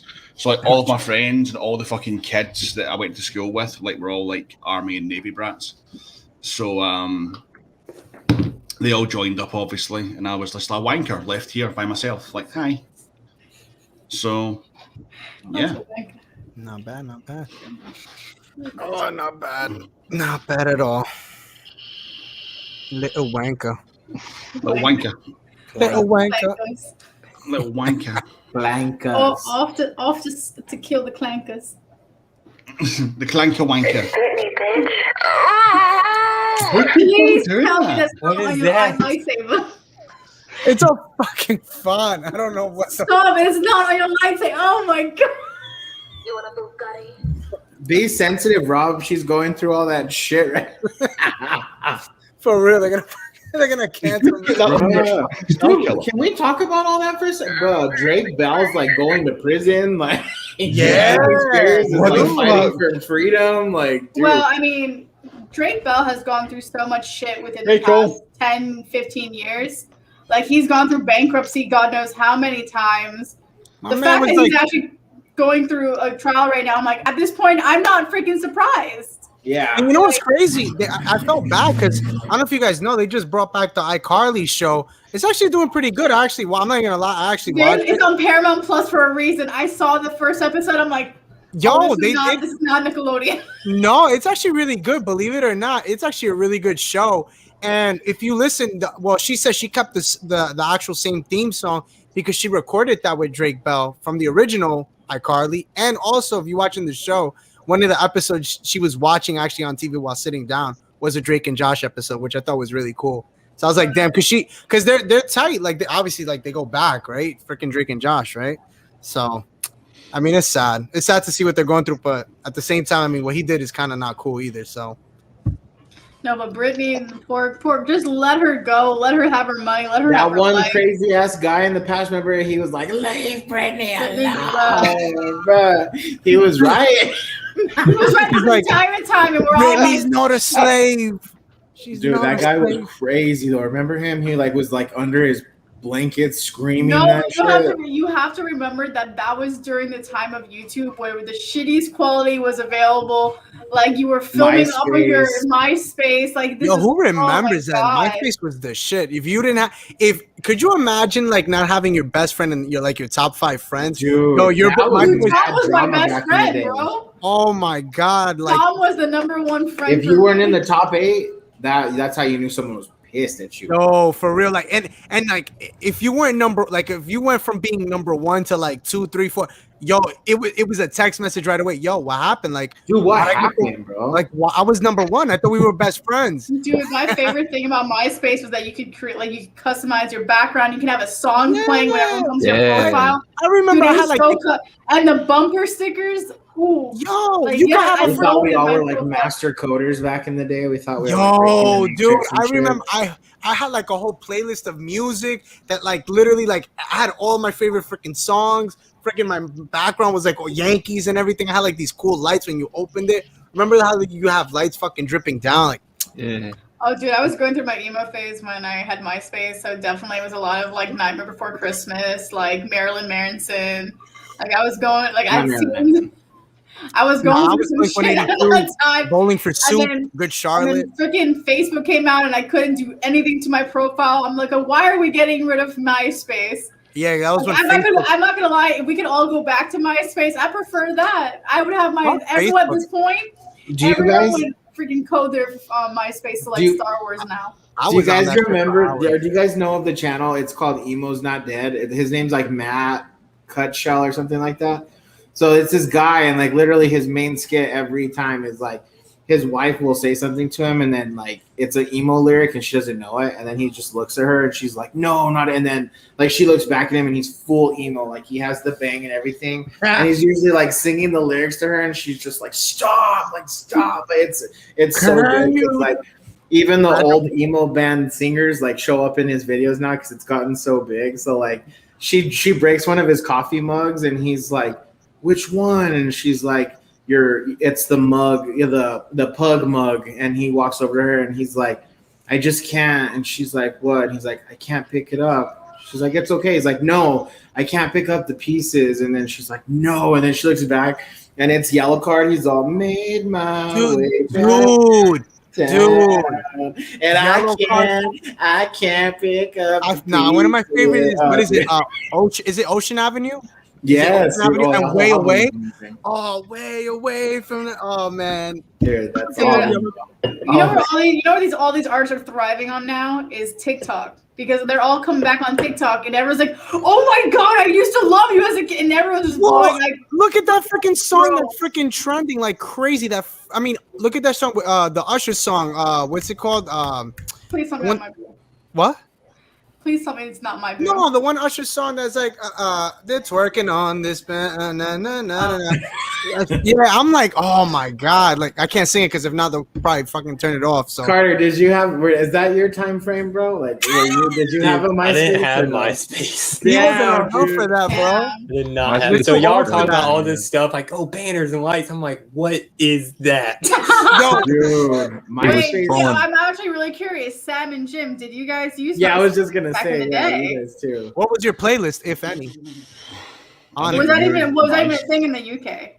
Jim's yeah, all yeah, punk rock, MySpace, man. MySpace was huge. But I mean, me and Sam, obviously, we're quite, even though we both look youthful, there is quite an age gap between us.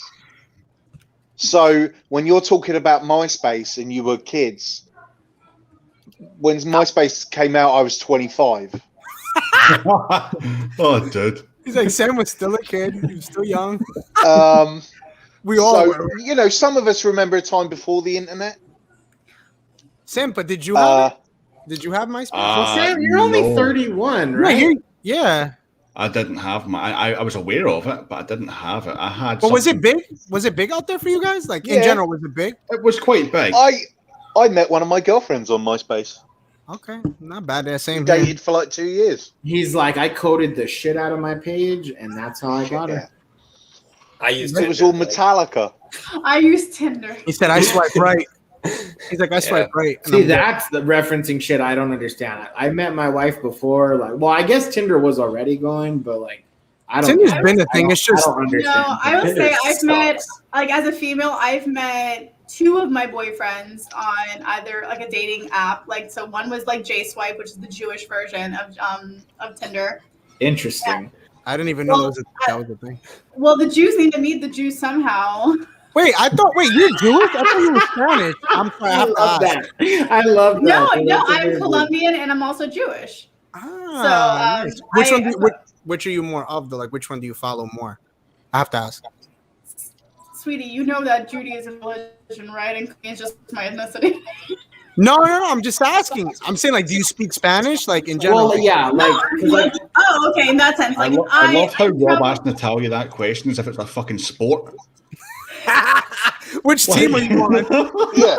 I will say Which one do you I'm the least Colombian person you'll meet. Like I do speak Spanish, not the best. I understand 100%. Like, if you're having a full conversation with me, I can understand it 100%. Going back is kind of hard. Not because like my parents didn't teach me Spanish, it's just because working at Disney, I was forced in a role that I could not talk to people for nearly 8 years. So I lost my Spanish not being able to talk to people. Wow, I'm surprised because I mean, especially with Disney, you would think I would have a lot of Disney Hispanic guests, but the problem is, don't forget, I couldn't talk. Oh, so that's they could right. talk to me, but I could not respond. You just could do the smile. Exact. Not even. They never saw my face. Right. Well, under the thing, you were just smiling and moving around. But like, no, I'm more like, I guess I'm not as much anymore, I guess, but like I'm more culturally Jewish than I am like religiously. I am like the most American person you'll find in the sense that I hate America, but like I don't sound like I have a Spanish accent. I'm just vibing here. I would, if anything, I would like to claim any other nation but the United States at the moment. I claim Dominican Republic. You can't say that you hate America when you're in fucking America.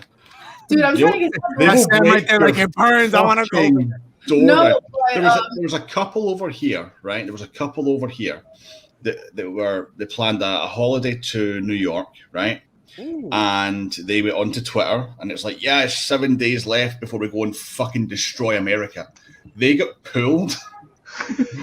They got pulled at Newark and get sent back to fucking Glasgow. Wait, Newark is like 30 minutes from me, dude. That's the airport. Honestly, no bullshit. That happened. It was in the fucking paper, man. It fucking happened. Oh no! Holy shit! Dude, that fucking interrogated them, man. And it was like, can you tell us what you mean by this? Like, bruh, they got fingers up rectums, bruh.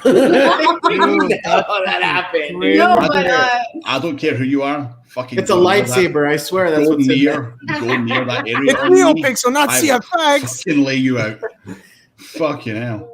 No, but I my current boyfriend. I actually surprisingly I did not meet on a dating app. I did not meet on a dating website. I met him at a Jewish party. This is embarrassing. Whoa, wait a minute. Just as someone who's not cultured, what's a Jewish party? Okay, so is that a bar mitzvah? No, it's not a bar mitzvah. It was we were celebrating like obviously this is back then, so like I'm not trying to get into the politics of this, but it was like an Israel celebrating party. We were celebrating Israel's birthday. And my friend was hosting it here by UCF. And before a week before this party, my friend I was living by the Disney side at this point. I was not living in this area yet. I was not going to UCF. I was not a student here. He told me he had a friend that happened to look like Kylo Ren. And he says, I have a friend that looks like Kylo Ren. Like, look at his picture. I'm like, oh my God, yeah, you're right. I didn't even think about this guy for a whole week. I come to the party the following week. Since I'm not living near this area, I told my friend, hey, I'm crashing on your couch because if I get trashed, I'm not driving home. Like, I'm not driving 45 minutes home. And that's how you guys met. And he showed up to the party, and I tell you, I shit you not, I was tipsy at this point. I was not sloshed. He came in with a lightsaber. He's like, no, he didn't. Let the past die. I will say this. He was dressed like really Kill nice. it if you have to. So I was just like, he walked in, and I my mouth dropped, and like when I sat next to him and I started talking to him. I'm not gonna lie. You said he looks like Kylo Ren. Can we see? Can we see? I'll go say boyfriend reveal. You can't just drop that. I mean, like you gotta show proof. I will say he looks like the Jewish version of Adam Driver. Let the dog see the rabbit. Come on. But what does that look like? What is the Jewish Kylo Ren? Yeah, what does that look like? Oh well. Does he not wear the helmet? Let's see. What is that little hat called? Did you put it right back there? Does he have one of those? What's that called? Yarmulke. Yarmulke. Okay. Does he have one of those? Nah, my boyfriend's the most. Oh my God, it's so weird to say. I'm uncultured. I literally know nothing about. Well, my boyfriend is very detached. Like he's Jewish, but he's I'm just very, Catholic. Like, I don't really know what's going on. He's very anti-Israel. He's very like. What kind of music was it? What is at these? I'm wondering. That's more or less what I like. What's the vibe? The vibe at these Jewish parties. Is it like Jersey Shore music or is it like no? reggaeton? So a lot of it's Israeli Hebrew. It's like Israeli EDM music. It's basically what it is. Which I'm not gonna lie, like it's a bop. I like it. It's very popping. It keeps the party live. But also, at these parties, you're drinking heavily because I'm convinced that everyone that's Jewish at some point dissolves their liver and just wants to see how much they can drink, much vodka they can drink. I'm not gonna lie, kind of reminds me. Anybody ever here see like Zohan? Like, don't mess with this Zohan. Yes, that's what I'm thinking of. Disco, good, disco. So this is. I'll show it. I don't know if anyone can see it, but this is my boyfriend. Yo, he does look like Kylo. That's hilarious. See that? That is Kylo. my lovely boyfriend. Yeah, he does. He has grown I out don't have his my beard. glasses. I'm not mean mugging. I can't see. Oh shoot! He Yeah, he does. does. Oh my god! Like yeah. a happy Kylo, like a Ben. Yeah, he looks like Ben. It's like Ben Solo. Would you call him Ben he- Solo or Swolo? Is he Swole? My boyfriend is Solo. He's working on the Swolo. It's Okay, my, okay. my boyfriend's gone through a very, very tough year, so he's not gone to the gym a lot. It's okay. I he's haven't. working on I it. don't think. He anybody actually has. he's now moving to Boston, so he's actually right now in Long Island. Oh, nice. He's up here. Oh shoot, he's by Yup, me. He's in Kevin's territory. Long Island. Well, he left Florida. He said, "I'm not coming back."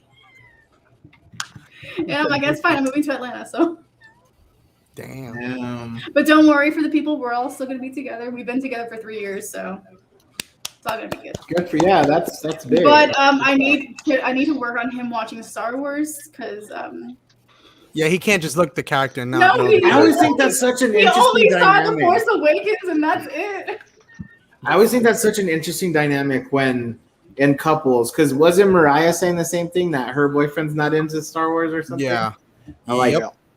That would blow my mind if I ever had dated a woman and she'd be like, "Yo, let's watch Star But Wars." that's I'm why, like, "Yo, that's why let's it watch really Star does Wars." concern me the day that I ever have to move in with him because, like, as you can tell, Star Wars is in my room. It's my safe space. Like, if I walk into my room, Star Wars has to be present because that's So how you, I know. so you mean in your guys' bedroom you have to have Ahsoka hovering over your bed? Bro, it's either Ahsoka or it's my lightsabers. Like, they have to be in my room. Like, that's how I know I'm freaking. I would like, take if- the. I would like, take. Dude, I would if take an that intruder comes image. in, my sabers are my defense.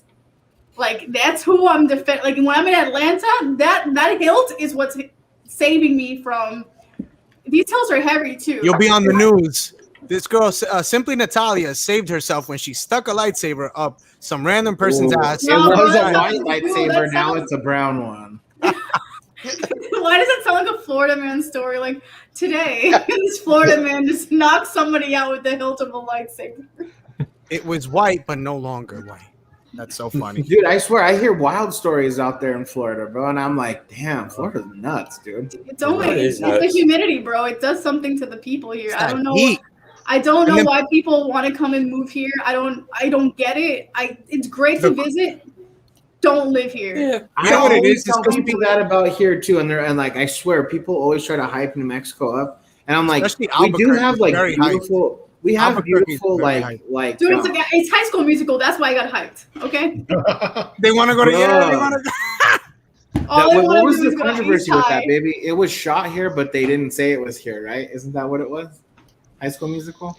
Or no, they said it was here, but they didn't shoot it here. That's what They it went to was. the wrong high school. Yeah. People were like, they were like, this isn't the high school. They were shot like, a movie "No." at my high school, West Mesa. It was that movie, Hamlet 2. I don't know if you guys ever saw that. Like, it's like a comedy. It's Yeah. literally in my high school. It's so funny. But they say they're in Arizona. Isn't that I'm what all, that? damn, that- they don't even want people to know they're here. Wait, Hamlet isn't that that guy? He's like on Broadway and shit. Hamlet's from He's- Shakespeare, bro. From what? From Shakespeare. I know. I don't. Well, Hamlet no, 2 That's is what I'm just- saying. Yeah. There's a Broadway play called Hamlet. That's what I'm asking. Yeah, well, Hamlet too. That's the joke of it. It's like it's a comedy. Like he's like a struggling author, and he can't come up with a good screenwriting play. So they're about to cancel the drama department in his high school, and so like he like stays up for like days, and like his students give him acid and shit, and like he writes this crazy story called Hamlet 2, where they're like traveling through time. There's lightsabers. Jesus is in it. Like. There's a song called "Rock Me, Sexy Jesus," dude. Like it's, Lando was in that. Such a crazy movie. It's so No, funny. Lando. Damn. I stayed in Florida for 3 months once, and So sorry. and How did and that go? vowed that. Well, I wasn't doing anything except going to Universal Studios every day, so it was all right.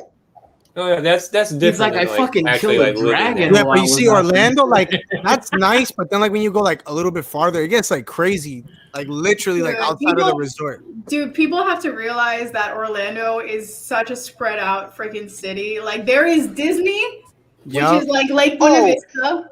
Disney is so far away from everything else. And then, like, I'm here, like, for example, I'm here by the University of Central Florida, which is in Orlando, and I'm 45 to an hour away from Disney and the parks. And people are just like, oh, it's right by the corner. I'm like, bitch, I have to drive on I-4 to get there. There's like a 7-Eleven outside of Universal, and that shit is like at night, like, you think it's like, wow, Universal is so nice. You leave Universal, go to the 7-Eleven, and that shit is like crazy. Like I remember it was like a girl who came in with no pants, and like the cop was like just fine with it. I'm like, my sister. Well, no, literally, that's I'm OBT, honey. It's Orange Blossom Trail. That's all that is. OBT. OBT. Absolutely. Some of that.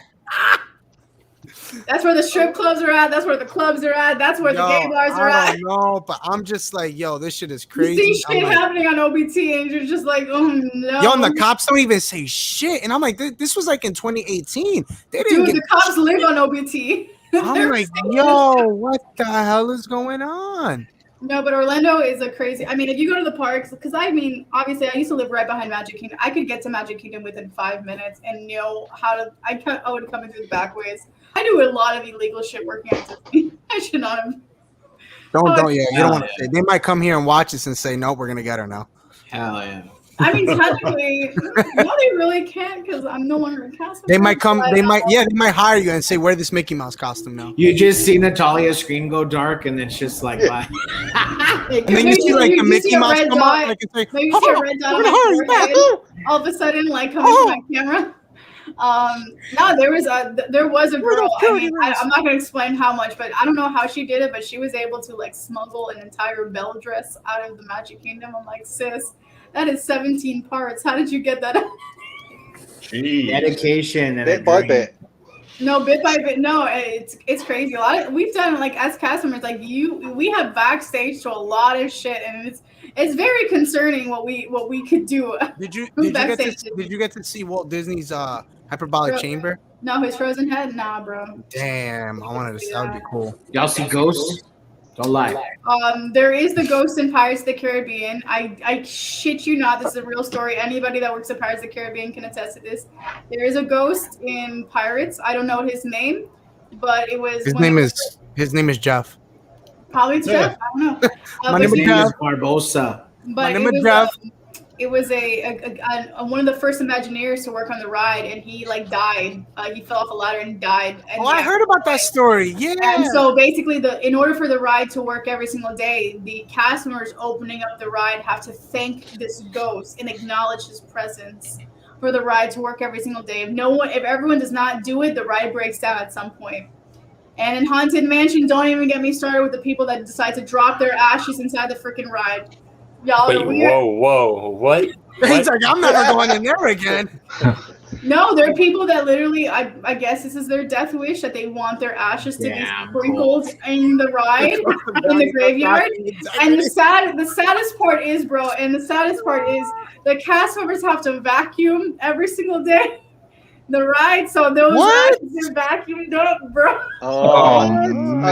I'm not going there. Fuck. Talk about like one of those moments where like it's just all about perspective, right? Because for those people, it's probably all emotional. They're like, "Be free, Auntie Jennifer," and then you have the guy that has to come clean it up. Like, God damn it, man! This is the last stroke. Like, I am quitting this. They better fucking give me a raise or something. I'm tired of cleaning up Jennifer's ashes. I'm tired of it. I swear, the last time I do it. Every original ride has like some kind of horror story to it. Like, thank God Star Wars doesn't. Is there any? Not on Star Tours, and thankfully not any of the new attractions at Hollywood Studios. But we good. Tower of Terror has gotten some weird shit. Definitely Splash Mountain got the worst. Oh my god. Wait, what's that? What's that? He's like, I'm not trying to jump off that cliff. Splash Mountain and Carousel of Progress. So Splash Mountain, this was definitely in the 90s because a former like not a former cast member, he still works there actually. He told me of the story. Still there? Yeah, he's still. I have performer friends that have been performing since the '90s, and they're just killing it in the game. They're that good. And he was telling me that it was just. Oh, it's so sad to say this. Go ahead. But so it was just so obviously on Splash Mountain or basically on any ride, you can't stand up. It's common knowledge. Don't stand up. Don't have your hands out. Don't put your legs out. Like, and this kid decided to stand up on Splash Mountain, and he got decapitated on the ride. Oh, roadkill. And unfortunately, Disney refuses to kill. Roadkill. Disney refuses to acknowledge your death on property. They will pronounce you dead. I was about to ask you, Jim, was that? Well, it must be the same for you, Sam, right? It's daytime out by you. Yeah, man. Sam's like, my beard's just growing. I'm just fucking chilling, man. Sam's like, my beard's just growing as we're talking. Yeah, this light is pure sunshine. And then the other story is that Carousel Progress is obviously no one knows the Carousel Progress. It's Walt's original ride at Walt Disney World. It's a time you're going through time to the different eras of animatronics and shit. And it's basically it's a spinning room, and there's a space between the spinning room and then the actual room that stays normal. And this cast member got stuck in between one of them and died, unfortunately. And then, of course, you have the person that got killed on Space Mountain. Of course, not on. Yeah, there's a lot of horror story. There's one time this Walt Disney World used to have the Skyliner, which they brought back now. It's how they actually transport people now from Hollywood Studios to Epcot. They didn't have this in the 90s, but in the 90s, in the 80s and 90s in Magic Kingdom, they had the Skyliner to transport you from Tomorrowland to Fantasyland. And one of the That's things. the name of a strip club here in my hometown. The first time I went to Disney World, I was 12, so it would have been 1990. Yeah, isn't So, it nice? yeah. I was like 2 the first time I went with my family. I was 10 months. Jesus. I've never been. Well, because back in in 95, 90s. in 95, like in 90s. I do have to peace out, guys. I'm sorry, I don't mean to cut you off, but we gotta go. We gotta head home. Take it easy, bro. You guys have a good night. Thank you. Bye. no, but the annual pass for to go to Walt Disney World was like $150. Oh, there goes Jim. He's out. Damn. No, I'm not out. I just going to get something. When I was staying in Orlando and I went to Universal Studios, I got a year pass, and it cost me $200 No, they're for cheap. a year pass. I mean, I think how much am I paying right now? I'm paying like $30 a month for my current pass. That's pretty good. No, but I did. And my sister pays $50 a month for her Disney annual pass. But no, these annual passes at Walt Disney World are like dude, you spend like $800, $900 a year. I'm just like,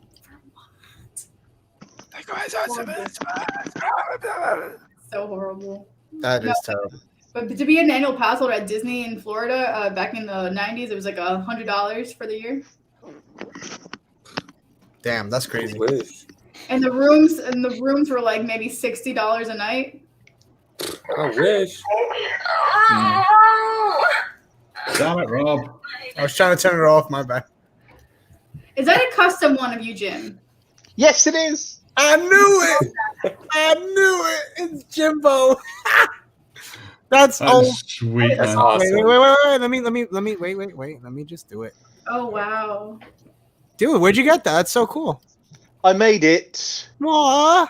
Are you gonna paint the color red for the hair, or are you just gonna keep it the same? Well, color? you see, the problem is like you can't get a red hair, so You that's can't get a red technically hair. my original color hair. So, Jim, Well, you have to go back to being brunette. I mean, I can't now. It's too grey. It's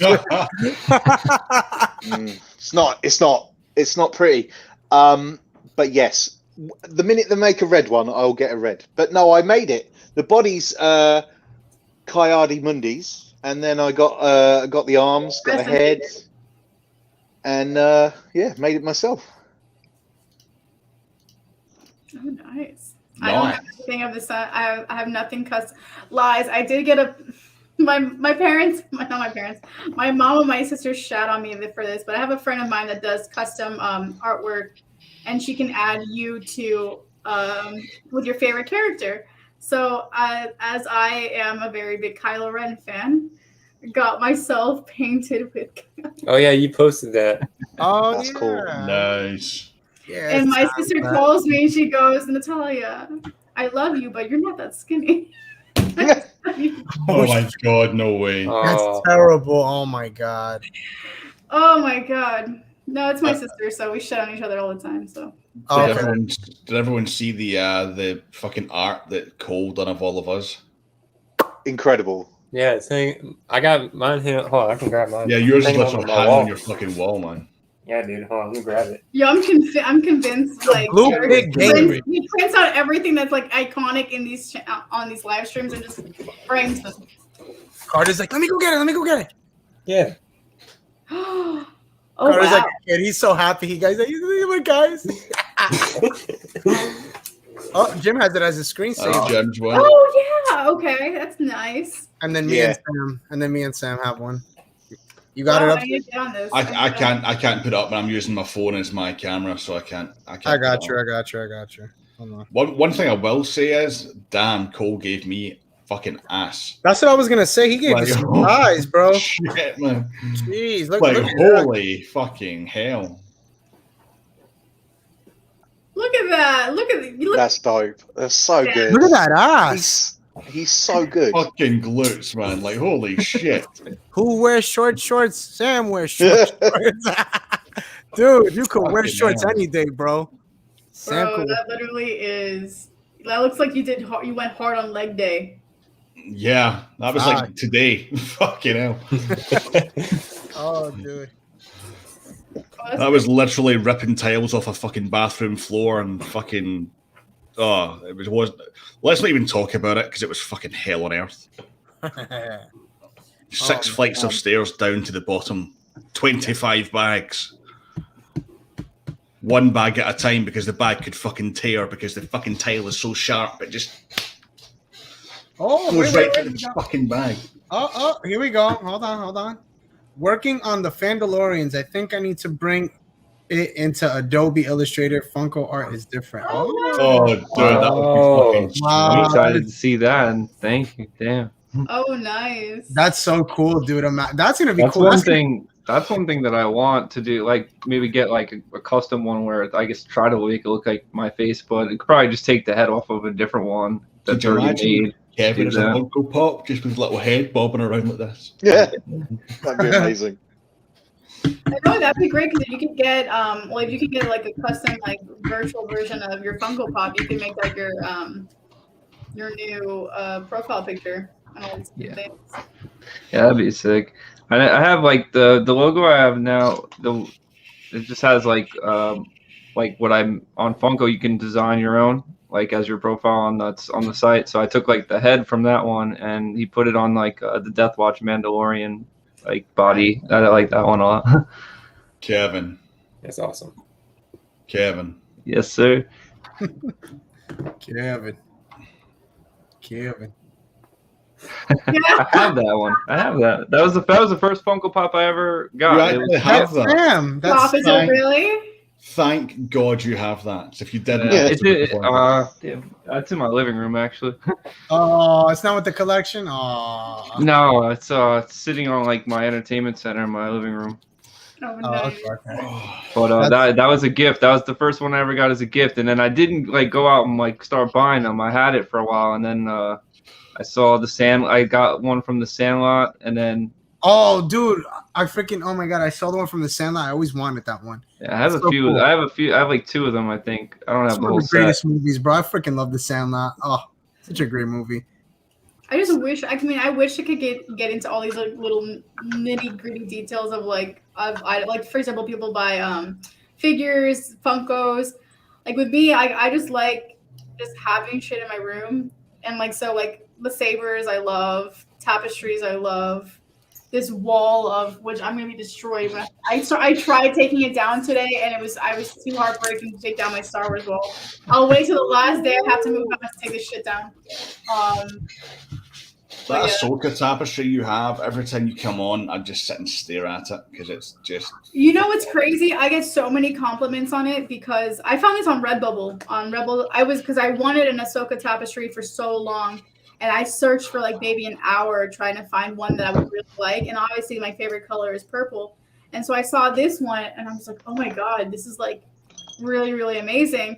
And it's funny because I think like last month, and not even last month because it was in April. In April, I did the virtual GalaxyCon thing where I could meet Ashley Eckstein. And she saw my tapestry and she was in love with it. She goes, oh my gosh, where did you get that tapestry? And I literally said, Redbubble. I literally get comments on it all the time on my TikTok. They're like so interested in my tapestry. And I'm like, guys, it's on Redbubble. And this is only the medium size too. Like there's a larger version than this. That's a medium? Wow. Holy shit. It's a medium, yeah. And I was worried because I was just like, shit, if I don't buy the right size, this is about to look really, really weird. And then like I was putting this up and I'm just like, number one, I'm only 5 feet tall. So me on my bed trying to put this up was a struggle in itself. And I was like, if I got a large, this would be really like, this would not fit at all. Like I would have to have like doubled it over, but no, I love the tapestry. It's done me proud and I get a lot of compliments on it. And it also fits my lights very well. So, the way that the lights hit it, it's so nice, you know. My lights are my favorite. Oh my god, that's another thing I'm gonna be hating when I have to take down. That was a bitch to get up and that's gonna be a bitch to take down. That was I'm doing all this by myself. I'm moving out by myself. Like all my roommates are gone. My boyfriend's gone. Like, yikes. So what are you living in? An apartment or you're in college, right? Well, I currently live in a it's what you call like a college style apartment. So like we all have our own bedrooms and bathrooms. Pay crazy amount of rent. And we have like shared kitchen and living room, which none of us ever used. But it was like you're solo there. I'm solo, yeah. Basically, both my roommates moved out because of the pandemic. We never got a fourth roommate. I guess a lot of people that went to college like signed these leases and then never ended up coming because they broke them because of COVID. That's what I did for my apartment. I just broke it and I'm out. Yeah, so I live by myself at the moment. So you're all alone. I'm all alone in my apartment. Damn, that's so sad. No, it's fun because I've gotten the opportunity to watch all these animes that I've never watched without before. anybody bothering you and shit. You're like, damn, thank God nobody's here. No, the only person that bothered me, it was yesterday, and they were coming to resurface our countertops. And this guy knocked on my door, like banged on my door at 10 o'clock in the morning. I was told they were coming at 1 p.m. So I obviously was not ready. I was straight up in my pajamas. And this guy walks in and he goes, I'm resurfacing your countertops. I'm just like, you're early. And that's what I told him. He goes, no, I'm supposed to be here at this time. And the fumes that went into my apartment, oh my God.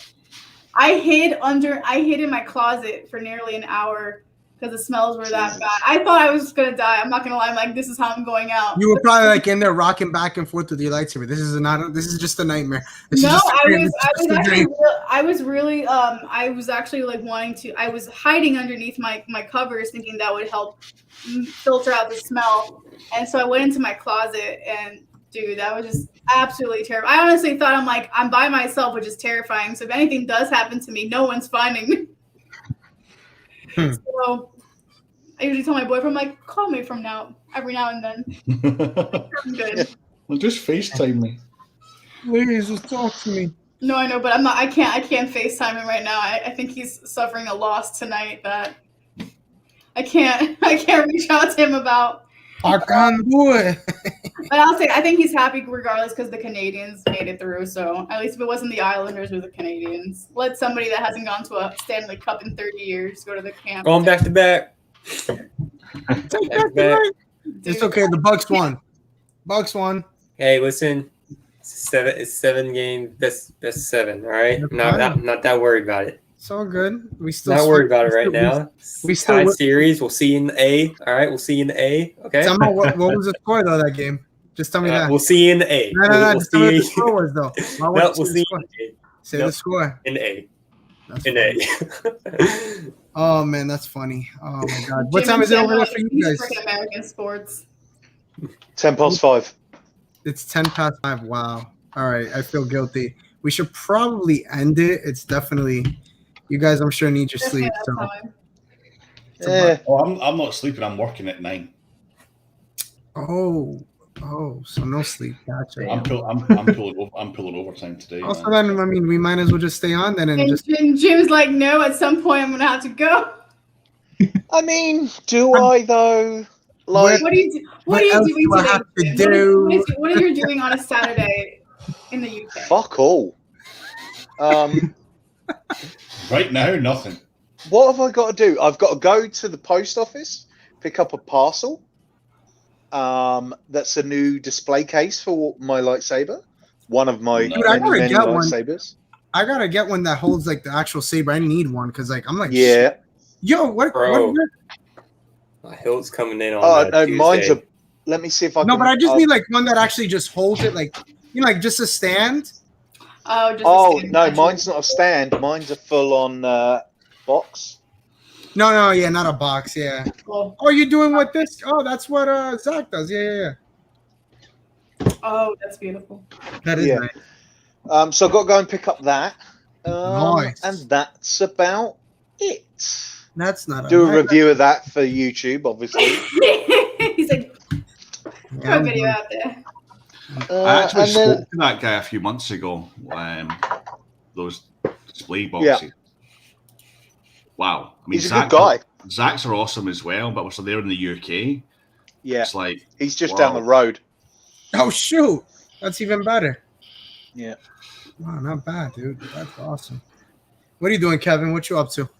Tomorrow, this weekend. Well, No, I'm saying what tomorrow. you're doing right now.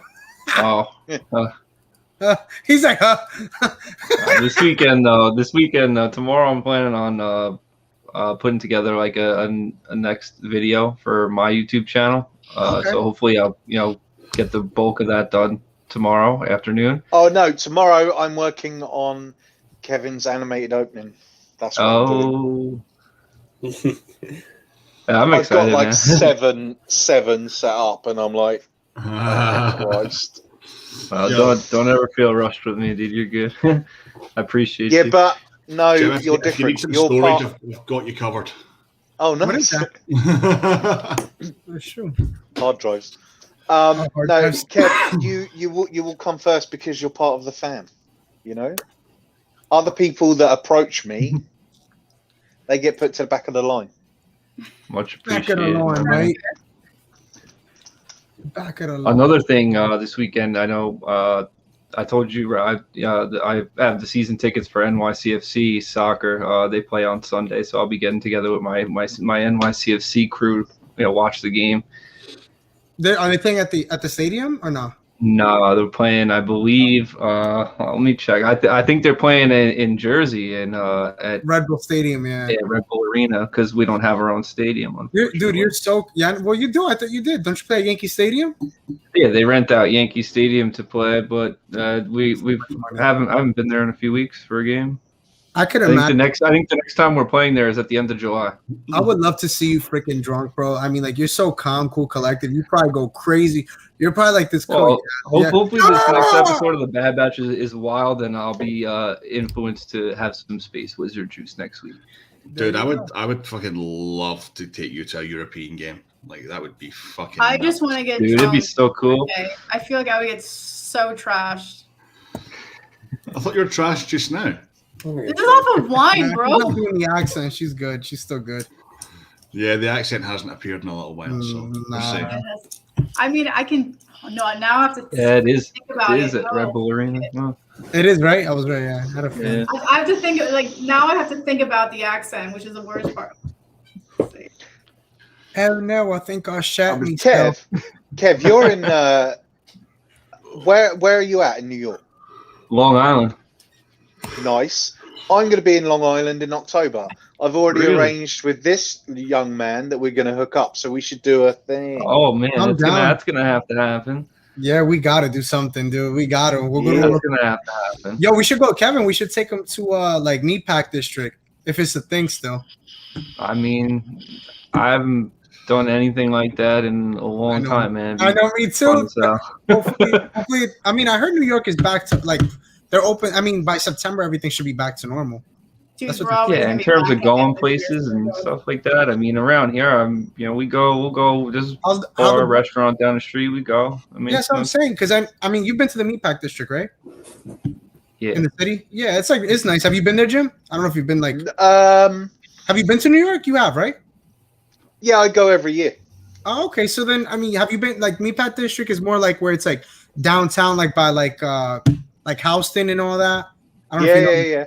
Okay, yeah, so I've like been down there.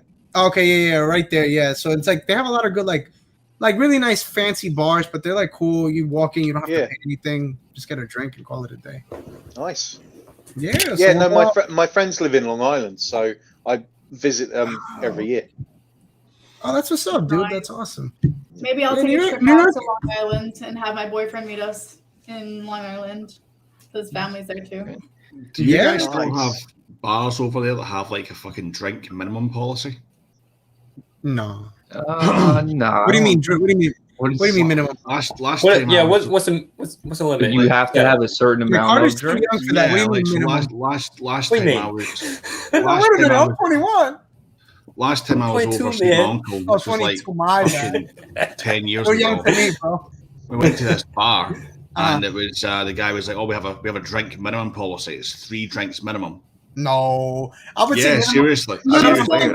No, I'm saying like Yeah. that's not here at least from what No, I know. in the city in New York during the pandemic, bars started doing a drink minimum, so you wouldn't hop bars. Yeah. So you wouldn't go bar hopping in during the pandemic. So like I think some bars said you had like a 2 or 3 drink minimum. Yeah. So you wouldn't go bar hopping as frequent as Hmm. you know. I mean, I'm pretty sure people still did it, but like they tried to Well, that limit was like guys 10 going years bar ago. hopping. No, but was this like- is like this year. shit. They're still doing it.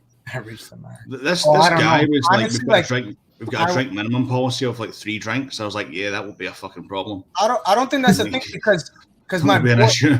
my boy lives in he lives in like around where you live, Kevin. I know he's out there and he's a breaker, and one of the guys he goes live with all the time, he like has money. This dude goes out to like mad bars and he's drinking like heavily and going to all these bars and Well, I'm pretty sure this was like during the height of the pandemic. It's like when New York was like slowly opening. Oh, I up think you its said bars now. again. Oh, I heard you No, said I now. mean, I don't know if they're still doing. I'm pretty sure some bars are still doing it now. Like whoever, it depends on ownership, but like, nah, Yeah, 'cause- Florida, they said. Yeah, they Really? definitely did. I mean, I know New York, they said it. They've opened up full throttle. Am I right? I know September because I work in the city. Yeah, So pretty I mean, it's gone. Yeah, it's been pretty normal out here, I would say. Because even by me, I mean, they haven't opened up clubs or anything like that. We're not at that point, but ain't nobody going out and twerking and grinding. a lot of places around here that I've like just going into like stores, restaurants, things near my job to get lunch and stuff. It's really like there's people who are wearing their masks still, and there's people that aren't. And most places around, They're not even that I out spend my front. time. They don't make you wear it except like at my job I have to wear one. But Yeah. I would say honestly, like I want to see like when you come out here, Jim, maybe we could go to like because I know a lot of the bars are doing that where you just go outside. So you could sit out there and just kind of relax and chill, and then they bring the stuff out. So could do that too. So that's a thought for Something that they're not Yeah, getting man. to pay right now. Yeah. Jim, what's Are you it guys? like You down guys? with Are you guys just still now? strict over there? Huh? Are you guys still strict out in the UK with COVID and everything? Scotland? Yeah, ish. So we were about to get back to complete normalcy. They were And going then- to start opening up like football games and shit. And then we The got Delta. the new variant, and then they were like, "Let's hold off on letting everybody start just touching each other all the time." And Have your house I'm mad at secretary you. do that. That's why you and guys I was get like, mad at "That's the all right. tourists. I've been single for years. I haven't touched anyone in ages." So it's no different for me really. But no, we're close. We're probably about 4 weeks away from being I think back England to normal. July. Yeah. Fucking got announced today that we're going to be at least September up here. Fucking, that's ridiculous. That's so. There's so few people up there. Yeah, but here's the thing: we had 9,000 cases today. It's the highest fucking case number we've had. What are you guys doing in Scotland? Who are kissing each other? No. They must be Why are swapping people not- spit up there, bro. There's someone having a house party below me just now. Get the fuck out of here. And that's not reported? There's like fucking 15 people in there just now. Well, then that's why. Yeah, it's fucking. I mean, but here's the thing, like, because you said like you grew up in a town where the cops are like 30 miles away. Are there any cops by you? Oh, the place I live now, yeah, it's fucking crawling with cops. But like where I grew up, no, there's nothing. Calls like, can we make COVID jokes? Probably not. Listen, I had COVID back in December. I had it back in October. I was locked in this room for 3 weeks. I spent a lot of my time just watching Star Wars and crying. And Hey, I was locked in a flat for 6 weeks with my ex-wife. Fantastic. Wait. Now the question is, I'm saying this only for curiosity purpose. Were you guys exes at the time you got COVID, or was this something that happened? Oh no, we've been exes for about 12 years. Oh, okay. He's like, no, we're good. I would not my ex-wife's gay. We were in the same house because of COVID. It was easier because we've got children. So we were actually cohabiting at the time, just to make things easier. Would you call it cohabiting? Yeah. So she had her room down one end of the flat. I had my room up the other end. But it was nice because obviously the boys got to have us both there. Yeah, of course. But then, when we both caught COVID, pretty sure from one of our children, because kids germs. Do you know what I mean? Grim. Grim. so the fact that we couldn't even leave the house for like 6 weeks, that was an interesting time. Yeah. It was shortly after that I finally moved out. Because we've lived apart for years, and then it was literally just because of COVID. We were like, well, we've got to form a bubble. We get on quite well. We're best mates at this point. She has her life. I have my life. We talk about our dating horror stories because, well, I mean, she has way more than I do because of gay. And oh, it's wonderful. Like, the stories are incredible. I love it. I'm a massive fan of gossip, so I'll sit there and listen to all these stories. It was amazing. But yeah, then I was like, you know what? I know it's been COVID. I know it's been this, but I need to fucking live on my own because I need to put all my Lego up. I need to live on my Lego up. Jim, you have a house, right? I have a flat. Yeah. Well, what is that? I'm sorry, I don't know what that is. It's an apartment. Okay, but it's 2 stories, right? It is 2 stories, yeah. So wouldn't that be like a townhouse? No, because it's an old, really old, massive house that's been converted into a number of flats. So as you come into my front door, you go up 1 set of stairs, and then my kitchen and my bathroom are on that floor. Then you go up another set of stairs, and it's my front room and my bedrooms up there. Yeah, and my boys' bedrooms and shit. Cole says it is easier. So here, like I cannot. When I go to Atlanta, I'm looking for a 1-bedroom apartment because I can't live with people anymore. So like me being lonely now, I don't mind it, but like, because like all my roommates for the past like 7 years have been within like the 18 to 25-year-old range, and I just need my own shit. It's funny though because the 1-bedroom apartments are always more expensive than the fucking 2-bedroom apartments. They are. Oh, dude, you have Vader's castle. That's awesome. Yeah, damn right. He's like, damn right, I do. Got it all, mate, ain't I? Damn right, I do. No, we can like having your own place. You can have your own shit. Nobody. Yeah. Well, this is it. I'm like, if I ever actually start dating someone properly, I doubt it. I'm way past my prime. I would never want to live with someone again because I'm like, they would want to bring their stuff in my house. And I'm like, But you see, and that's what concerns me for everyone. You know what's funny? But you know what's funny, Jim, that you mentioned that?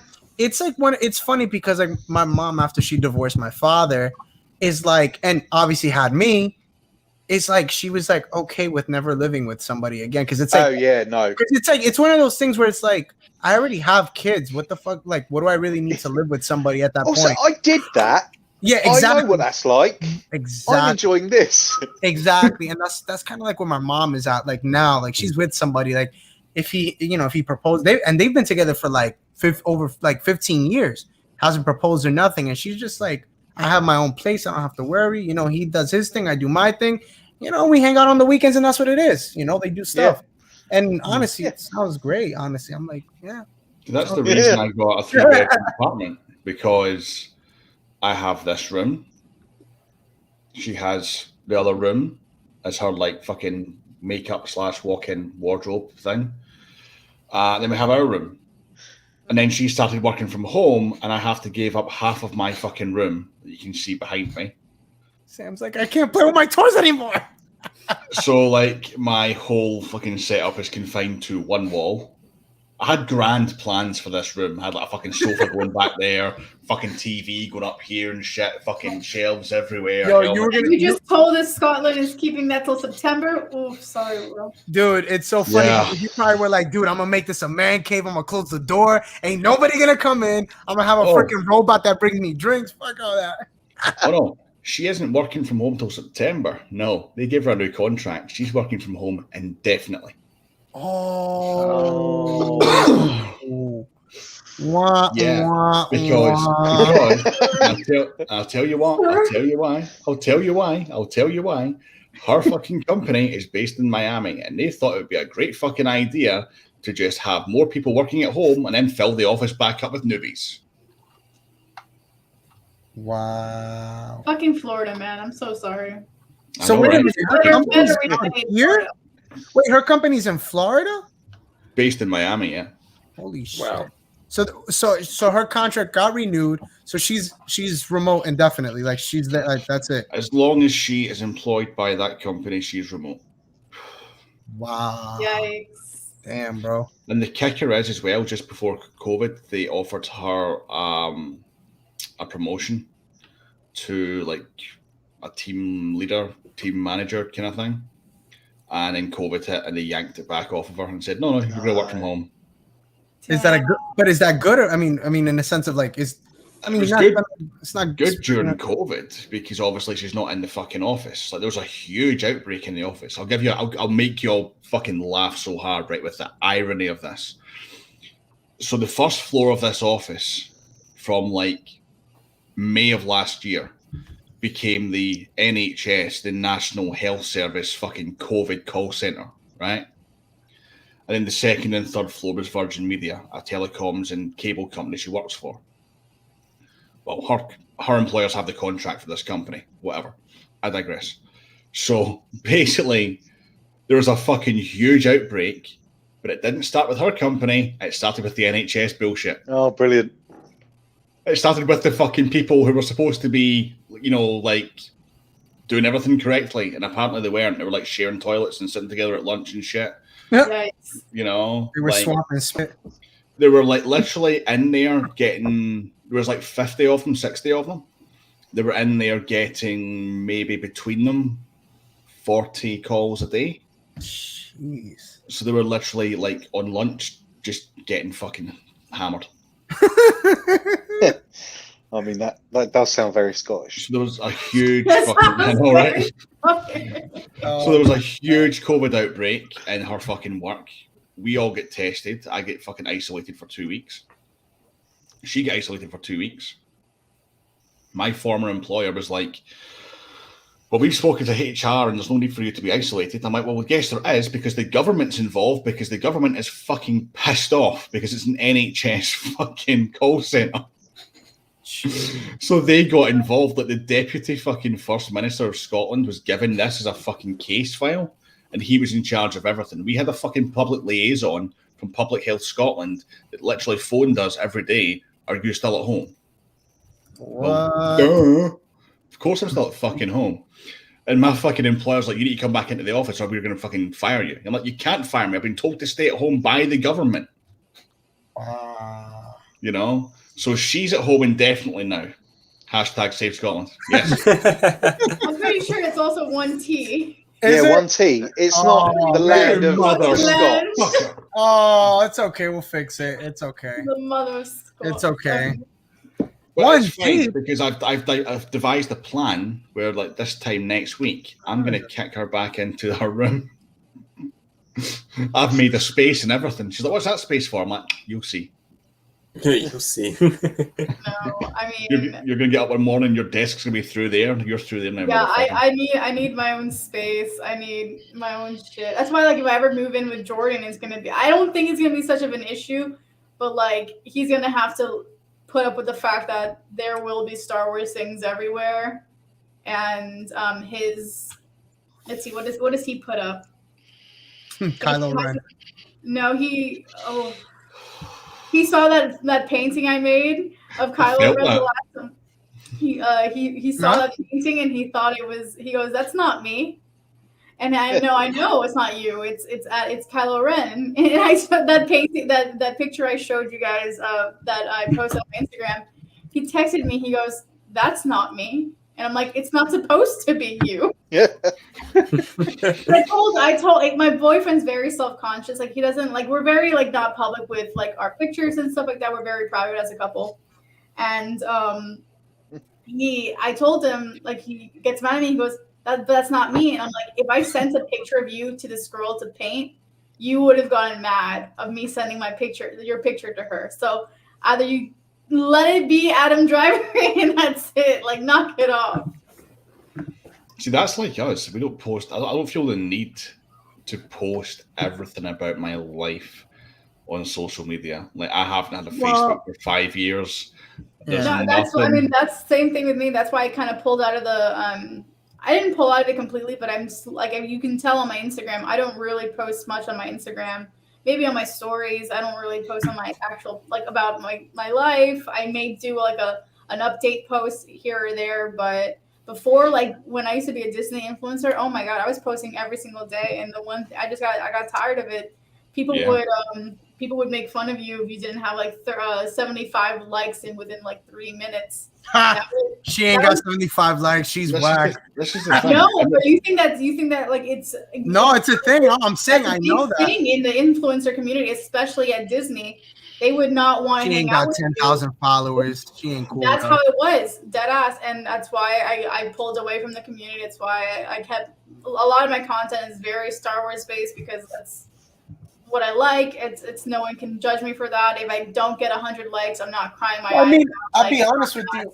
I'll be honest. I mean, if you have an account that is like, let's just say Marvel based, DC or whatever case, you really shouldn't be posting your family stuff anyway on it. I mean, why would you want to promote? I mean, I don't put anything. Well, like, my Instagram people are creepy. Like, people are very fucking. Oh weird. yeah.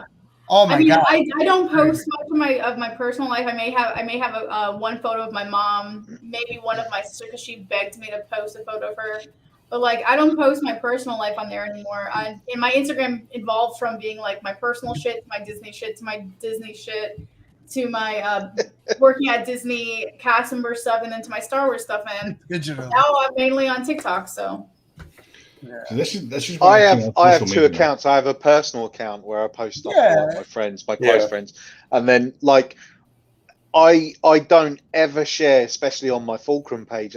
I think the other day was the first time I shared a picture of one of my kids, but he's wearing a helmet because I'm like, you know, I'm not going to be sharing my actual life. And I'll be honest, this is the closest you people get. Like, I think Sam knows I went through a situation and I was just like, I'm not showing anything in my life ever again. Like, I was doing it when I first started because I was naive and I didn't know much. But like, as I've grown and, you know, I've met certain people, I've had conversations. Honestly, I just keep it very just what you see here and what I do. And that's pretty much it. Yep. That's exactly I've got a picture up of me and Jackson a couple of weeks ago, you know, and I lived it like, which was such a nice picture. Yeah, but that's you and your son. You know what I'm saying? Like, that's you and your son, dude. You're good. You know what I'm saying? Dude, you'll make me cry. Don't fucking shut up. I didn't see him for a year because of COVID. So like, yeah, I'm still fucking like when I get to see him, I'm still like, oh my god, I fucking missed you. Like, even though I've seen him like loads for the last like fucking 2 or 3 months, but like up until like March, I had seen him once in a year. That was fucking bullshit. But anyway, I put that picture up and I was like, oh, was that a good idea? Like, it's just his fucking face. It's not as if he's like paddling in a pool or something. It's fucking fine. It's okay. Yeah, you're good. No. Plus, too, I mean, I'll be honest with you. It also depends, too. I mean, I would say, like, for example, and this isn't a knock or anything, like, on Instagram, like, if you don't have, like, that many followers, I would say it's okay. But, like, it's when you hit, like, once you start reaching, like, 2,000, like, I'm just saying, like, 2,000, 3,000, 4,000, up until, like, that's where you want to start because that's a lot of fucking people that are looking at your shit. If you're at the 200, 300, like, you're still all right, but, you know, it's just when you start growing a lot more. Like, you know, it's not like you're on YouTube, like, for example, you're not putting shit out. You know what I'm saying? No. So you're good. I used to have 5,000, over 5,000 followers once on Instagram, and then I realized really quick that number one, Instagram is very, very sneaky and throws in a lot of those fake followers. So I went in and actually I individually started getting rid of the all those fake followers and then followers that were like, I cannot tell you. I lost 4. That's why I'm at 1,900 because I went through. I literally, I was talking to my friend about this. He's like about to hit like the 10,000 mark where he's gonna get the swipe up feature. I'm just like, yo, he's going through it too, where it's just like it's annoying because Instagram messes with your algorithm so hard. You could have, let's say, like 9,500 and go back to like 9,300, and I'm just like for me, like I'll be at like 21 or 22, whatever, and then just go back down like a crazy jump, and I'm like, what the hell just happened? And I'm like, dude, like, and it's like a dramatic jump, and I'm like, something like that happened with me today, where I had like 5 or 6 fake accounts follow me.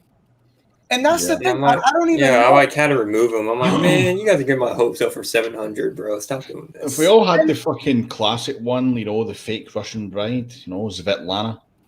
Yeah, that's what. The what? The fake Russian, like Svetlana. Yeah, you know what I mean? Like, Svetlana has followed you. Has she? Okay, let's have a little look.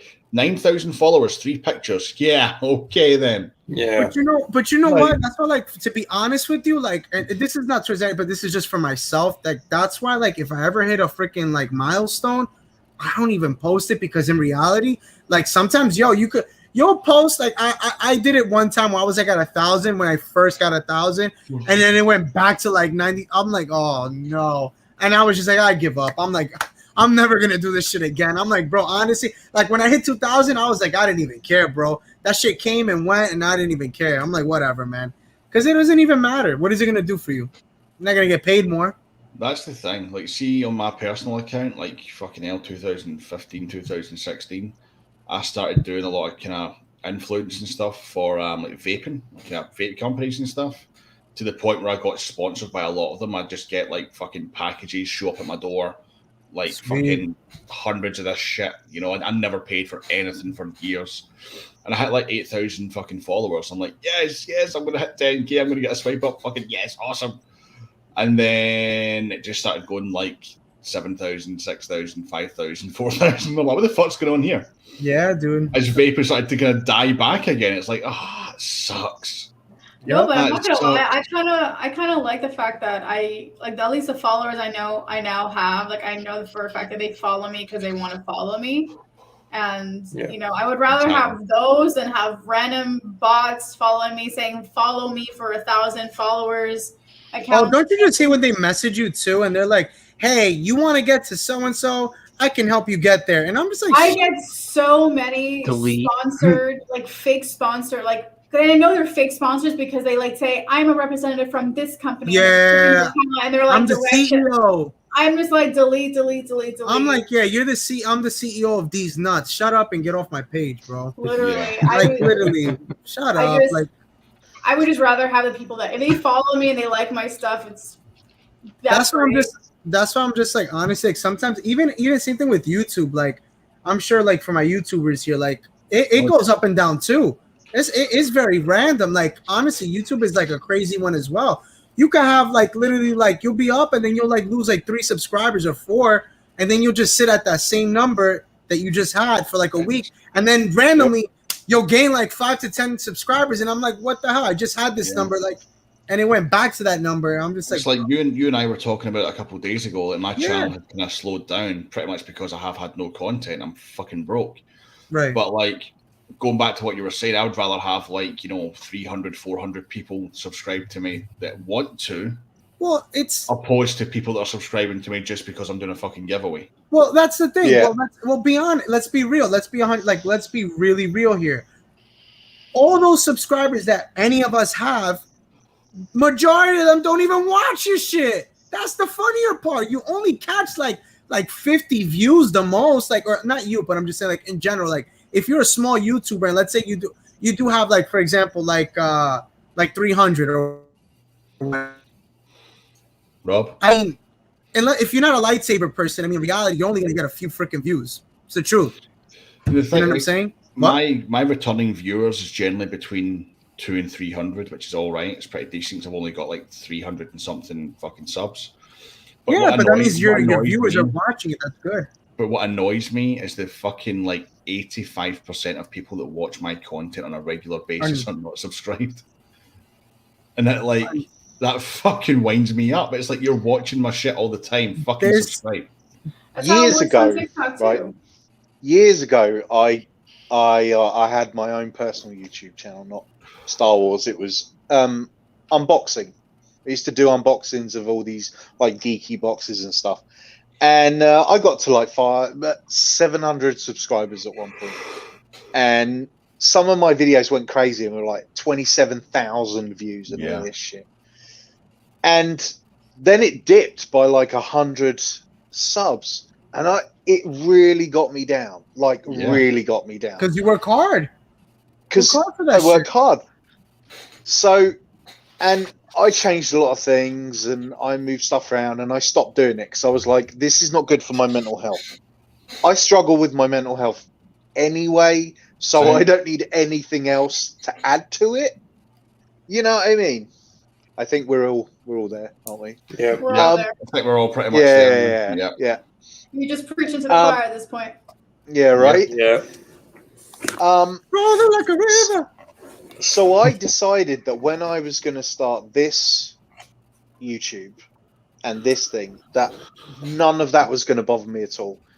I don't do my videos for any other reason than I love this. I'm doing this. If you want to watch it, that's cool. If you don't want to watch it, I don't care. You know, because I've decided that I've got 150 subscribers. Great. I mean, the numbers, I don't really ever look at the numbers because I'm like, you know what? I know the people that are actually watching my videos. Yeah. And it's the people that I like. You know what I mean? Like you guys.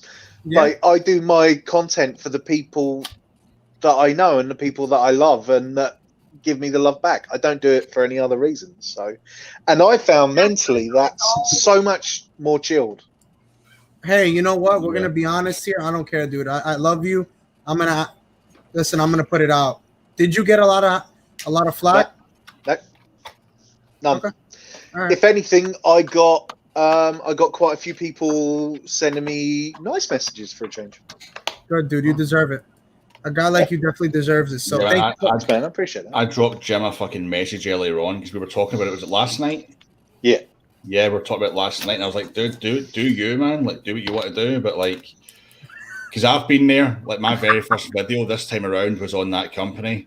Yep. And it was actually more of an experiment because I'd done research, and I thought, fuck it, I'm going to see what happens here. I'm going to document my experience. I'm going to fucking fling it up. And you had. And the first time around, I had a really good experience. Yeah. First time around, I had a fucking awesome experience. But then I started hearing other things and seeing other things, which kind of changed my concept. But at the time, I could only talk from my experience. I can't talk from Jim's experience or anyone else's. Well, there were other things that put me off in the end. But fundamentally, I couldn't say I couldn't, in good conscience, say, well, I heard this person had a really bad experience, so I'm going to just pretend that I had the same experience. Yeah. Yeah. I mean, you can't do that. No. Yeah. You just can't do that. But, and I've said this all along, I have said this from the beginning, I really hope to God that whatever issues were there, whatever was going on, some shitty things have been done, we all know that. I hope to God they're rectified, because they have, from what I can see that Jim's got recently, they have some very good fucking products. Yeah. Yep. Yeah. Quality looks decent as well. It's Got me just the other- tempted. I'll be honest. Got me tempted, bro. I'll be honest. I mean, honestly, right, there's just a few kind of little political things that we won't talk about because it's not worth it. But for what they are, for what it is, they look okay. Yeah. That's it. For me, this was an experiment to Yeah. see the difference. But I think I said it to you, Sam. Like, I actually don't know if this is a real experience or because it's me and because I've had previous dealings with. Maybe it's a case of I've had preferential treatment, which I would hope not, because I never want that anyway. But yeah, it'll be interesting to see. I'm just quite curious about the whole situation. It's interesting to me. And that's what I was saying earlier on. I was tempted to perhaps put an order in for something and not use my name or my email or anything like that, and document and record the experience. Because that would be the ultimate test. That would be the ultimate test, because then people can't say, well, it's because you're on YouTube and blah, blah, blah, blah, blah. That would be the ultimate test, just using, like, I don't know, my fucking mum's name or, like a girlfriend's name or fucking whatever, Yeah. Using their details rather than mine, and then seeing what happens, because that would be the ultimate test. Yeah. 9 days? Was it 9 days? 9 days. 9 days. That's exactly what it would be for freaking Dark Wolf. That's The three impressive. sabers. In fact, Dark Wolf would even be about 2 weeks. So that's impressive. 9 days. It is 9 days from purchasing to shipping? 9 days from purchasing to arriving. Wow. I From state purchased to the them. UK. I purchased my sabers on the 15th of June. They arrived on the 24th of June. And you had like no additional, like no expedited shipping, no. Nope. Free shipping. Oh. Free. Because Jim is just that beautiful. It's the red hair. Guys, I'm going to have to shoot because my tablet's got 3% worth of power left. You're in not it. going anywhere, And- Jim. You're staying right here with us. Well, I mean, I have to. I don't have a choice in this. It's the power thing. Like, what you want from me? Don't give me your I'm laying on a fucking pillow because I'm tired shit. It's 10 to 6 in the morning and I've just heard my kid get up. You'll be fine. You'll be fine. You're staying on. You're not getting off. Cole's gonna draw him. Cole's gonna Jim draw did you the and you're gonna most. stay here. Listen, Jim did the most and he stayed on here for so freaking long. So freaking long. Have fun, Jim. Have fun, Right. Jimmy boy. Still on. Right. Lovely, wonderful people. We about to stay on. We about to freaking sleep on here. Shoot. Love you, Well, man. good for Take you. care. Take it easy, everybody. Love you. See you, Jim. Later, Jim. Much love, bro. Oh, What a legend. I didn't even see that Rob got his pillow off. Yo, I've been having it like for the longest. I was like fluffing it and everything. I'm like, yo, Rob hasn't slept in 2 days. I haven't.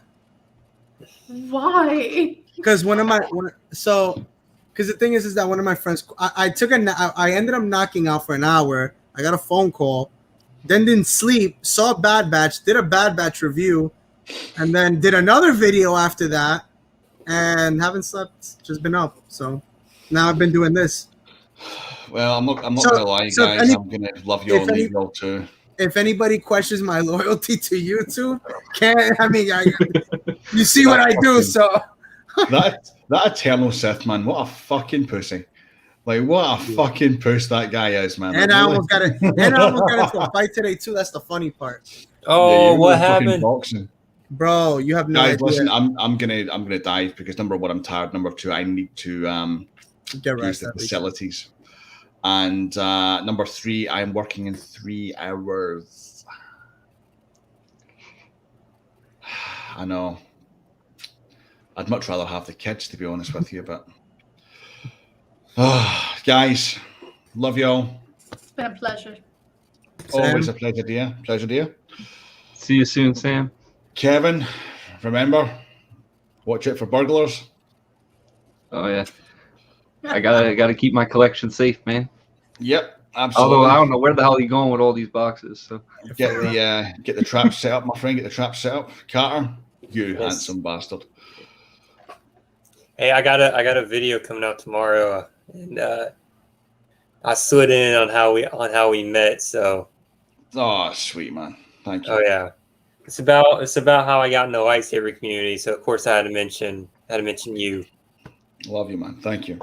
I should hopefully have some stuff coming out soon. I have not had the time, energy, motivation, or fun coupons to do so, but I'll be watching it, man. So thank you. Natty, have fun being on your own in that apartment. I will try.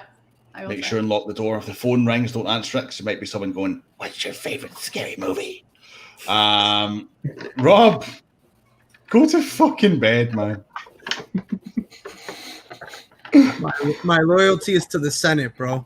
Yeah. I am the Senate. Yeah. I see a divorce in your future. Right. That's fucked up, but thank you. I'm joking, man. I'm joking. I know. Guys, take care. Love you all. See you next week. See you, Sam. We'll talk, bro. Bye, Zach. Because probably Zach's still watching. I also mentioned Zach in my video too. That's funny, dude. Giving everybody a shout out. Oh man. But yeah. Dude, go to bed. What? Oh, I know, right? I'm gone. So gone. But we've talked about the Bad Batch. We talked about a fight with now. Oh no, because of me, because what I said before, because I was about to fight with somebody today. Nah, some fucking young kid, yo. He thought he was about that life because he was with his boys. And he was in the car. He was riding a Charger. And he was literally like in 2 lanes. And I honked at him. And then he like goes on the other side of the lane. I book it past him. And then like we're slowing down. And like his boy like stuck out the tongue. Like he was like, and I could have done the same shit, like just as a joke. Like I could have done it. But like my hard-headed like Spanish ass was just like, I literally was just like, yo, like, I'm like, you're a bitch. Like I literally was like, roll down my window and I'm like, you're a bitch.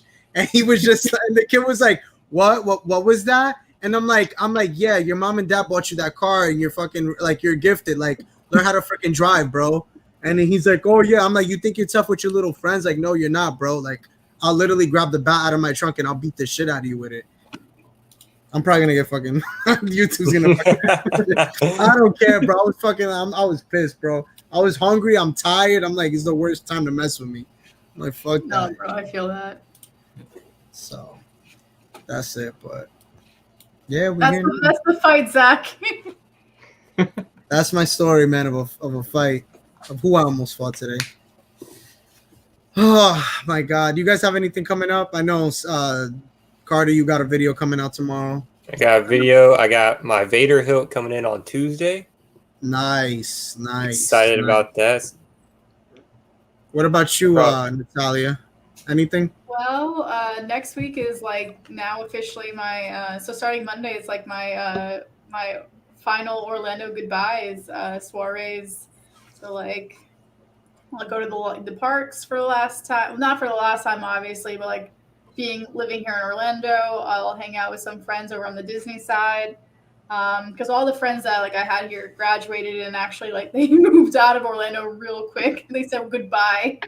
So I'm gonna go hang out with some Disney friends for a bit next week, and then finally move to Atlanta and start my life there. Doing what? I don't know. I still haven't heard back from that job, so I have no idea if that's happening or not. Well, but, Well, yeah. I mean, I hope you get it. I wish you the best. I mean, obviously, you're still gonna. I mean, if I don't get it now, my friend said that she could definitely have a job for me in August, which is great to know. But yeah, aside from that, I've just kind of been like sitting around, being like the college grad, and watching all these new animes. That I ended up reading all this fan fiction that I need to really stop reading, because now I'm perceiving this as a reality, and now I've set very high expectations of my boyfriend. Yeah, I know. There's a girl. I don't know if you know Jessica something. She actually did a fan book. She did for Kylo and Rey. She's pretty good. I will say this: I don't read the Reylo fan fictions because I'm not a Reylo fan. I'm just saying. No, I don't know. No, but there are that's what I'm saying. Like, there's a lot of fan fiction. That's why I got to know the Knights of Ren so well, because there was actually one fan fiction that went forth and explained all of their abilities. Yeah, I'm not into the Reylo though. I agree. I'm in the same boat. I don't know. It's hard just because I'm like, I did, like, obviously was I happy that they kissed.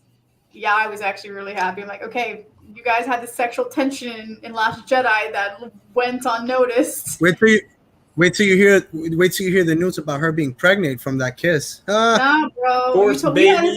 We've had this conversation. We've had the conversation of her getting pregnant. I think that's still gonna be weird. You know what? I really hope whatever trilogy comes next just blows my mind, bro. They just need to move forward and not stay and not stick with the past too much. They just need to keep going forward. Let the past die. Kill it if you have to. It's my favorite quote to this day. I know. I say it to a lot of people too. Every time like somebody does something wrong or something, I'll be like, just listen to this quote. It means everything. Like, just let them go. I tell that to my boyfriend all the time, because my boyfriend moved out of Orlando, not because he graduated, because like UCF kind of screwed him in the ass. So he like left the state because he thinks UCF's after him, and I'm not joking. A lot of stuff happened. Long story short, my boyfriend suspended from UCF for the summer. Not because he did anything wrong. Everything he did, he was in the legal right of doing. UCF just decided to like fuck him straight in the ass and suspend him. And he thinks that UCF is like sending cops after him. He like, you think he escaped to, that's why he's moving to Boston. And so I kept telling him, the only person that's gonna get him out there is Ted, so he'll be fine. No. I told him like I'm gonna say, does anybody get this? I started watching that movie again the other day, and I just forgot how funny it was. Yeah, I fucking love that movie. But no, I told my boyfriend, I'm like, because he has constant anxiety and OCD. He goes like, well, should I have done this or should I have done that? And I'm like, babe, let the past die. Kill it if you have to. Just move on. Kill it if you have to. Like, it'll make you. What is it? It'll kill it if you have to, so you could become whatever you were meant to be or some shit like that. I don't know, but I kind of wish I could have had an alternative ending of Rey taking his hand, and I'm like, I want to see an Empress Rey. I feel like I was gypped from that when I saw those pictures. When those Empress Rey pictures. If you thought that was good, go. I think I've said it here before. I don't know if anybody really listens to what I say, but like, honestly, go read the Colin Trevorrow freaking like version. Like, it's like freaking great. It's freaking phenomenal. It's like the version that should have been that what we've got, and it's just really good. Wasn't it titled Duel of Fates? Yeah, it was. Bro. It was honestly, it was Andrew Weinger who like literally was with Colin Trevorrow for like an entire year, and like literally studied, like, you know, took notes on him and his story on what was supposed to be for episode 8, and they made it into an online comic, and it's honestly one of the best things I've ever read. Like, you'll never regret it. And it gives you the Vader and Kylo cave, like that cave, like the way you got Luke and Vader in the cave, you get that with Kylo and Vader. Like, it's phenomenal, and it's just like, it's so underrated. I don't think a lot of people know about it, but definitely give it a read. I definitely have to give it a read, just because like, it's phenomenal, and it gives you an actual story on Rey. It's not like Rey just wields a saber, like randomly just gets the saber from Maz. Like, no, actually her staff, she has a double-bladed staff. I'm sorry, like lightsaber, and she actually saves Finn and I forget the other character that he's with, but ends up saving them. I don't think it's no, it's actually Rose. It's actually Rose. Rose. Yeah, it actually ends up being Rose that she saves them, and she's like kind of dressed as like a Tuscan. It's pretty cool. It's really cool actually, but give it a read. It's worth it. Now I shall. I think aside from like what the sequels have given me, Kylo Ren, I want to say a personal thanks to the hairdresser for Kylo Ren for this for this trilogy, because that hairstyle was like amazing. Although I'll say this, my boyfriend will never grow out his hair like that.